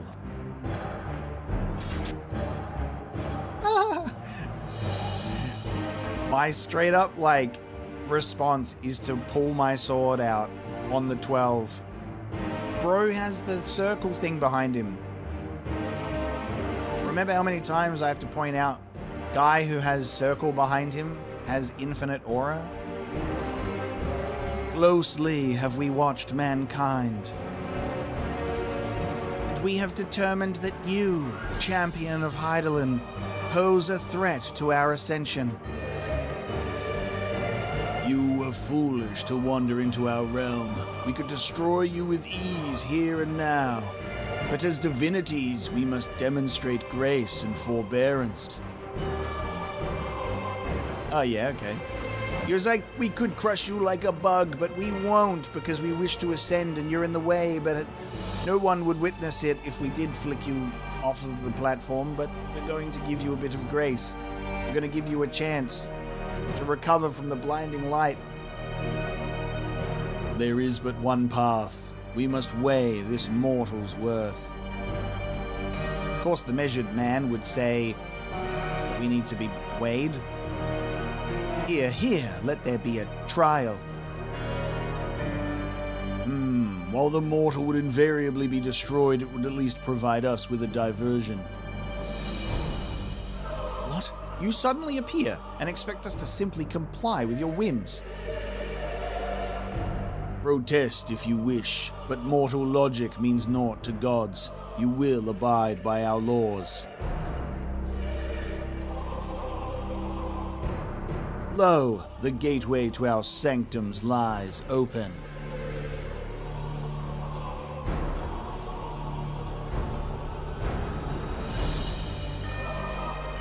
Show us the strength of mankind.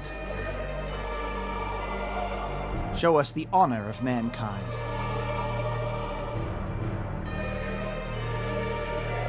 Show us the spirit of mankind.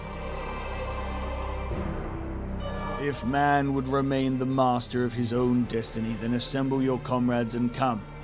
Come and prove your worthiness.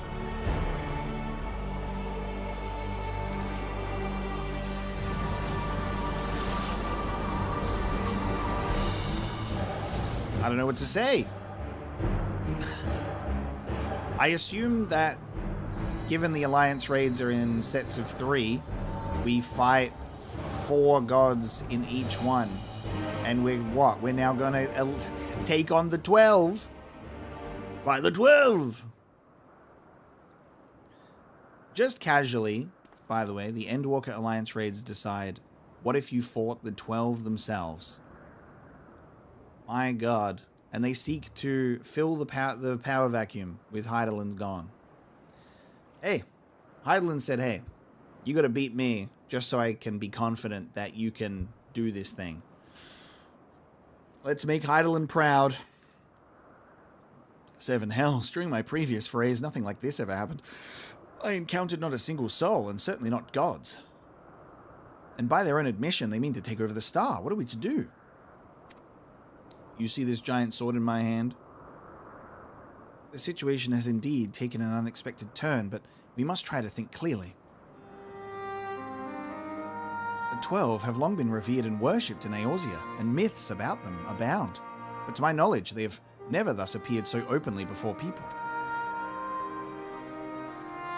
For these beings to suddenly reveal themselves just when we're here, claim supremacy over the star, and challenge Omega to a trial. Too much about this feels odd, and it gives me pause. Like, we're not simulacra, we're genuinely real. And nobody can tell you otherwise. Maybe they are not real gods. Fair enough. Yet as it stands, it seems we can't dismiss the threat either.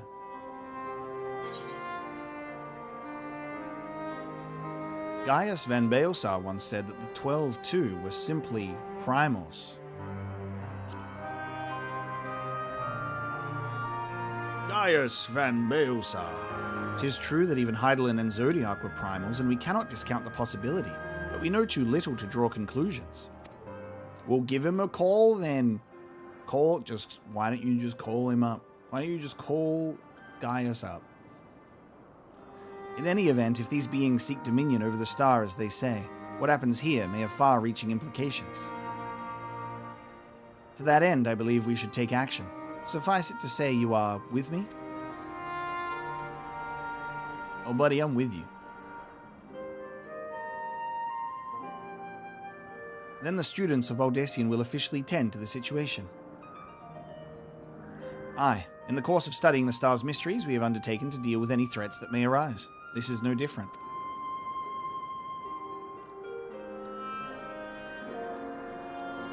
It is but a mere small hurdle to our plans.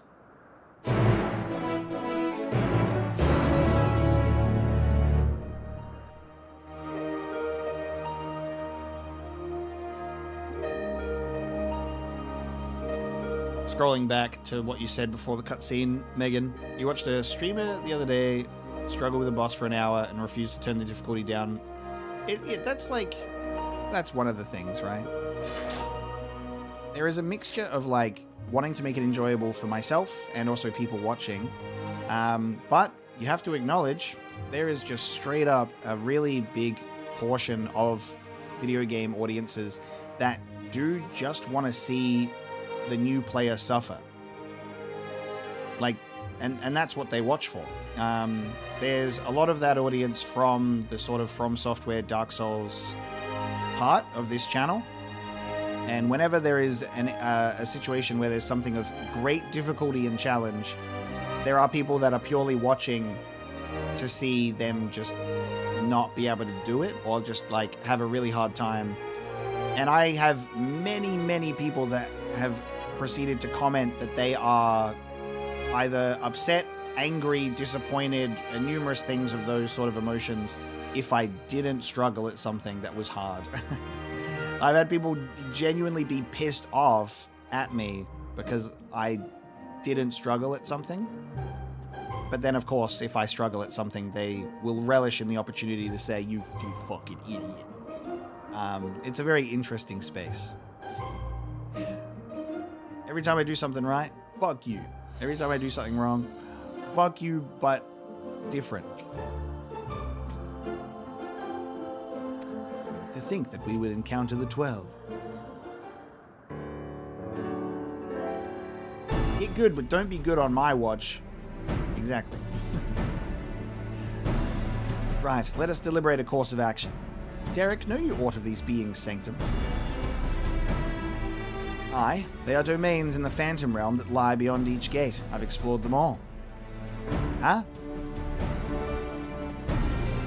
Perhaps due to aetheric instability, there are times when one can enter when ordinarily one cannot, but 'twould seem the way has been opened for us. While I encountered no gods during my previous forays, I saw enough to know my way around. Okay, so like, let's be real, right? Why the hell is Derek allowed to just walk around with no consequence, even going into these other realms and just be like, no one here. That's strange. I don't believe this guy.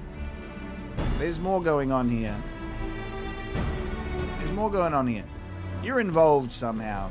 You've lured us into this space.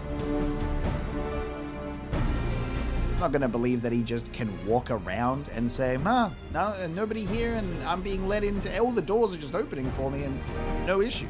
As soon as you show up, though, the angry gods. Sure, buddy. Sure, pal. While I encountered no gods, I saw enough to know my way around. I am but a humble explorer and cannot contend with gods. But if you would be willing to protect me, I will serve as your guide.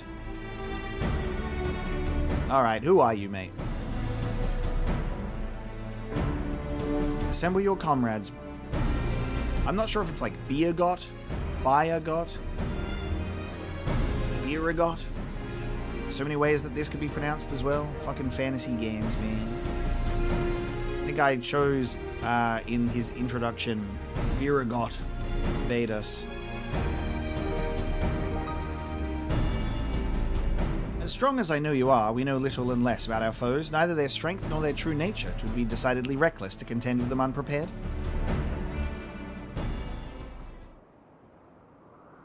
Time to assemble 23 other people. And so, as much as I would like to accompany you, I shall do what affords us the best chance at victory. While you set forth to answer the god's challenge, I will work behind the scenes in my capacity as a student. For one, it would behoove us to arm ourselves with knowledge about the 12, and I shall begin by apprising Kryl of the situation. By thus utilizing our resources to the fullest, we shall overcome whatever trials await. He says, you do the fighting, I'll do the learning.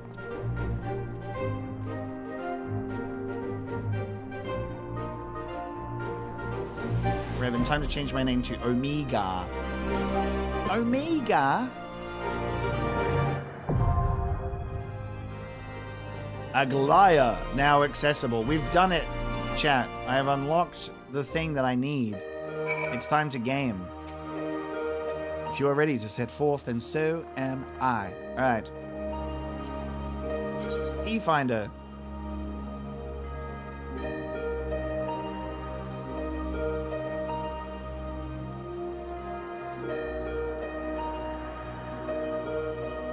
I don't see it.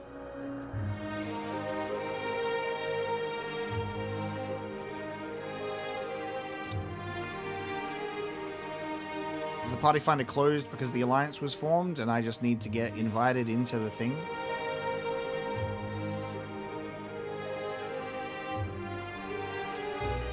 Okay, it's closed.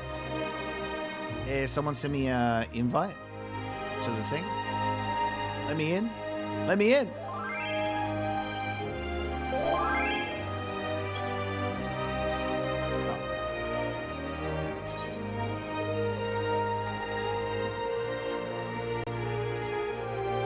All good. Like, it wasn't there before. Like, it did say 0 on private before.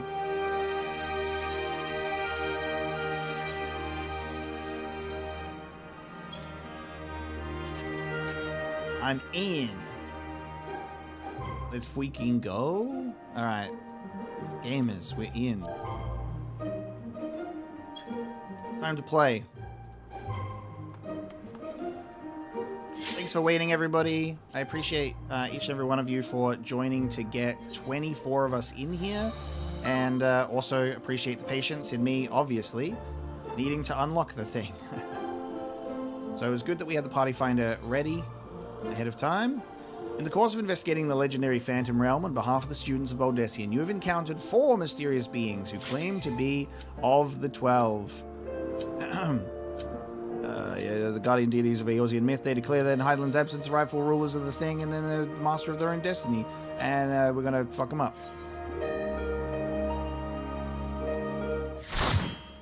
All good, guys. Cast said, you shut the fuck up and play. You already know what that means.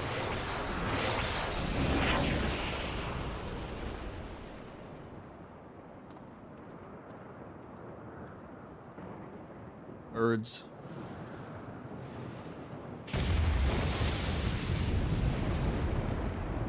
Sure, man.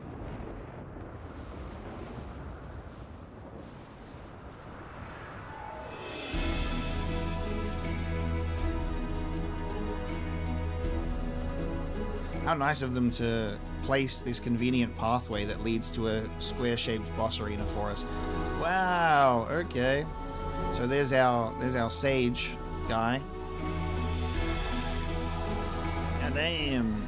This is the first, the duty has commenced. This is the beginning of the raid.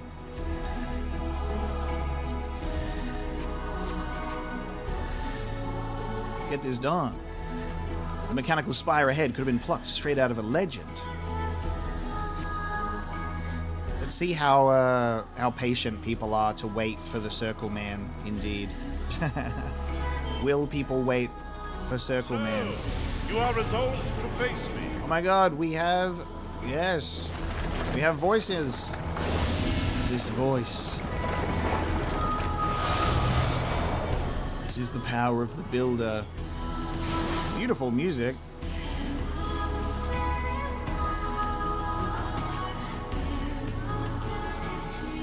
Alright, not Hercules. Let's fight. Come, children of man. I always love that they do the voice acting for the enemy so I don't have to read out every single thing that they say when they yap at us.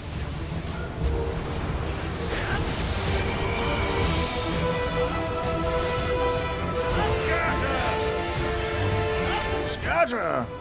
Dare I scatter? He's gonna strike.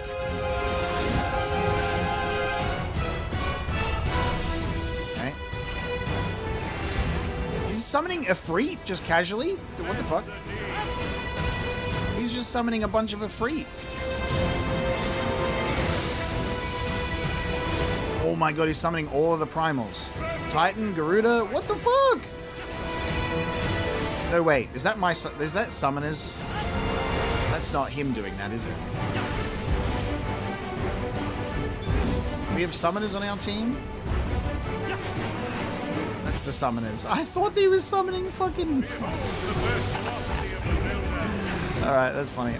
I don't see summoners in my party often. So that's funny. I straight up thought he was just like making primals happen. That's funny.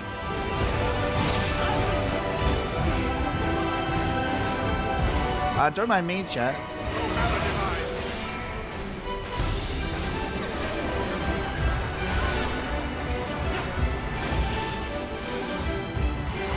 Alright, it's hammer time. He's gonna start smashing some hammers down. Okay.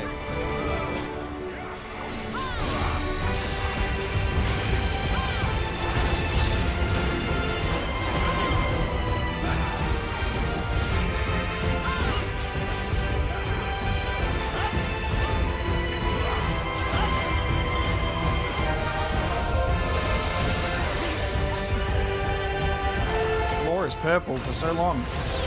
Oh my god, okay.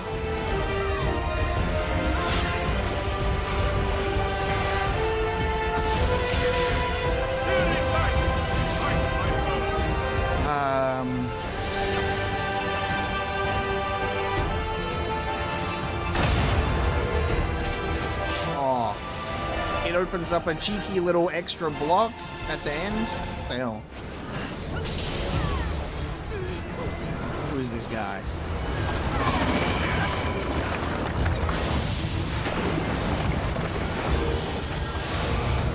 Who is this man? Can just change an arena at will. What is he, some kind of builder?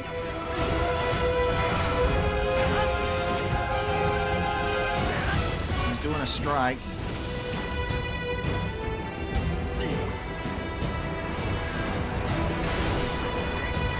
Of thunder.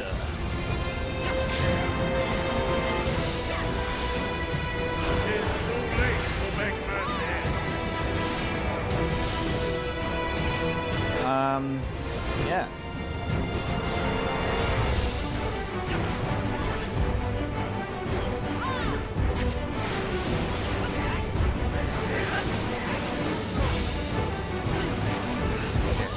Cool. The lightning one goes first, and then the other one is like slightly delayed.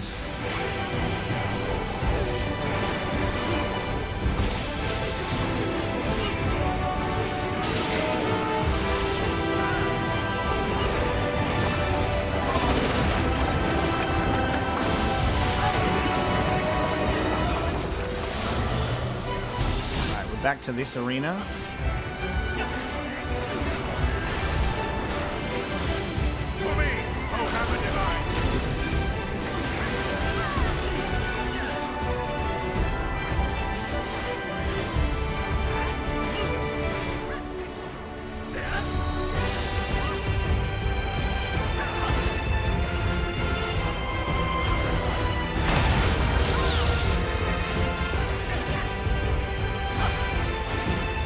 hammers like smack the blocks across?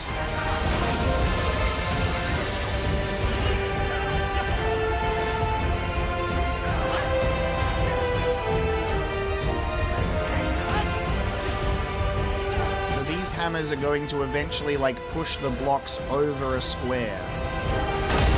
Yeah. Ah, okay. Right. And that also pushes that hammer across as well. Okay, so I want to stand here, and then this hammer will hit me out of range. Or allows us to go out of range. Okay, there you go. I understand.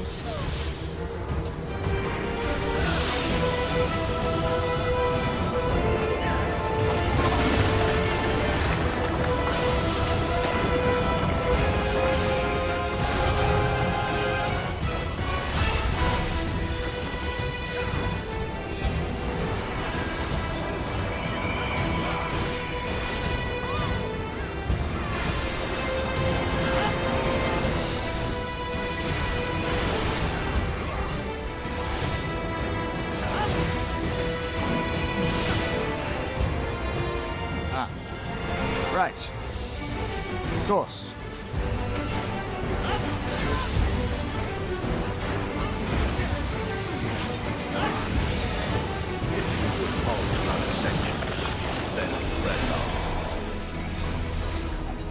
I love that it's like we didn't even beat him in the sense that, like, you know, he just is like, he just stops fighting and says, all right, off you go. Pantheon Solares of maiming and striking. Gold pants. I guess I'll be greeting if it's not for my class, but that's okay.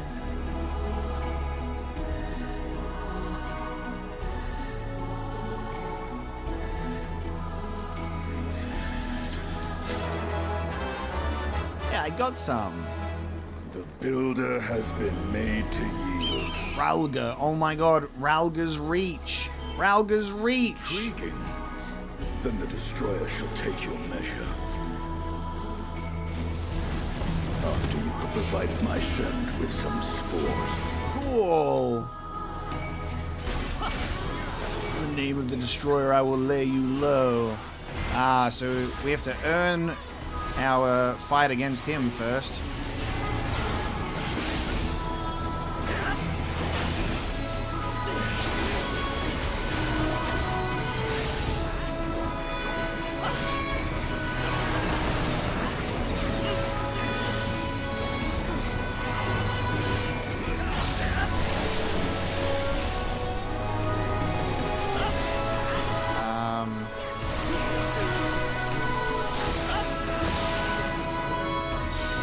Right.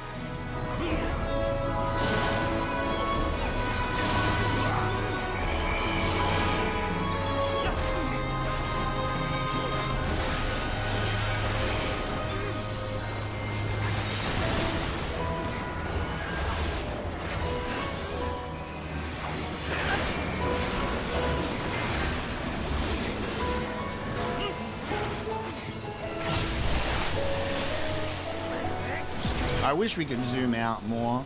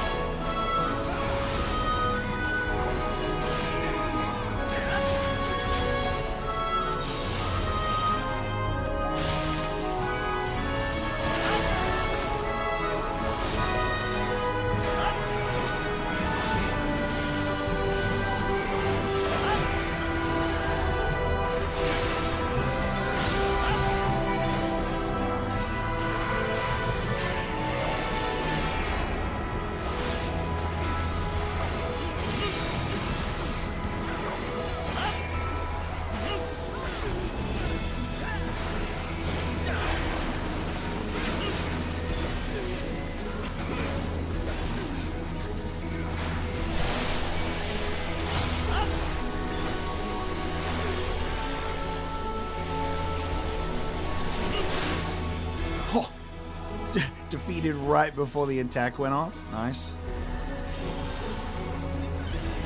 So the gods have minions at their beck and call. We must proceed with care. The heaven of lightning.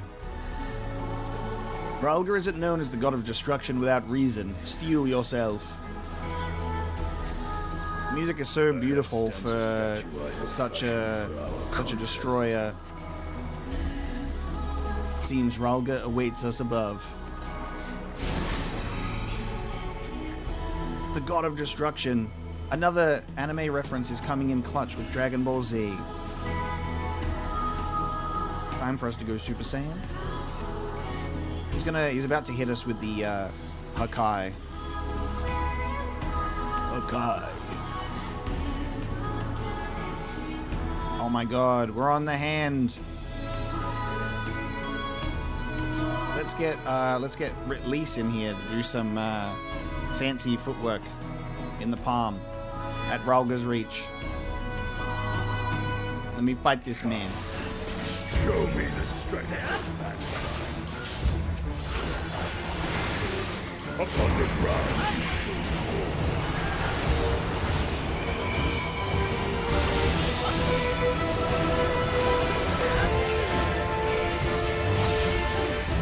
My ability is the destroyer. Advent of the Eight.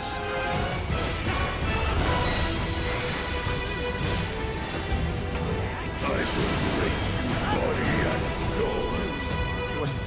soul. Should I stand in the middle? It's the... Oh, his arm goes out of the thing. Okay. Sure. So big circles in the background, smaller circles in the foreground. Choose where we want to be. Don't get hit off the hand. Yes. Keep a relevant distance. Olga's beacon. Oh my god. Oh god. Oh, smacked into a finger. Right?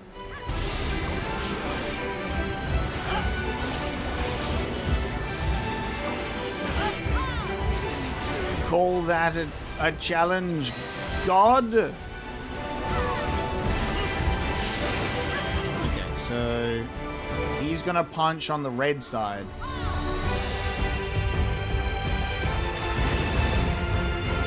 Yo!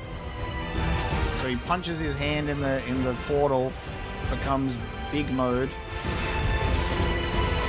Is it normal for him to be in the fucking this area? Just chilling on the finger.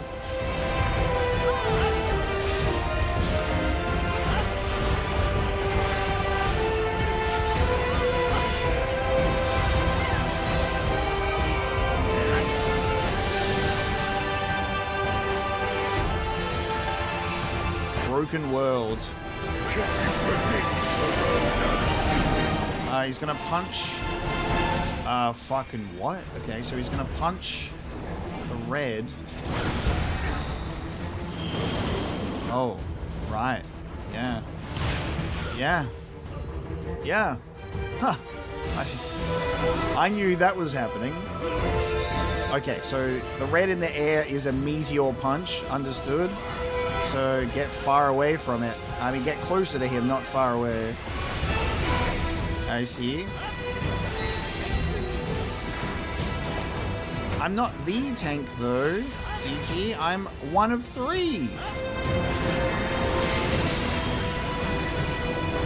He's punching red, and the explosion is going to happen, but it's up in the air, so it's the... What the fuck? So it's going to be a meteor, and then he punches more meteors. Okay, sure. I follow.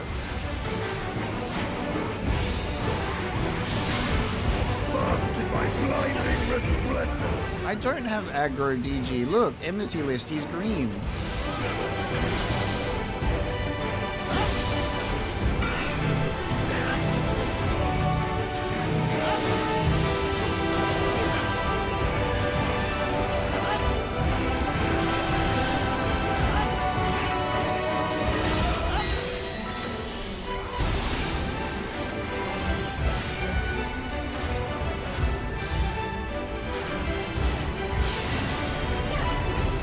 punch blue, but then I have to be really far away over here. I'm cooked.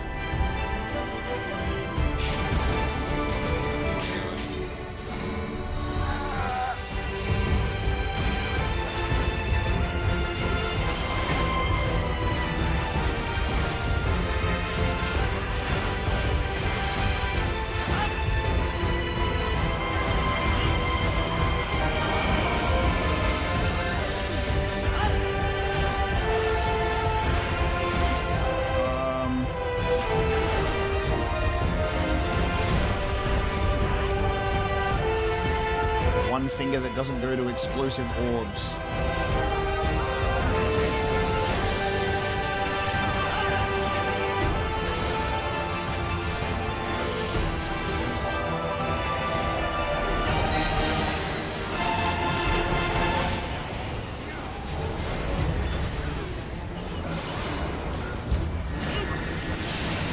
Okay, so he's gonna punch red, and it's going to be meteors.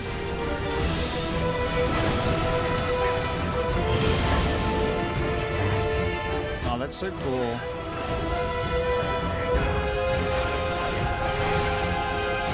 My instincts tell me to not go to where the giant meteor is about to fucking explode, but it's so cool.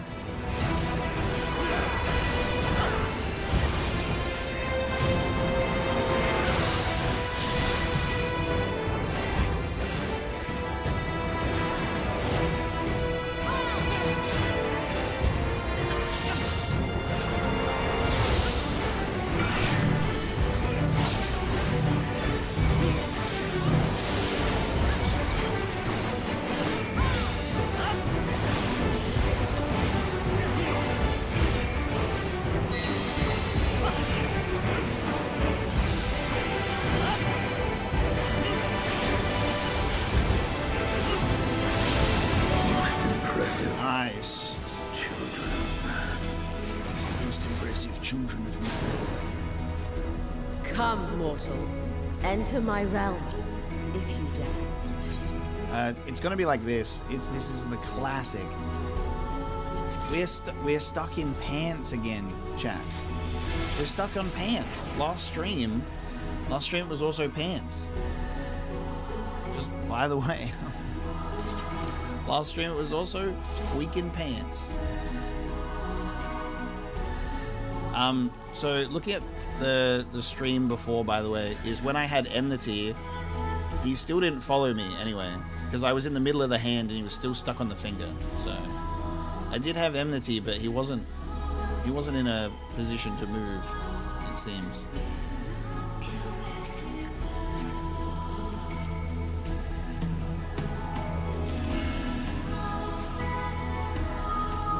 Mortals should set foot in our divine realm. Come, we shall see whether you are fit to remain.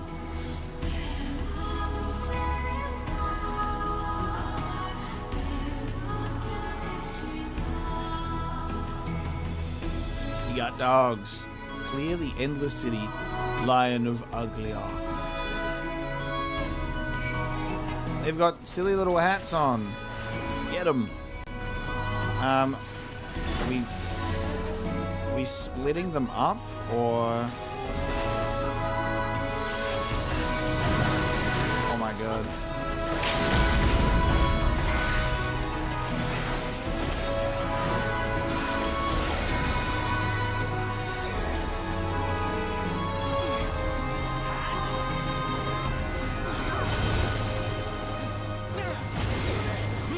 Okay. Gonna do duplicate attacks that you gotta look out for.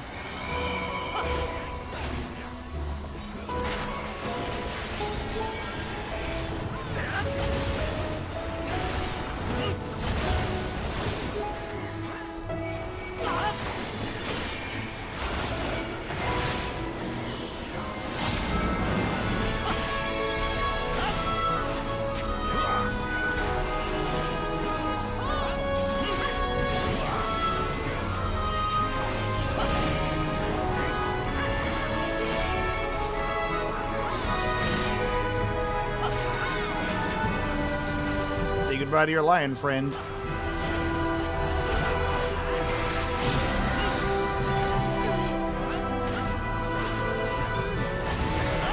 guy here is gorgeous. You're so right. Oh, we have the beautiful prequel music playing as well.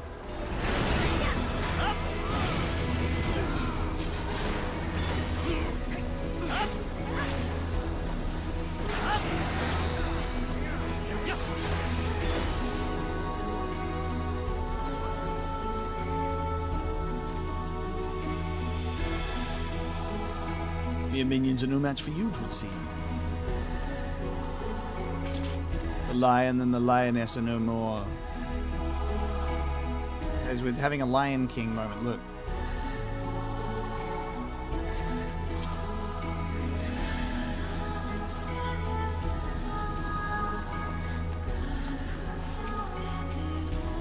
Azema.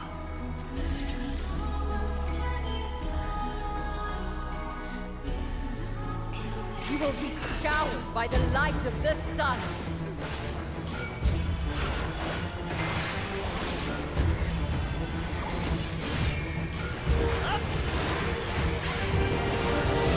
Ah!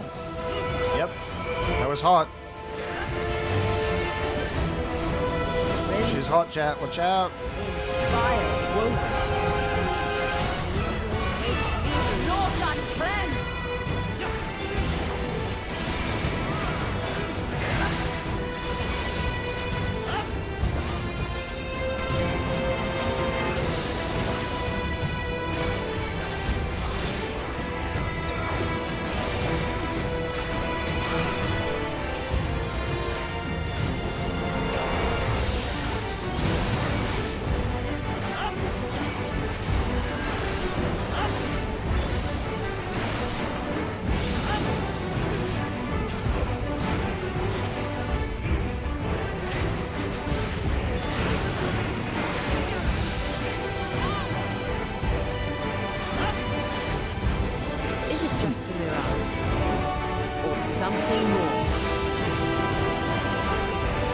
Wait. What? Okay.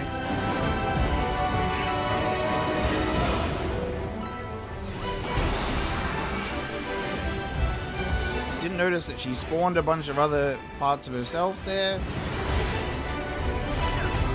You have to, like, interrupt her reaching the orbs so they don't explode. And that's our safe spot.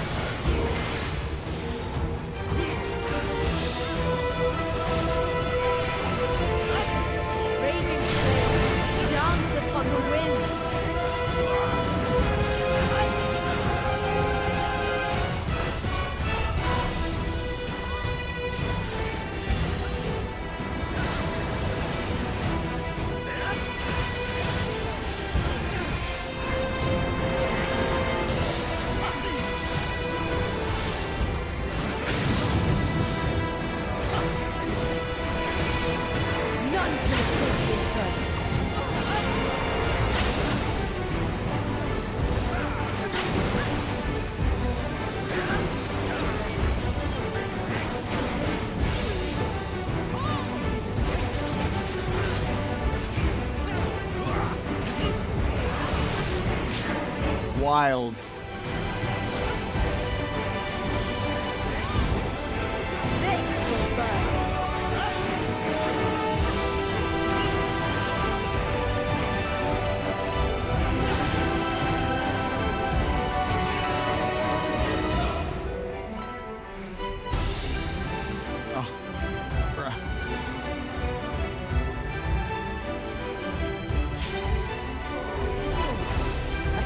of flame for our children.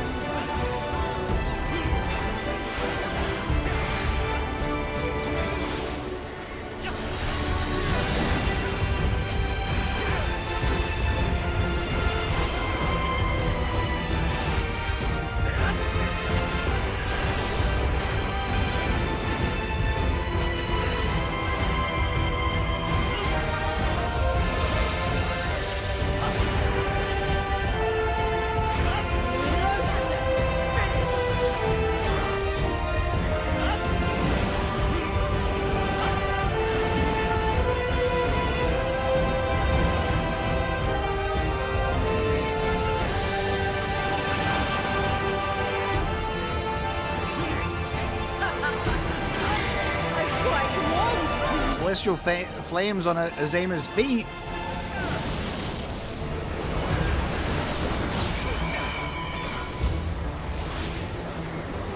That's why she's not wearing sandals like Baragot chat. It's too hot.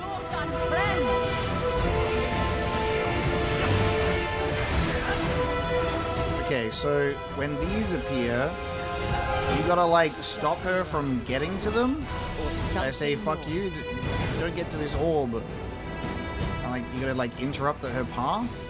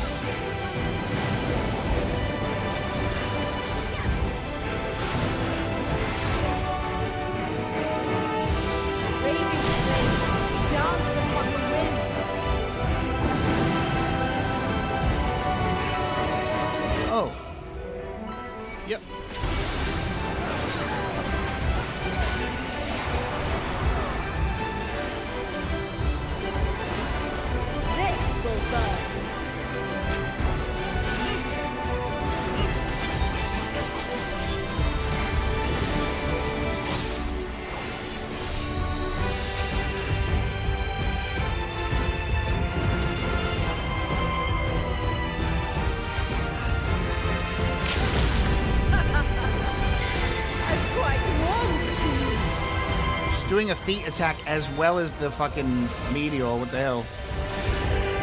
Gift of flame for our children.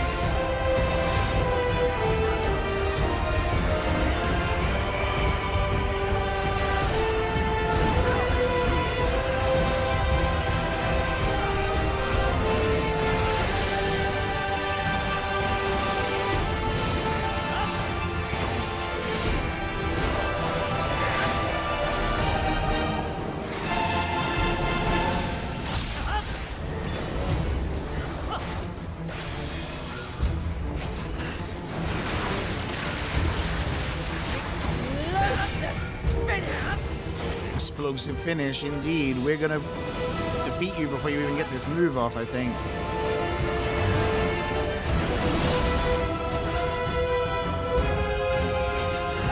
Never mind. So close. Nice.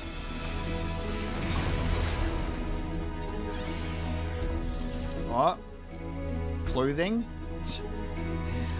The leg curse still persists? For God's sake. This guy go crazy.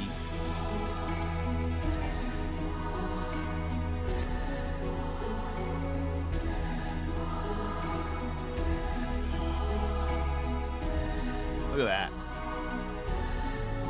that. The fending armor has been obtained. Nice. Heaven of Fire. Am I to proceed?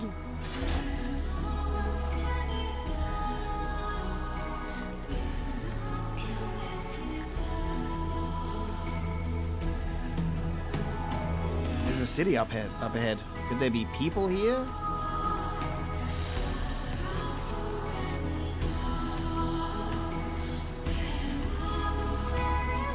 No way but forward.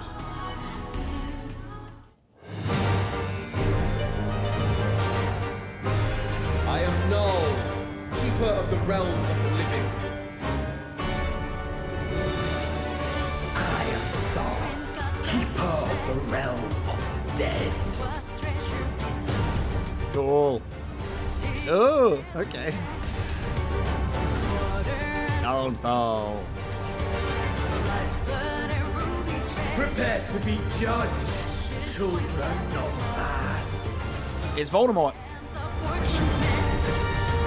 He got the head on the back of his head. How about this music though?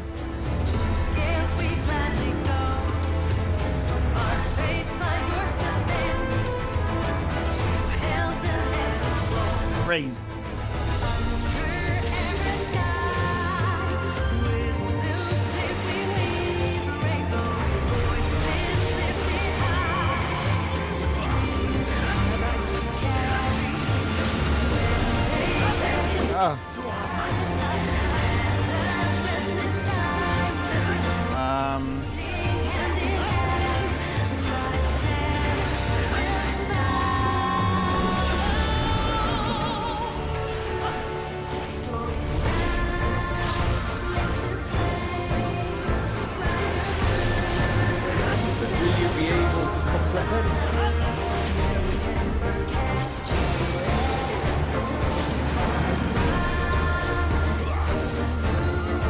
Everyone's on the outside now.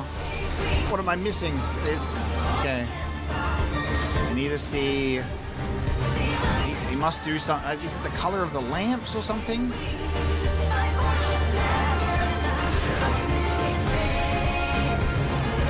Oh god, I have the 3 on me. Oh, there needs to be 3 of us. That's a 3 tank stack attack. 3 tank stack attack. Okay, so as above, so below. So because it's red. Oh, it's a different attack.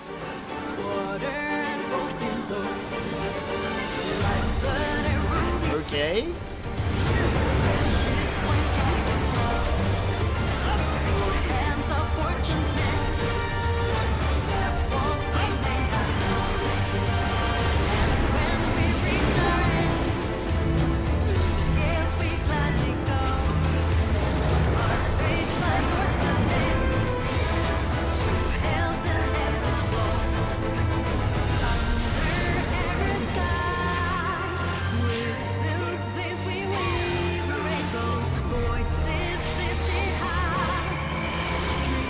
The indicator beforehand of like whether or not it's gonna be a like the blue or the red that ends up being the attack.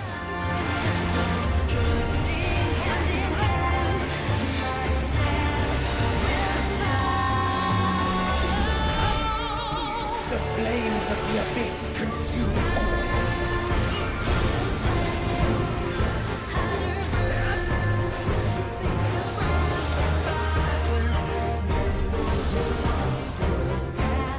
Oh.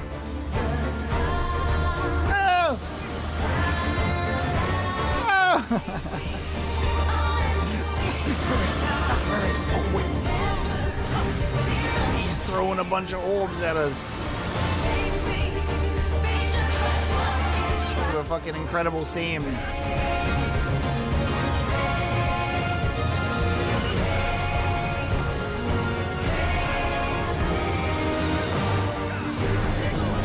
So cool.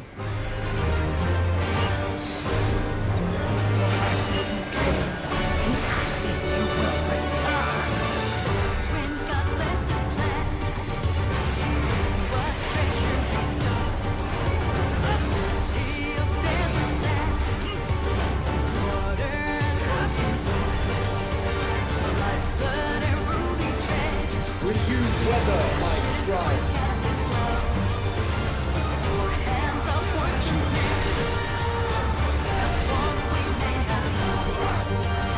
Shoot straight, then he's gonna shoot over there. He's gonna go there. Do I want to go there? Oh, okay. I see. And then he goes there. We've only just... Alright, so the first attack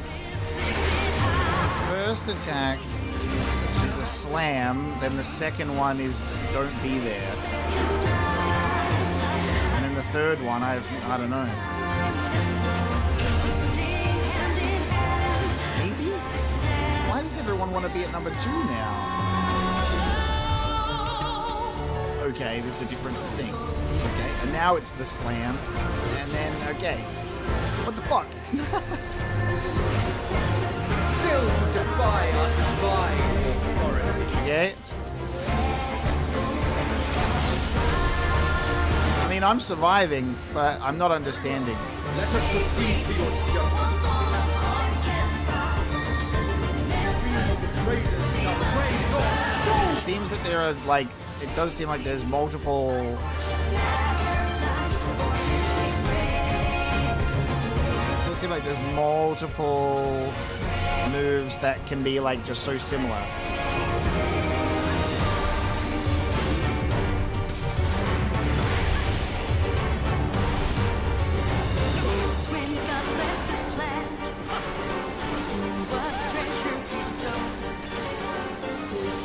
Three soul vessels are unique in appearance.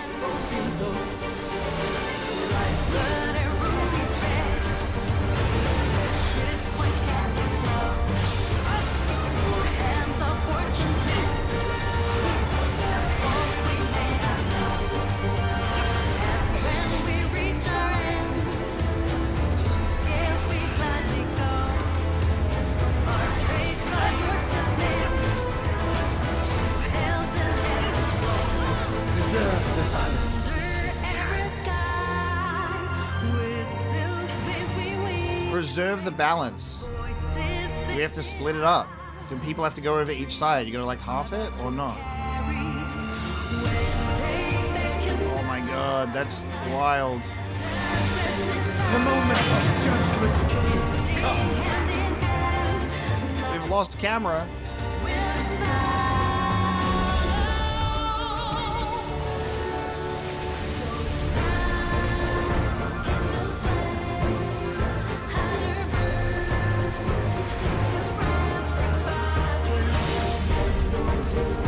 Whoa, that's so sick.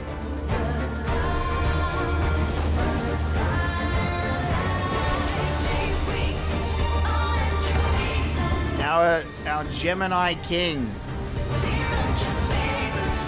Woo! Well done. He's at half health after all of that. Show up. We shall bring our all to bear.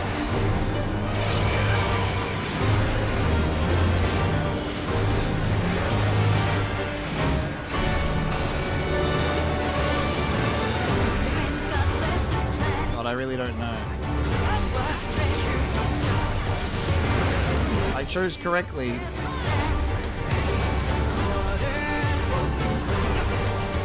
Oh my.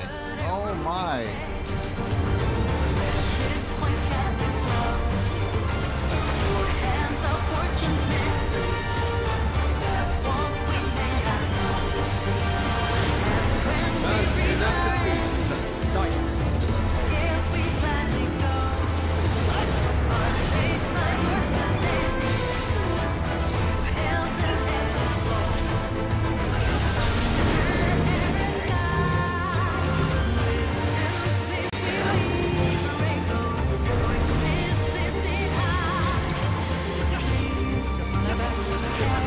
Oh my god. Okay.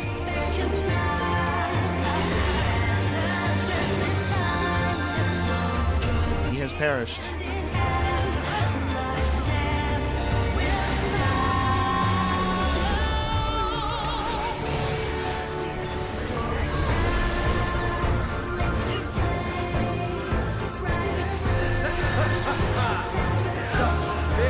Okay, so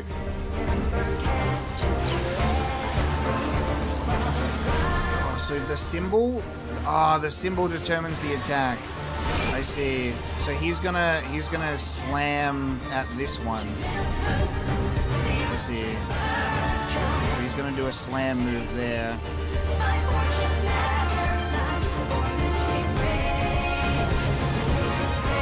I see. I understand the game. I understand one move that he's done. Let's fucking go.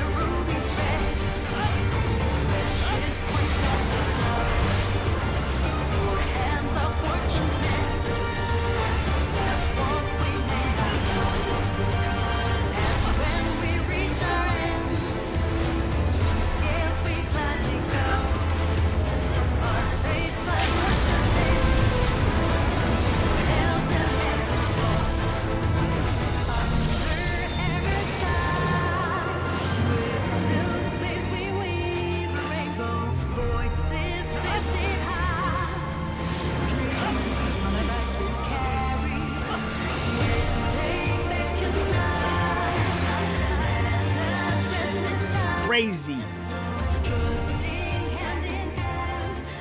No wipes. Been found worthy.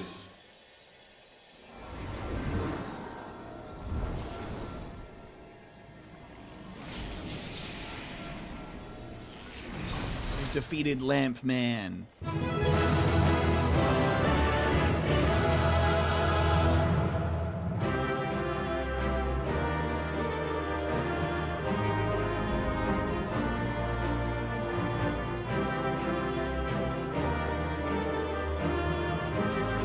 Gorgeous fucking music, gorgeous fucking visuals.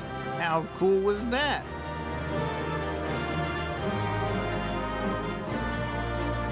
Amazing. Oh my god, wind up a Zema.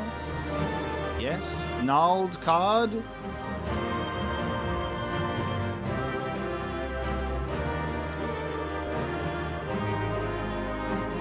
Finally, I got something for my own class. And it's the Gauntlets of Fending. I got a couple of things for my actual class.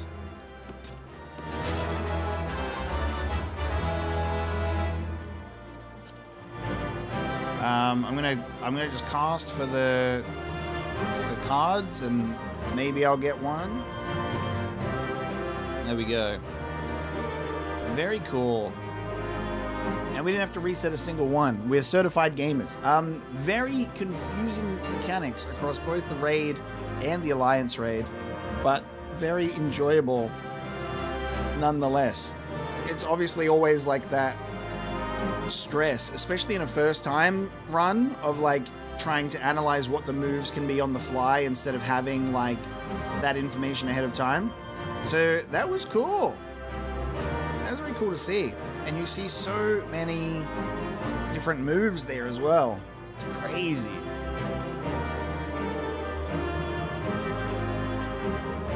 Boss dies before the 3 spirits. Many have never even seen the balance mechanic. That kind of makes sense because, like, you know, minimum item level allows you to experience more of what is possible. It's kind of crazy to think about stuff like that, that there's parts of the fight that are completely missed. Very sick. I got a gnarled card and I got a wind up a Zema. Goated. And I've got I don't have a full outfit yet. I almost do. I need a torso piece, and then I have something resembling an outfit. I got a cool hat on. I'll be excited to see what other armor pieces I can get in this for sure.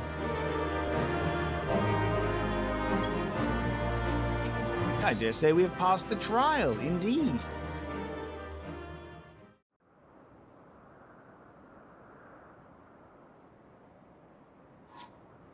What say them?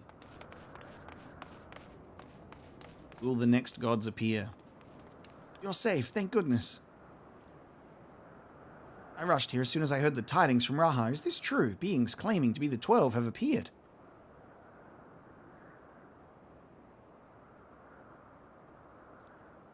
You defeated them all. Incredible. I had no doubt that you would succeed, but I'm no less impressed for it.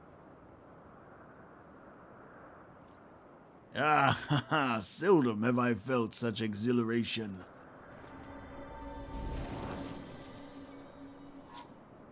We're gonna make the gods be like, wow.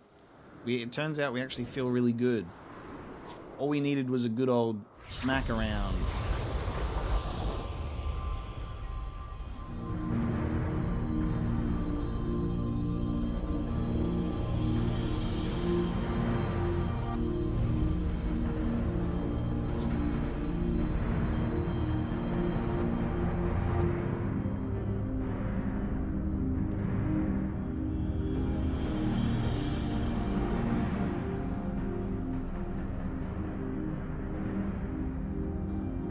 Looks like that one drawing of Captain America, where he's like drawn from the side and his chest is just like, how you do that? To think that the day would come that we would put on an act for men. I must say, Birgot, you played the villain's role to perfection. Come now, Master, I merely did what was necessary to compel the mortals to confront us. Oh? Still, it pained me to speak to our beloved children so unkindly. Interesting. So you say, Azema, yet you seemed happy enough to fight them. Did you not forget the true purpose of the trial, I hope? Well, I couldn't help but be excited, and do not tell me you felt differently. Consider yourselves fortunate, children. 'Tis rare indeed to see Naudthal in such high spirits. When the 12 just wanted a fight, so they put on an act? What in the world is happening? Didn't you say you had defeated them? Did they manage to flee, or perhaps were resummoned?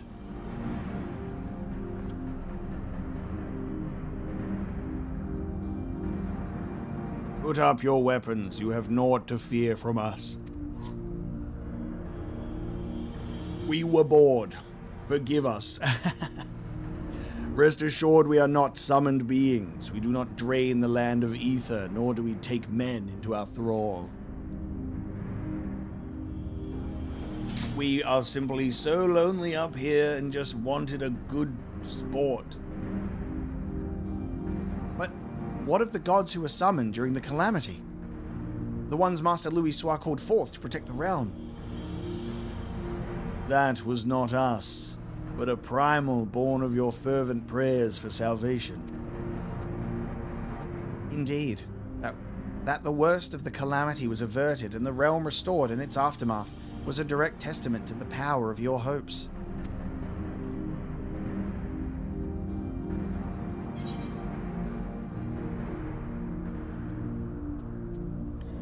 All amazing questions. Why choose to appear before us now?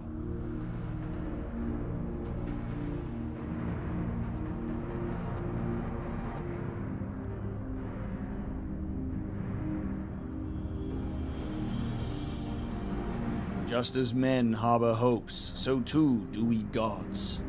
To realize our aspirations, 'tis essential that we do battle with you.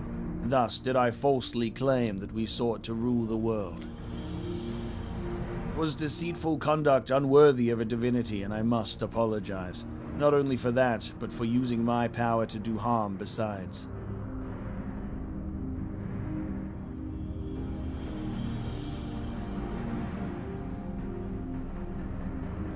These hopes of yours, why won't you tell us what they are? We cannot. If you wish to know the truth, you must discover it for yourselves. It is not easy to move forward where there is seemingly no destination, but if you press on, you will eventually arrive at the answers you seek.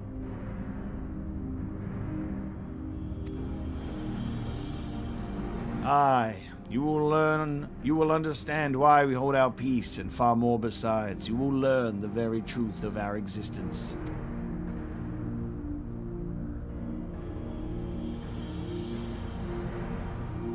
Go forth, mortals, and seek knowledge of us, and when the time is right, we shall meet again in this place. Will there be more gods that will also be bored and want to fight in those other temples?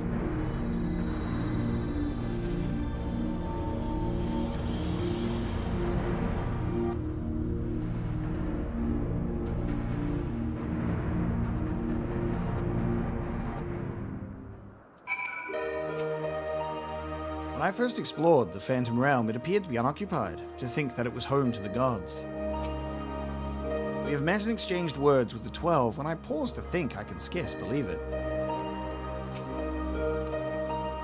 As if hearing about your battling the 12 weren't shocking enough to have them appear before my very eyes. Suffice it to say, it's been an interesting day. And while much about them remains shrouded in mystery, at least they seem open to reason. In considering our next step, I should very much like to hear your detailed account of them. Right after I have a word with our client, that is. Please give me a moment to introduce myself, and then we can review the situation.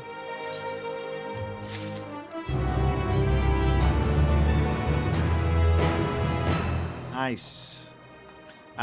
This would be the next step then? As in, like, moving forth to the next alliance raid? Is this the break, or is there still another one before it unlocks the next one?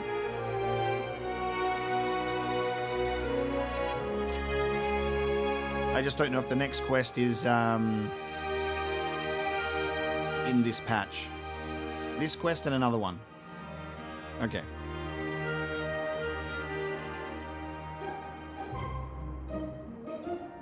Oh, good. As long as it's the same patch, that's what we're working on. Alright. A divine dilemma.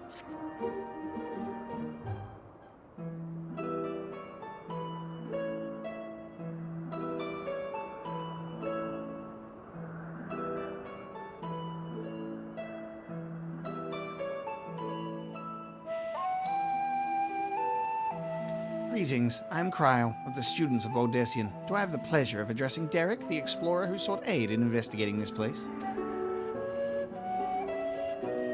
And me, a little monkey guy. I am Derek, and this here is a baby Oppo Oppo. I'm sorry, does it not have a name?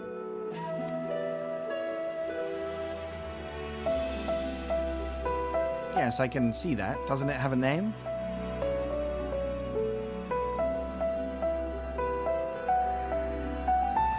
I know of, nor would I presume to bestow one, for that would be condescending. I see. That's very considerate of you.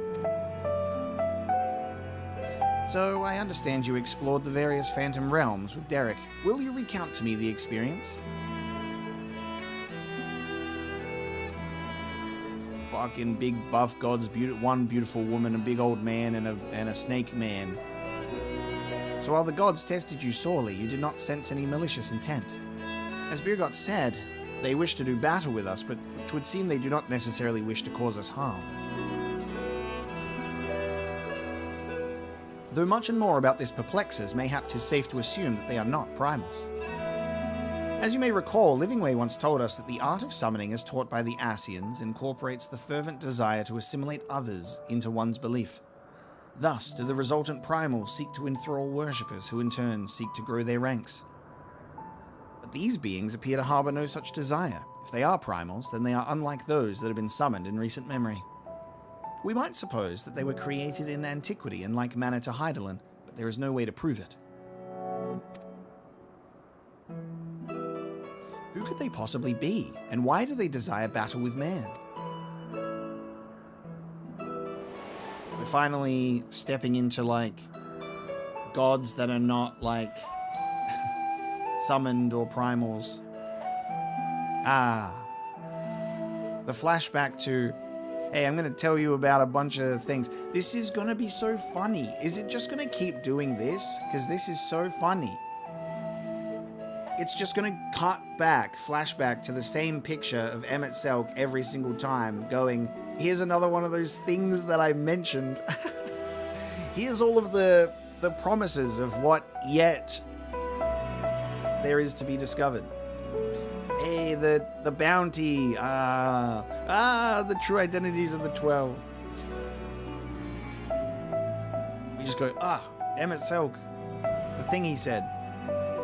Even of your little Eorzea, you know precious little. The true identities of the 12, for instance.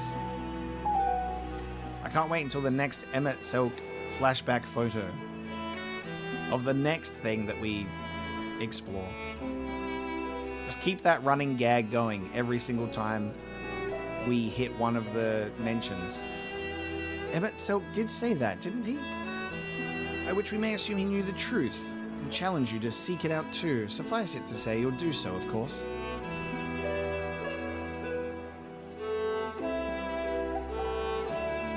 Insofar as we can ascertain, this is a matter which has implications for the entire star. In light of this, the students of Baldessian formally accept the commission. We will investigate the Phantom Realm and the beings who call themselves the 12. Emmett Selk, he looked us dead in the eyes and said, "You know naught of KFC's secret herbs and spices, but maybe one day you will." I'm pleased to hear that. Thank you. Without further ado then, I would take a look around. There are a few things I'm curious about. Then with your permission, I will take myself around Eorzea and investigate the worship of those gods we encountered. We encountered? Omega, Derek, seeing as you've already seen this place, would you care to accompany me?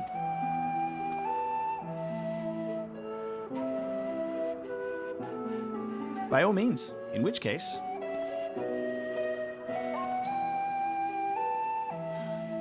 Could you stay here with Cryle, my friend? It wouldn't do to leave a fair maiden alone. Ook, ook.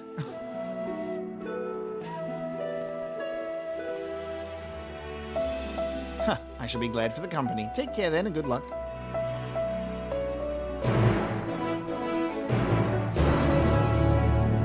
Okay.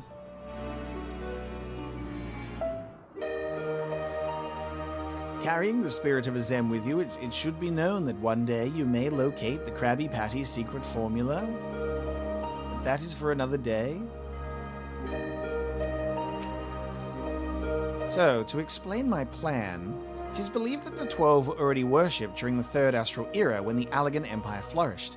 Come the Fifth Astral Era, those nations that fought in the War of the Magi each took one of the 12 as a guardian deity. This practice has continued to the present day in Eorzea, with some notable regional differences. For instance, Ishgardians hold Halon as absolute, while Sharlayans enjoy a moderate relationship with Thaliak. Excuse me? Smack my mic. By visiting various locations in Eorzea and learning about the 12 as they are worshipped, I hope to identify any similarities or differences between them and the beings we encountered. In so doing, I believe we will draw closer to the truth of their identities. For our first destination, I propose we take ourselves to Ralga's Reach. The place is holy ground for worshippers of the Destroyer and promises to yield useful details.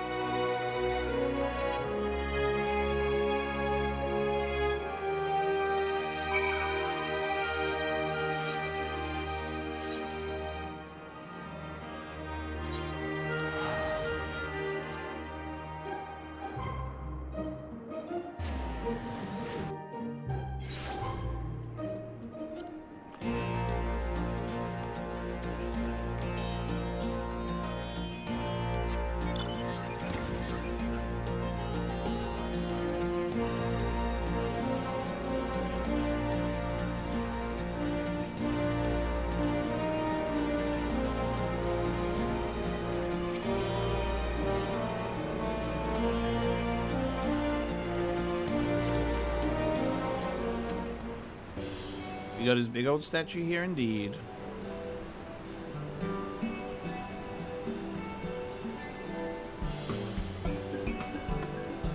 There you are, Omega.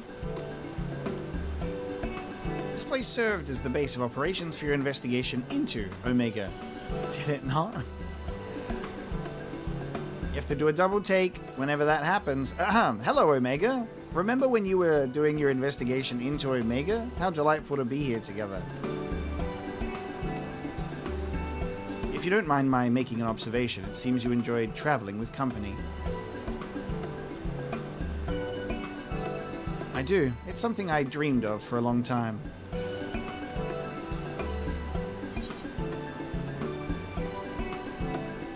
There's nothing like traveling with good friends.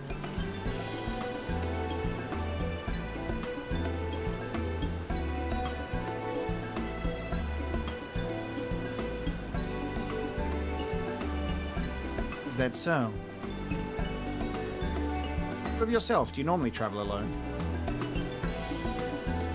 In my wanderings, I much prefer to have solitude. Not that I avoid people or communities, mind you. As a matter of fact, I've been here before, on the trail of the Phantom Realm.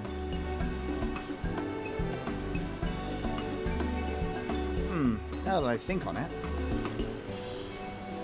More often than not, those places where Phantom Realm sightings are known to occur have a tradition of 12 worship. Then I dare to hope that we are on the right track. As I'm sure you know, Vralga's Reach is home to the Temple of the Fist, the ancient headquarters of the Fist of Vralga. Raised by the Mad King, Theodoric, the temple lay abandoned before the Alamegan resistance claimed it for its operations. While I doubt that much literature has survived over the years, the people here may possess some knowledge of the local faith. So let us split up and make inquiries and reconvene here to share findings.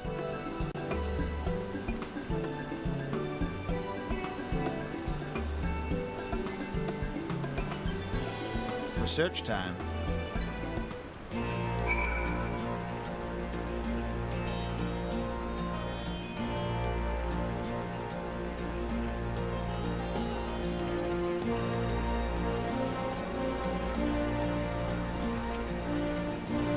Bloodstorm.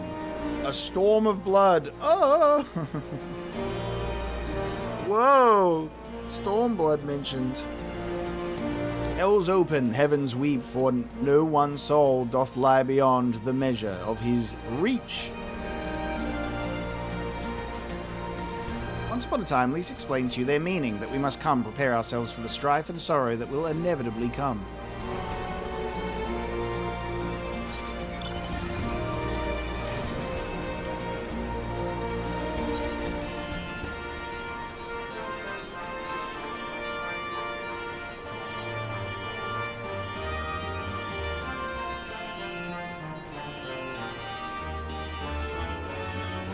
Like, I'm not allowed to fly in here? I'm not allowed to fly in here. How dare you?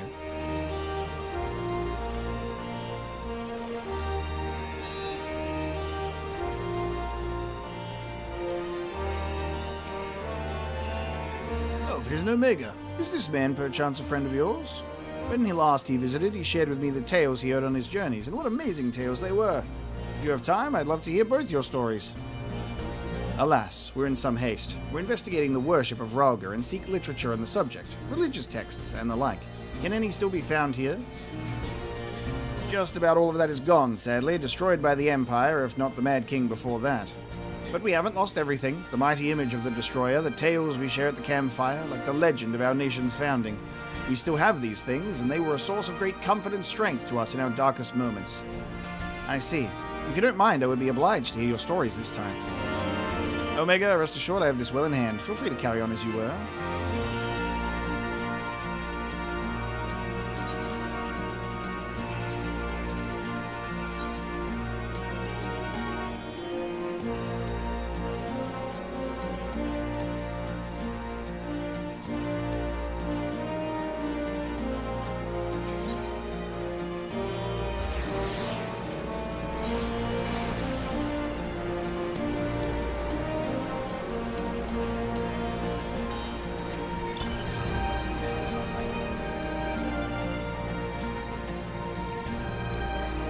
Scholarly woman.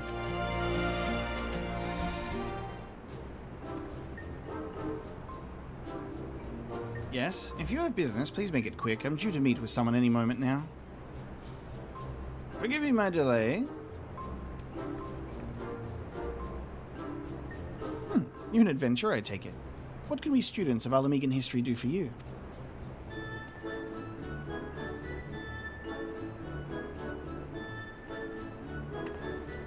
Researching the worship of the Destroyer, you say? In that case, I have something that ought to be of interest.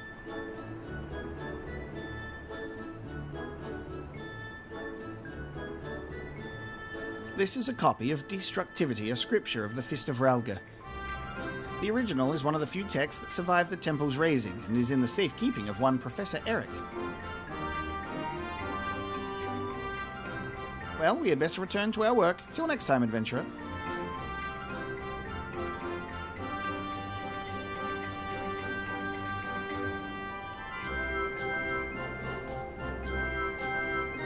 Have I unlocked Temple of the Fist, level 70? I don't think so. To kill a Kurl, it's right there. No, it's still there.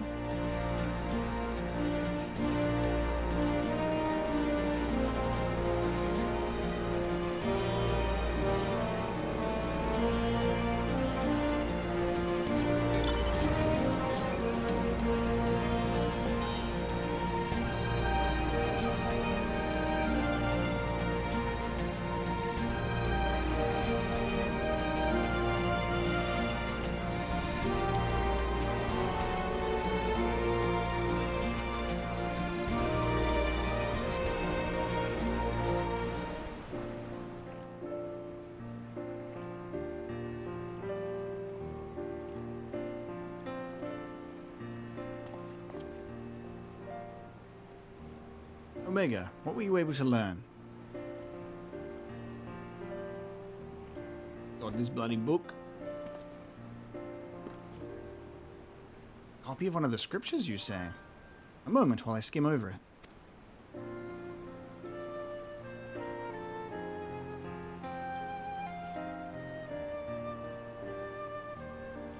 I see. This chapter appears to be a record of the construction of the great image of Ralga, written in a style that suggests folklore was committed to parchment. When the deluge of the Sixth Umbral Calamity threatened Eorzea, the ancestors of the Alamegans were guided to safety by a comet. Believing that it was sent by Ralga, they came to hold him in the highest. This much of the tale I had been familiar with. But according to the scripture, among those refugees who followed the comet, some claimed to have caught sight of Ralga himself. Their accounts were passed down through the centuries, and worshippers of the Destroyer pieced them together to give shape to yonder statue. I must say, it bears more than a passing resemblance to the being we encountered. Were that Ralga a primal, the explanation for the similarities would be simple. That is, the statue gives rise to a unified interpretation of Ralga's appearance, which in turn lends form to the primal.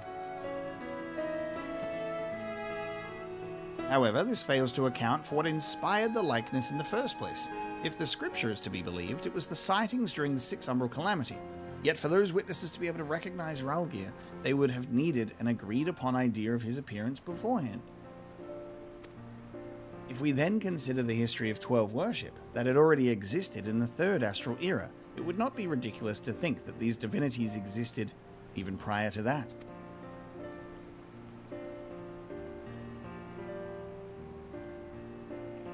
So the question is, did these beings give rise to their respective faiths, or are they primals born of them? I thought we had made it clear. We are not summoned beings. Ah, we're being spoken to by the gods just chilling now. Okay, the gods are deeming themselves fit to walk among us now.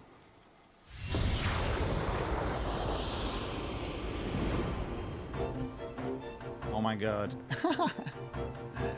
These are our earthly forms. Hawk with Rauga's voice. Since time immemorial, our domains have lain scattered across Eorzea. As a matter of fact, one of those in which you set foot is nearby. 'Tis not unusual for mortals to glimpse us. That voice, could they be... Indeed, I am Birgot, and the hawk beside me is Rulger. I shall elaborate upon my master's explanation.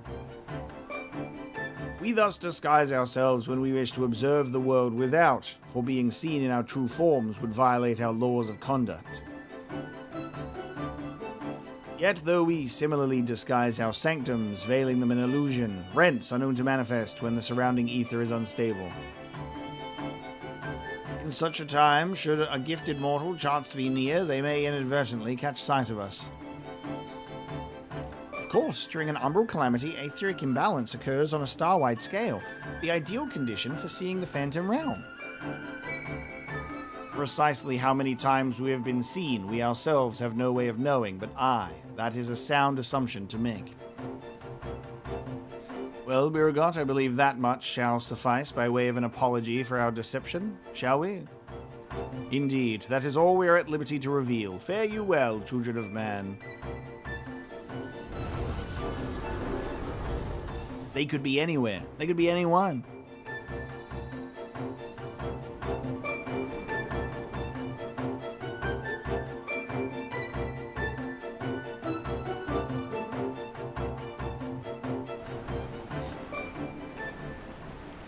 Yeah, I'm a little bunny rabbit, and here's my hawk friend here.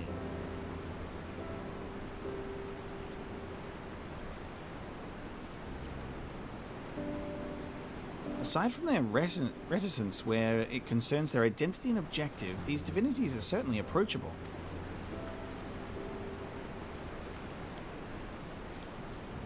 If what they said was true, and their worship can be traced back to their sightings, it would serve to explain one thing.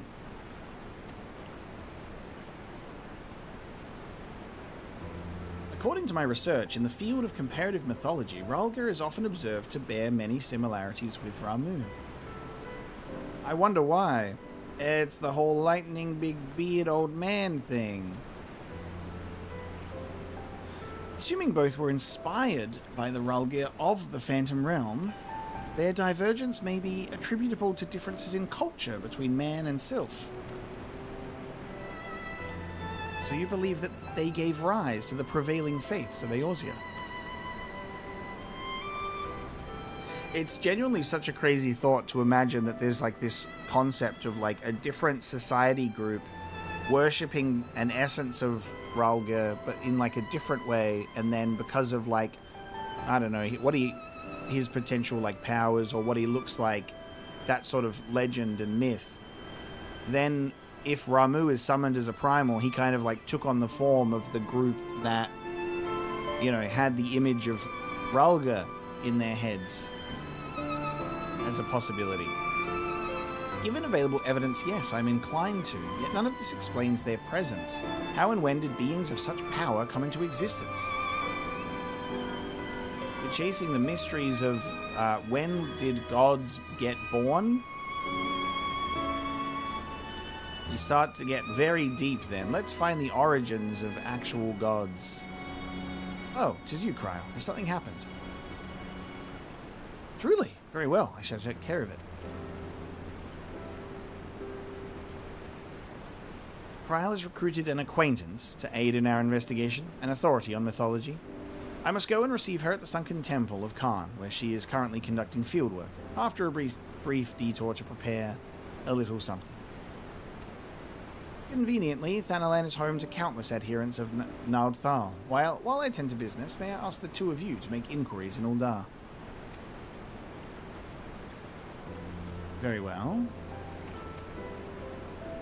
Excellent. I will join you as soon as I am able. By your leave.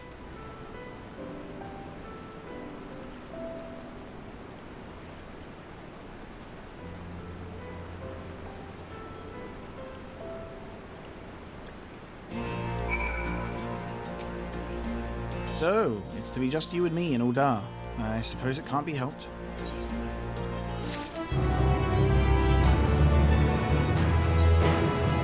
The face of an explorer. Apprehension is writ plain upon Derek's face. He does seem to be quite hesitant to go to this area.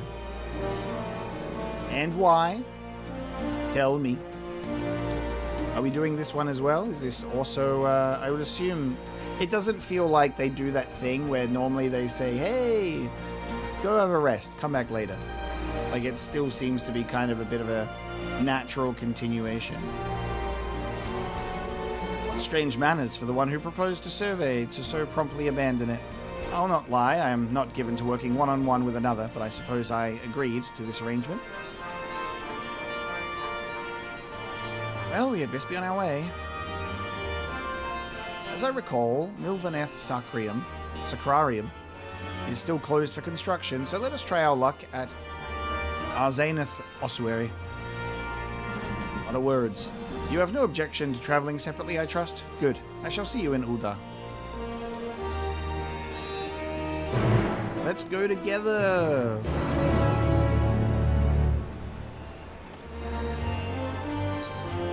Why ever could you want to be going on your own unless something was weird about you?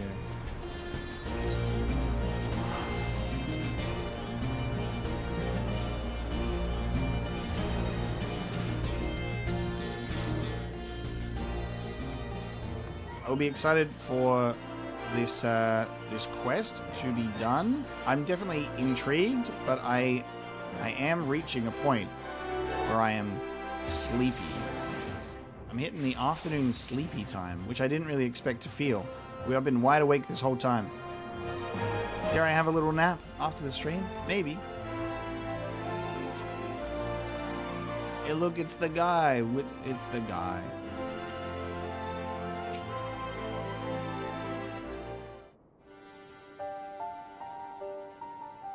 Ah, you're here.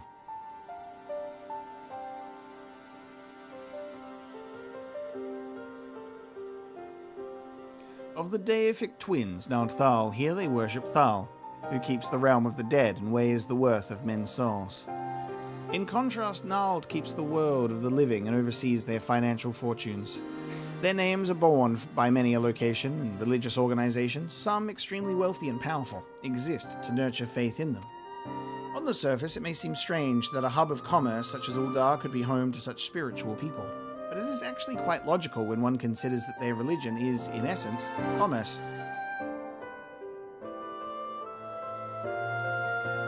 In any event, Naudthal is a truly unusual divinity. What was originally held to be one god came to be worshipped as twins.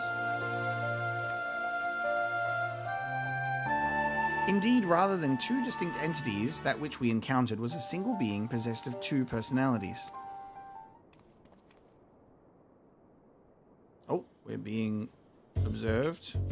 Did I mishear? Did he just say they encountered Naudthal?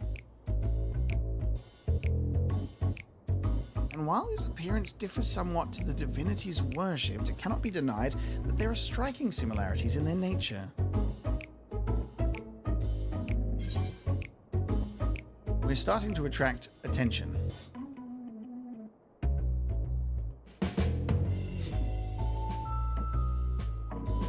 Hey?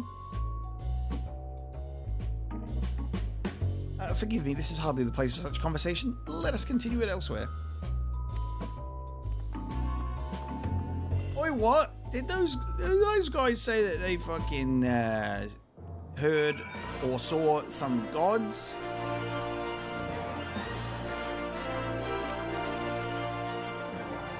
It was careless of me to openly speak of our encounter with a divinity within a place where he is worshipped. Hereon, I shall exercise greater caution.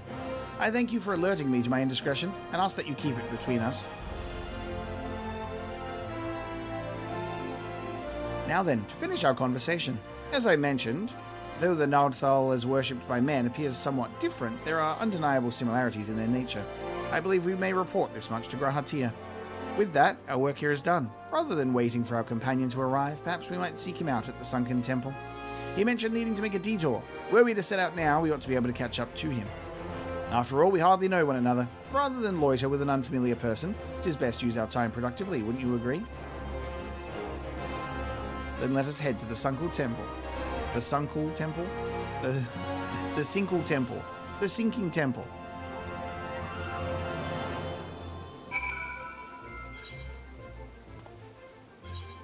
The Little Alamigo.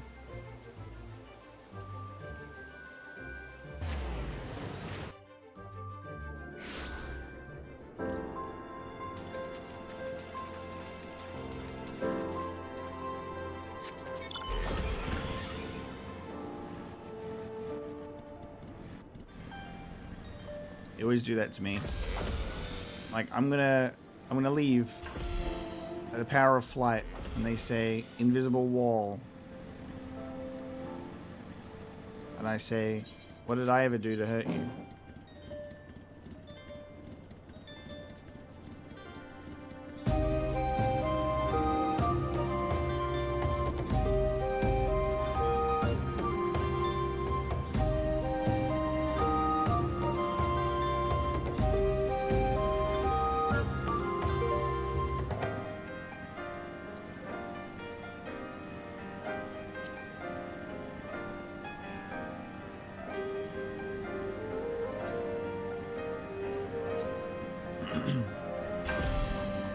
Collapsed scholar.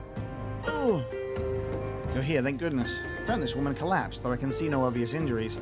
By her attire, she seems to be some manner of scholar. Water, food, in my bag, please. I see. Omega, may I trouble you to find her bag? I will stand lookout in the meantime.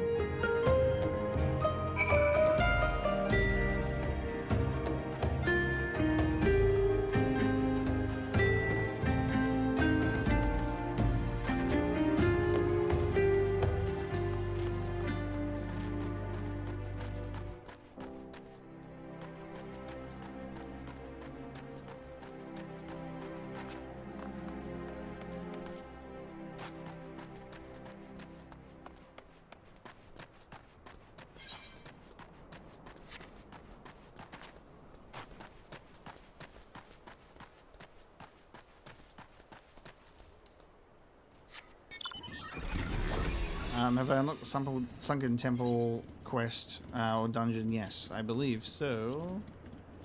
Yeah. Because the dungeon icon is still on the map as well.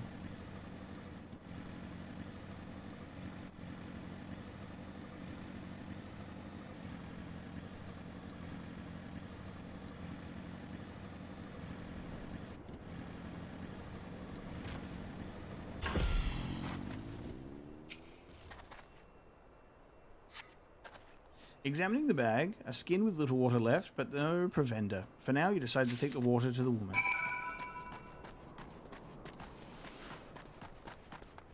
Hey, this is all I could find in the bag. Sorry. There's like breadcrumbs all down my shirt.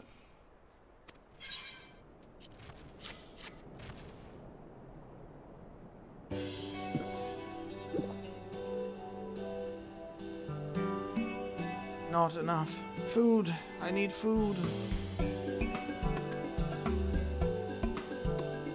I have naught save dried meat, tough as leather. Do you have anything easier to consume? Yes, within my inventory lies 25 pizzas.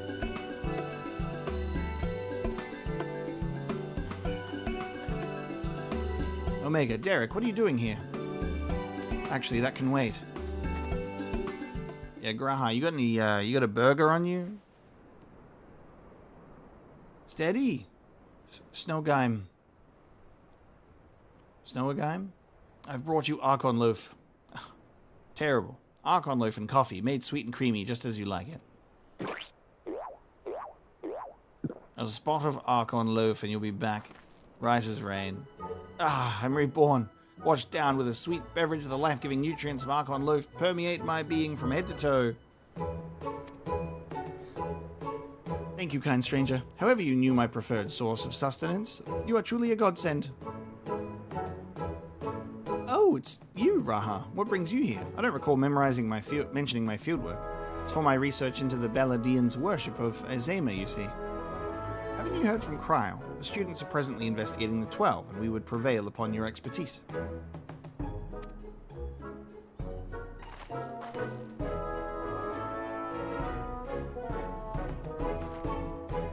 May I introduce Snowgime, expert mythologist. She is a collaborator of the students, and like many a Charlayan scholar, is passionate about her endeavors to the point of forgetting to eat. Seeing as she is recovered, may I ask the two of you to tell her about the Phantom Realm? And so, gods may be real after all.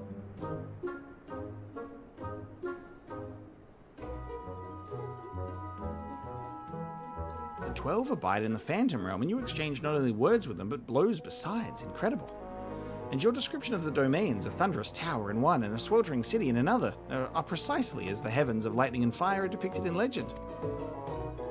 In ancient times, worshippers of the 12 believed that there exist 7 heavens and 7 hells. Aetherology has since established that departed souls can return to the ethereal sea. But it seems those afterlife domains were more than just inventions of mortal imagination. As a pursuer of myths, I must say it feels somewhat anticlimactic to suddenly have these revelations given to me.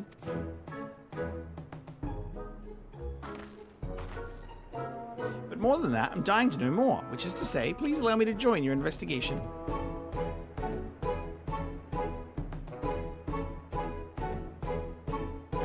We would, of course, welcome your presence. Without further ado, then, let us head to the Omphalos. Kryl awaits us there.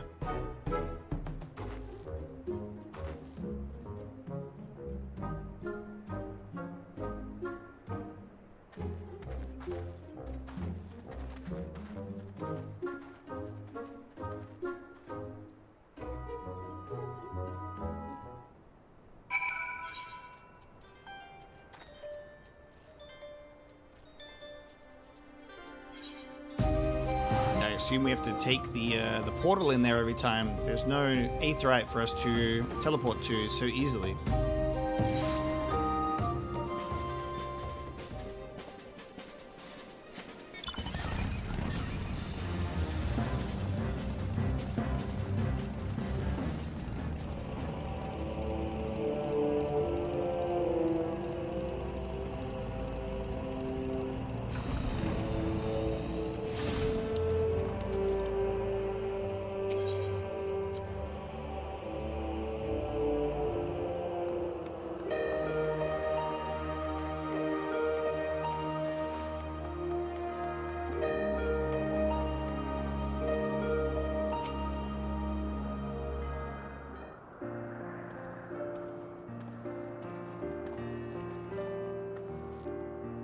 Welcome back, everyone, and welcome, Snowgame. I'm glad you could join us. Kryl, how delightful to see you again. I understand you've been doing a fine job leading the students. But may I say, what a lovely place this is. At a glance, this appears to be the highest of the heavens of legend, the 7th heaven. And ooh, if those aren't symbols representing the other heavens, I take it those are their respective gateways. I should like to pay them all a visit. For Snowgame's benefit, let us review what we have learned thus far and thence deliberate the next step. We're going to catch you up on stuff. Gods, they come out of the outhouses at the back, 2 at a time. They travel via orbs. The place is a mess. The gods reappeared before us in Rhalga's Reach. Though they were disguised as unassuming creatures, their laws forbid them from showing their true forms outside their realm. Yet in the event the ambient ether becomes unstable, such as during an umbral calamity, it is possible for the realm, and indeed the gods themselves, to be glimpsed by mortals. And such sightings, we believe, have given rise to the various faiths practiced throughout Eorzea. As we confirmed in Ul'dah, the Nald'thal worshipped by people, and the Nald'thal we encountered have more similarities than they do differences. In the course of exploring the Omphalos, 2 things caught my attention.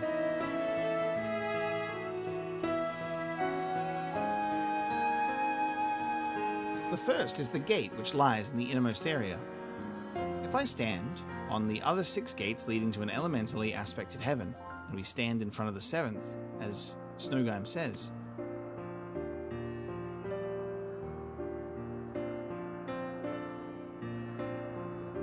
what then lies beyond that last gate?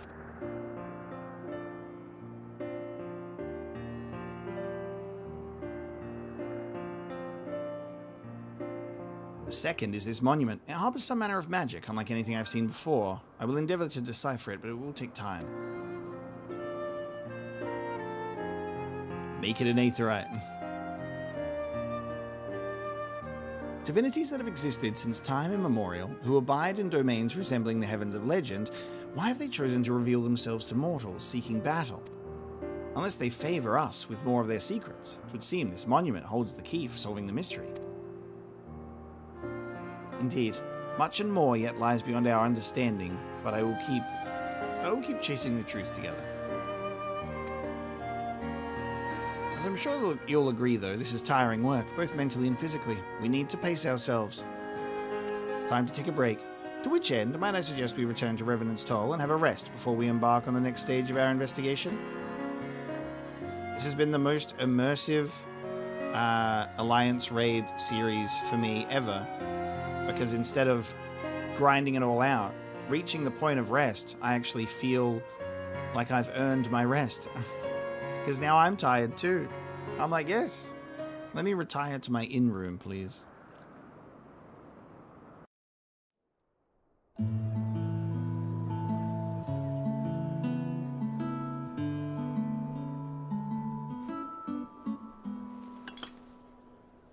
It's so funny that there's not an Aetheryte in Vesper Bay to this day. So rarely do I get to simply chat with colleagues. I had fairly forgotten what it felt like.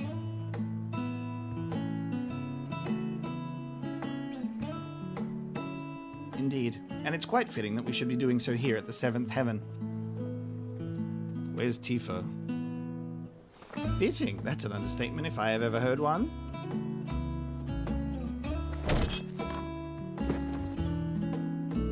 The 7th and highest of the heavens, which rules over the remaining 6, was right here in Mordona all this time. This isn't fitting, my friends, it's destiny.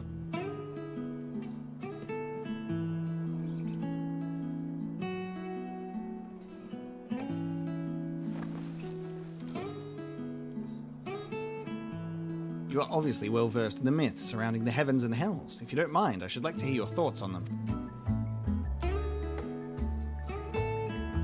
And so there's 1, 2, 3, 4, 5, 6 of them, and then a 7th one. And that's just the heavens.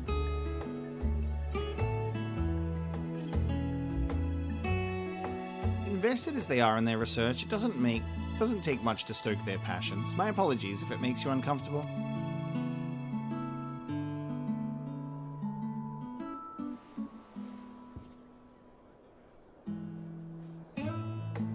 Having always travelled alone, I'm admittedly not too familiar with such a lively atmosphere, but I do not mislike it.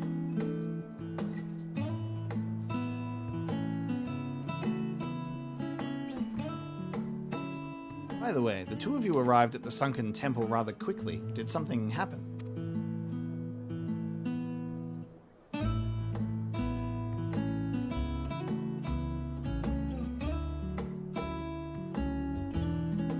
You know. Well, as pleasant as this has been, it's past time we return to the Annex. The paperwork for this commission isn't going to complete itself, alas. Then I shall take myself to the Omphalos. There's so much there that I'd like to see.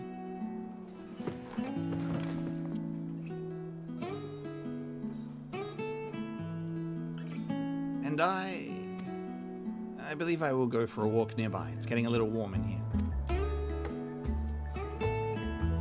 Alright, do take care now. He's like, friends. He's like, I'm gonna go somewhere. Yeah.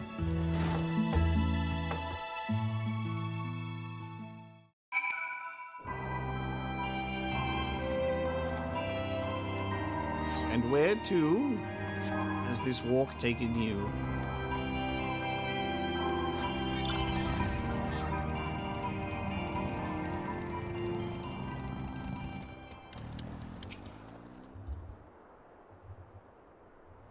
Oh, Omega, it's pleasant, isn't it? The smells and sounds of a tavern makes one feel alive. And afterwards, stepping outside alone and breathing the cool air, I like that just as much. While we await developments, I shall remain here in Revenant's Toll. If there are any tidings, rest assured, I will share them with you. Thank you for your help thus far. I doubt so much could have been accomplished without you.